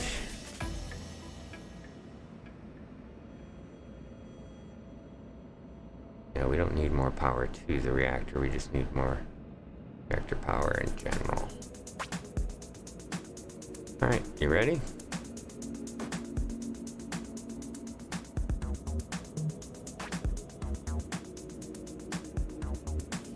There it goes. Charging hyperdrive. Engage. Sun corona. Put on your sunglasses. Scannable item. Let's get in close on that. Sometimes these scannable things have other things going on, so as we get later and later, you'll have to like scan something or pick up something while you're being attacked, and it's good fun.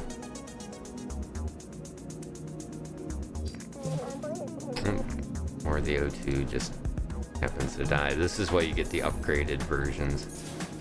They don't do that as much.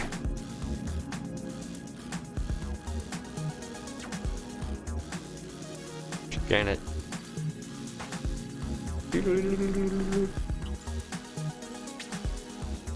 Ooh, wow. The sun is quite bright.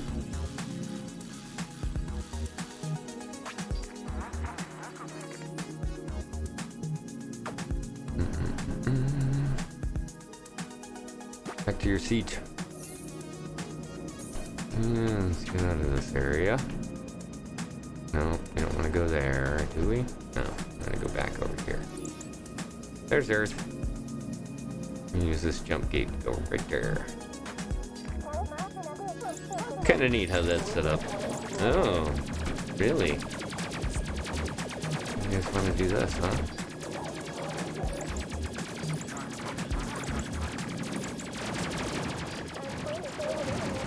We can do this.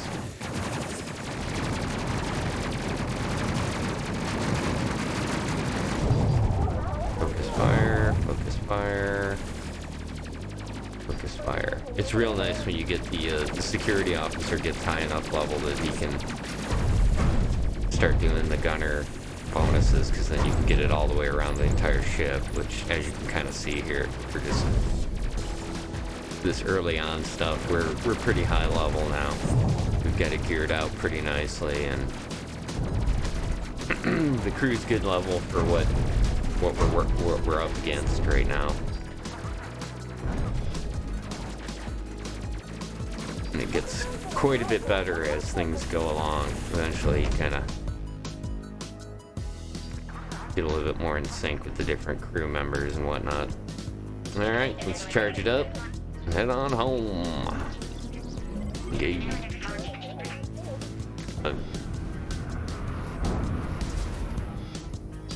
Alright. God, shields are down now.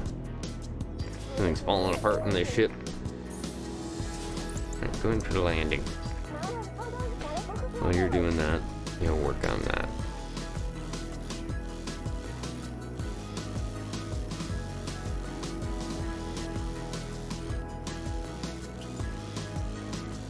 Coming in for landing.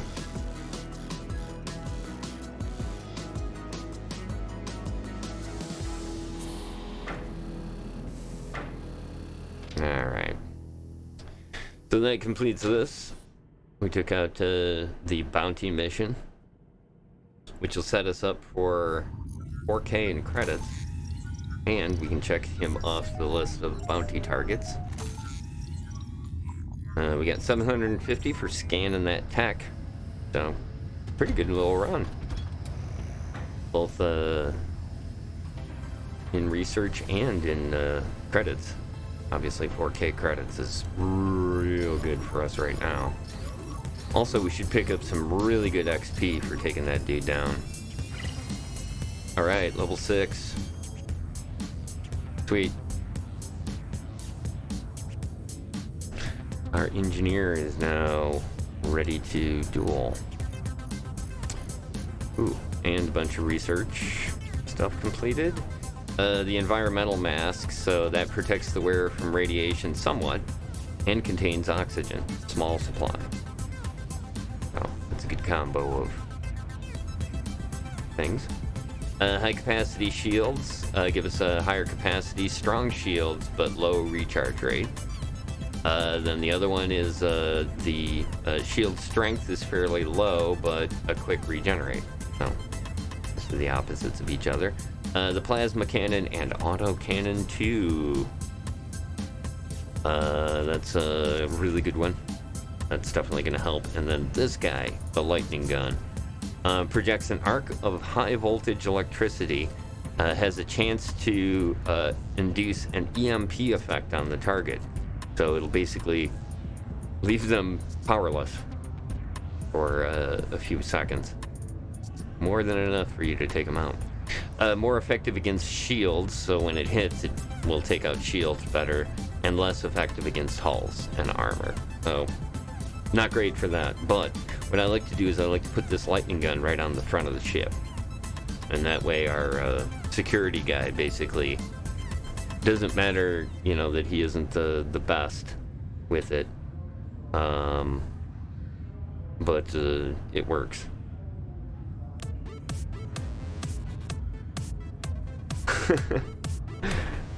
You should ask again.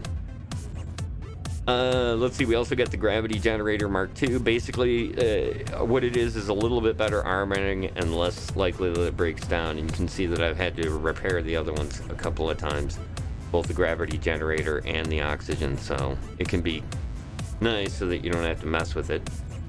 All signs point to yes. Yes, you are still awake. An improved standard engine has improved evasiveness and armoring. It will leak a large amount of radiation if damaged. Oh. Obviously upgrades. Okay, and then the other thing here, we picked up the crew gear, which really wasn't anything that stands out. I think it was just the radiation protection stuff, which to me is kind of like, not something you really need all that much. Yeah, the face shield, which is kind of cool, but we've got better helmets coming. These ones are kind of like, meh, not that great. It is decidedly so. Okay, so this is the training that I was talking about, and we've got one crew member that is eligible for training. That's our engineer. Once you reach level 6, you can double train. So we now have this secondary skill available to us, and from here you get to pick one of 3. So I can dual train him in a comms officer, a security officer, or a weapons officer. For what I do with this character, I've always kind of done the engineer as the security officer as well. You can remove this and retrain it if later on you feel like you need to, but it's pretty as you get really higher level, you like really crank through these low levels, so it kind of makes it real easy to kind of swap the skills around if you want to do that. But yeah, this is probably the first one that I like to make sure is a security officer is this one.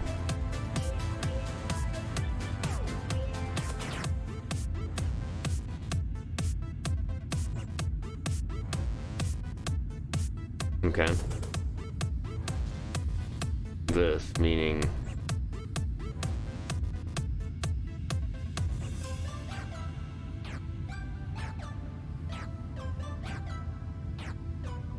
oh, okay. I gotcha. Not chalk 14. spacecraft. Alright. Alright, so we got the upgrades on our systems, which is just basically the generators, these guys, which aren't really all that expensive, and they do kind of keep you from having to mess with them all that much. The oxygen one is clearly the more important of the two, which it's also the more expensive of the two. I think we'll mess with that later. The engines, like I said, this is the new engine right here. This is actually, I think, the better... No, this isn't it. This is the one that I want. I'm going to get these right here because they have the faster speed. And I think there's like a couple more coming that are even better. But we'll hold off on that for right now because what we're going to do is we're going to upgrade here first.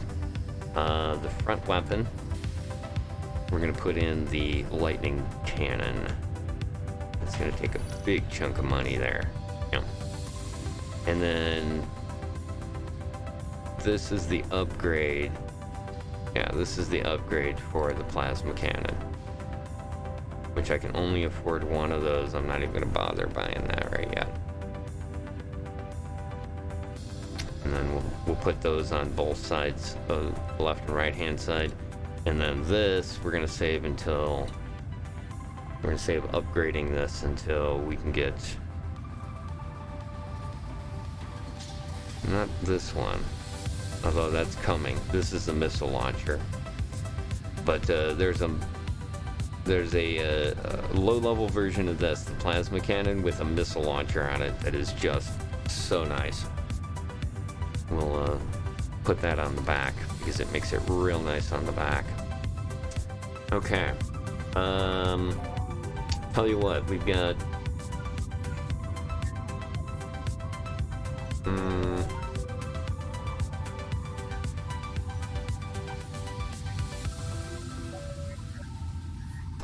Yeah, we'll do one last mission, and then we'll call it a night, or a day, or an afternoon, or a launch.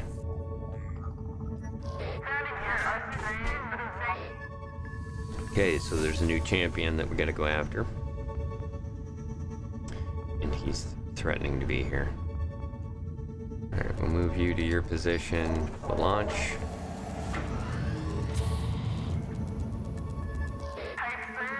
After that, get our things set up here. Full weapons, half engines, 1 round shields.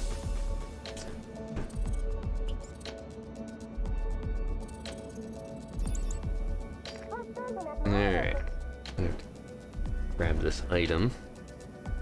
This will move us through the first part of the story. Ready to go. Bounce.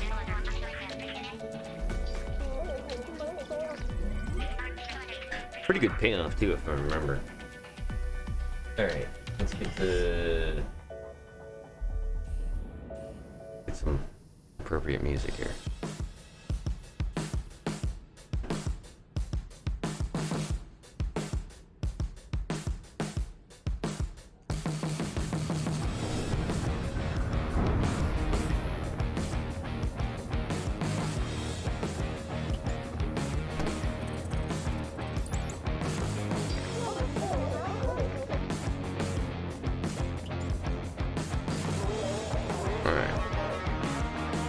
We got any objects in the area?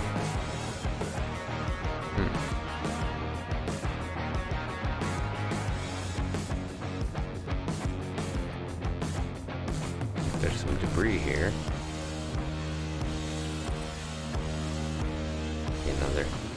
Another one of our ships.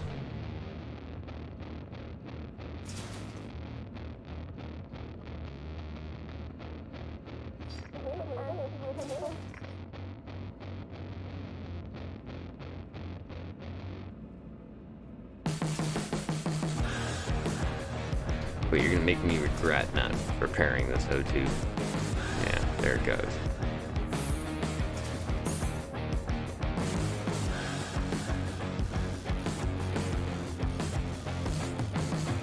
How close? We're gonna jump before he finishes.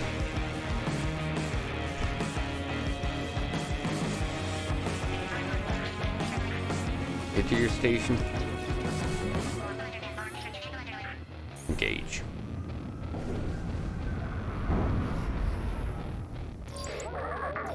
Oh, there's their champion.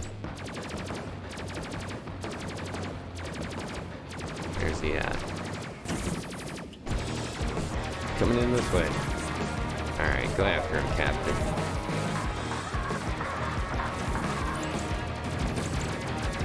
Get you guys charged up.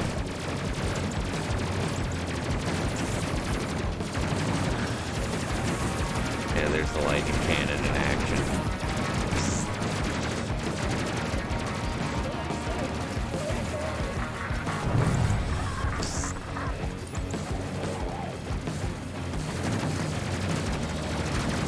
Right here. But again, oh, he's hot dogging it. Get that dude down.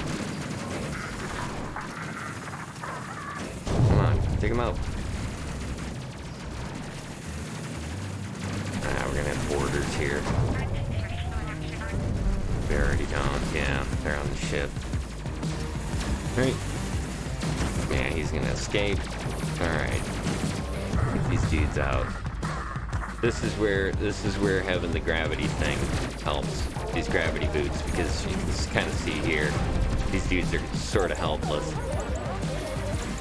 Since I have the gravity turned off on the ship, so it's always a good idea to get those gravity boots.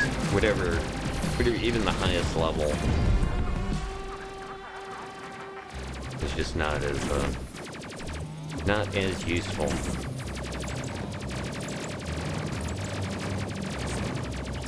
As far as armor goes versus being able to walk around while nobody else can.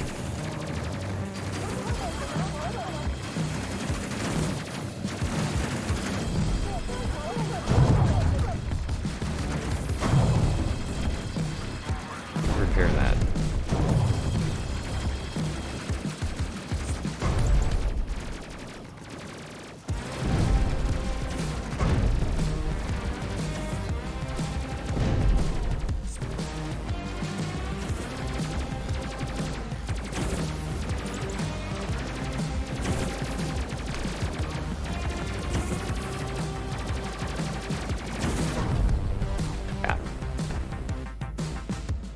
Sometimes it's hard to actually find them once you start scrolling around out there.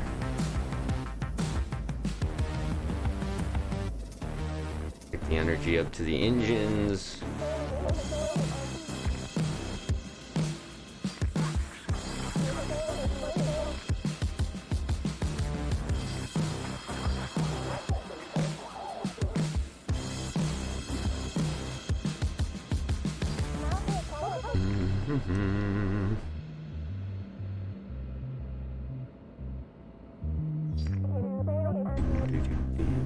Oh, he's gonna hit it. Nope. Nice. Pilot's getting better. Alright, ready to charge.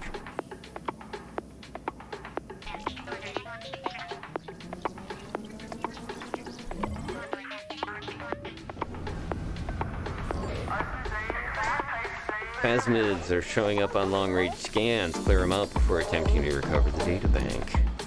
Of course. Around that way, eh?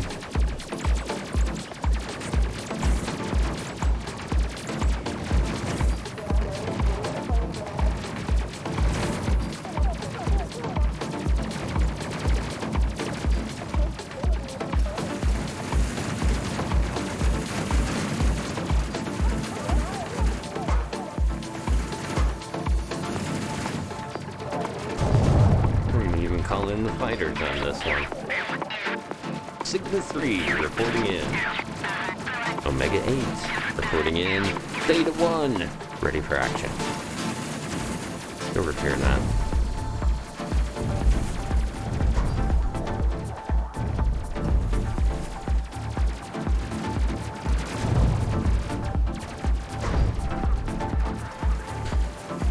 you can kind of see what I mean about the having the reverse guns.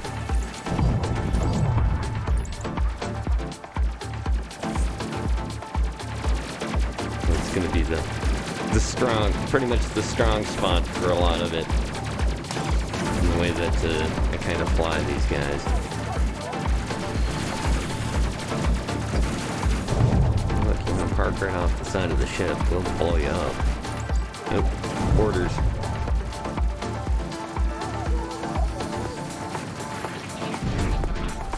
They're gonna float around.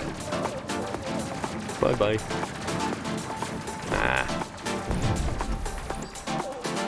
Again, it'll be nice as they start leveling up.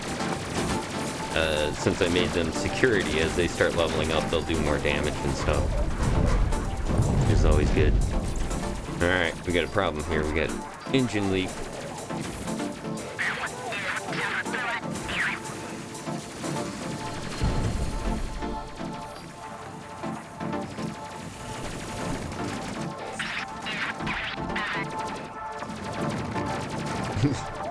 I love this. He's out repairing the ship.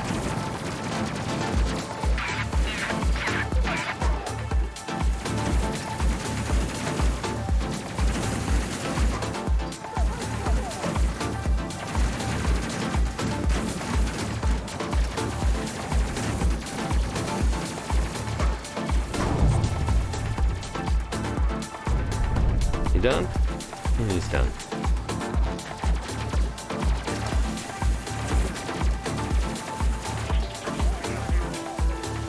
Charge just yet. Go ahead and attack. You're gonna need to go put that fire out. Alright. Where's the jump gate? Alright. That's where we're gonna go. Parker, you're the one that's got the repair tool.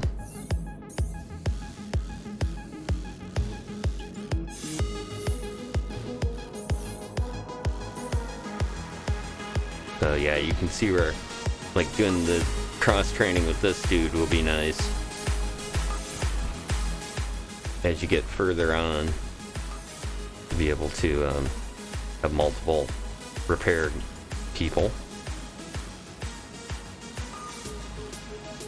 Alright, you got the extinguisher, go put that away. How close are we here? Alright. Alright, so we're gonna repair this satellite.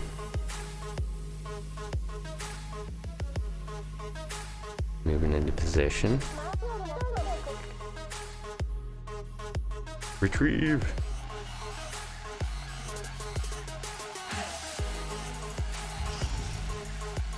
Yeah. Repair it.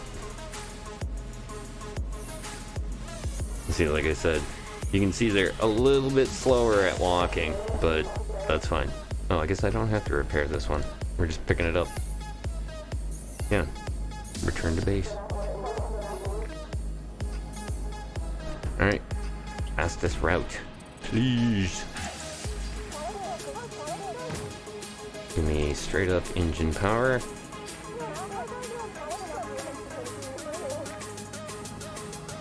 Get you over to the healing box, since we just paid some good money for this.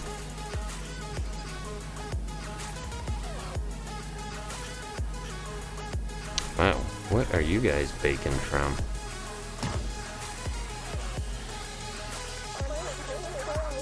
Turn on the gravity here real quick for them. Wow.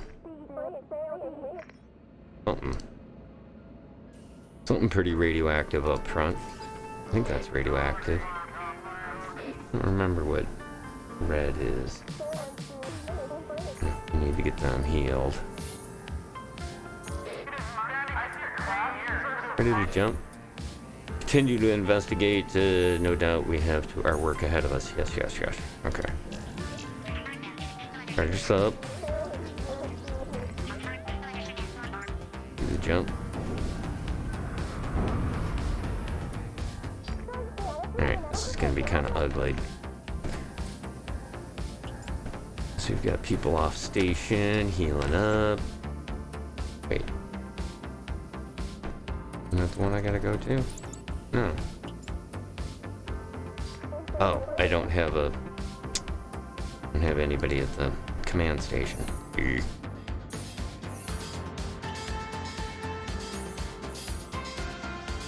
There we go. So that'll tell me which one I'm supposed to go to, this one. And he'll also start targeting the stuff coming in. No. No. Nope, nope, nope, nope, nope. Stop. You go here. No. You go here. Select. You go here. Fine.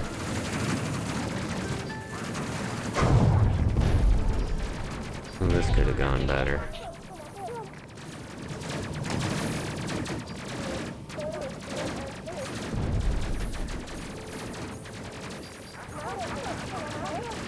Need to turn the gravity off. Actually, should be off. Get over there. What are you guys doing?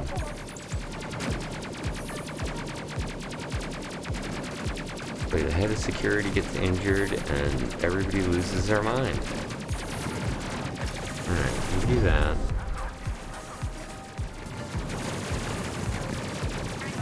Let's turn the gravity off here.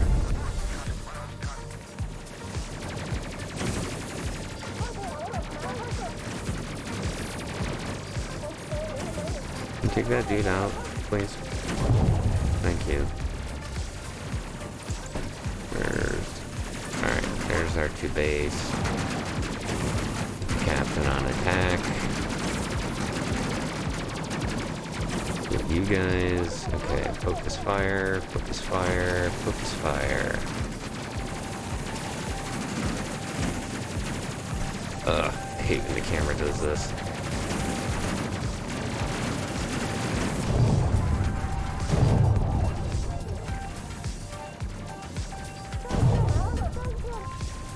Okay, take that guy out. Now take this one out. We're gonna go back to our targeted destination. Which is down here. Good Lord. Turn around.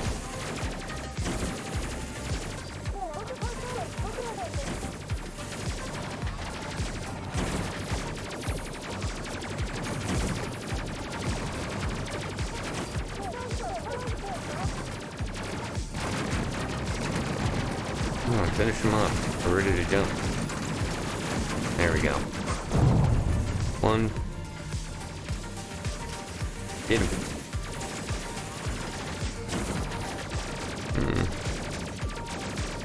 Not that good yet. Once they do connect, it's pretty solid, but their aim is definitely off. There we go. Get that last one. Where'd it go? There he is. Take him out.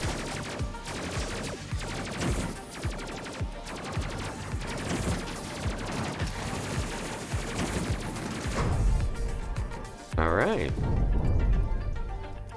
Ready to jump.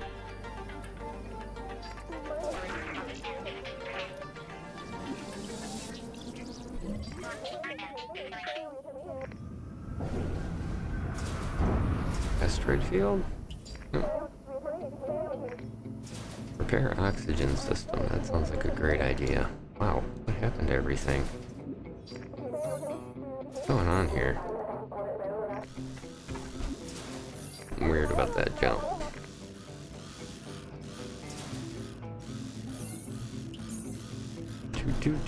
Do.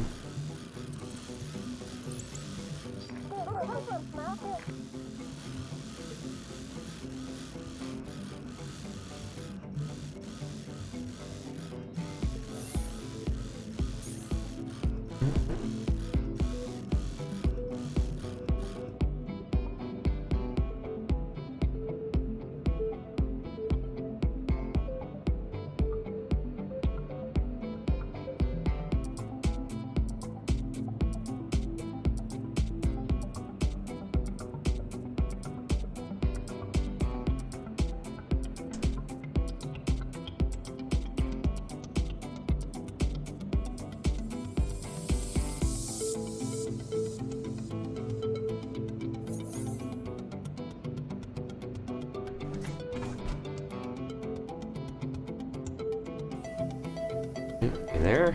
Alright, charge it up. Engage. Back home again.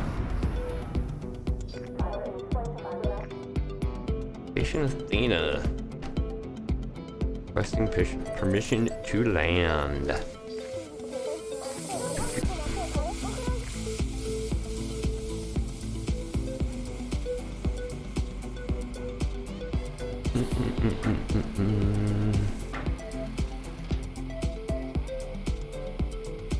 Took some damage that time. We got it done. Alright, mission result, comms probe recovered. Main story mission element there. 2,500 cash, 2,000 research. Champion escaped. Watchtower returned. Alright. Should get some pretty good XP from that too, since it's the main mission. Oh yeah, look at that. Excellent. Here they go. Everybody's hitting level 6. That's where we wanted to be. Perfect. Alright, so the captain can now do fast jump charge, which drastically increases the speed of charging and hyper jump. Well, enemies are present. I generally don't do that, so it's okay. Performance analysis.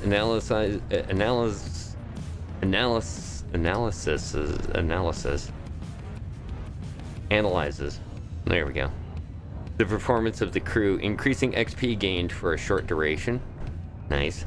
Quickly restores shields to full power. That's the shield replenish. And that's on our secondary officers now. So that's one of the engineer's skills. Security officer does shield overdrive. That's our actual high level security officer.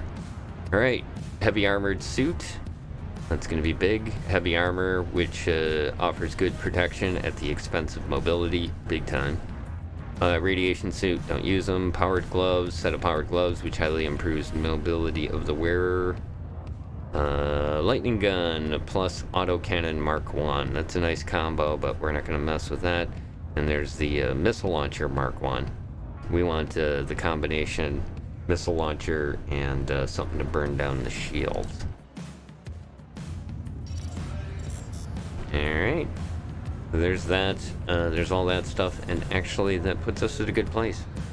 Right here. Hanging out in the lounge. Why not? Alright. That brings us to the end of another HC Space. And getting started with the Space Crew Legendary Edition HC Space shows. What I'm guessing is that this will probably only be for my channel, for this channel, the Atomos CLU channel. And then we'll do other stuff over on the Trek Radio official HC Space. But once again, I want to thank everybody for joining me. I appreciate you guys being here. Have a great day, and we will see you very soon. Tomorrow night, as a matter of fact. Check us out, trekradio.net.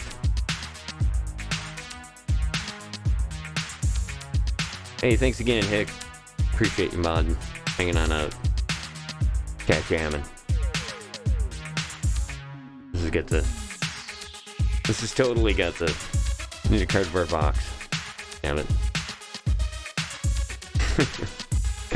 You can check us out. Tomorrow we'll be over on trekradio.net. Hanging on out with my good friend here, GG Hick. That'll start at 10 p.m. He does his show, and then I'll follow that up. You can tune on anytime during the day over at trekradio.net and catch DJ Blind doing Tuesday Tornado, or Tornado Tuesday. Let me get that mixed up. There we go. You can catch that anytime during the day, trekradio.net. And then also, don't forget, if you're hanging out here, checking out the VOD, if you could hit me up with a... definitely make sure that you are followed the channel. That way you'll get info there. And then also down on the bottom there, you'll see my Twitter. Follow that. It'll get you caught up on whatever I am currently working on or doing. Once again, thanks everybody for tuning on in. Have a great day. We'll see you soon.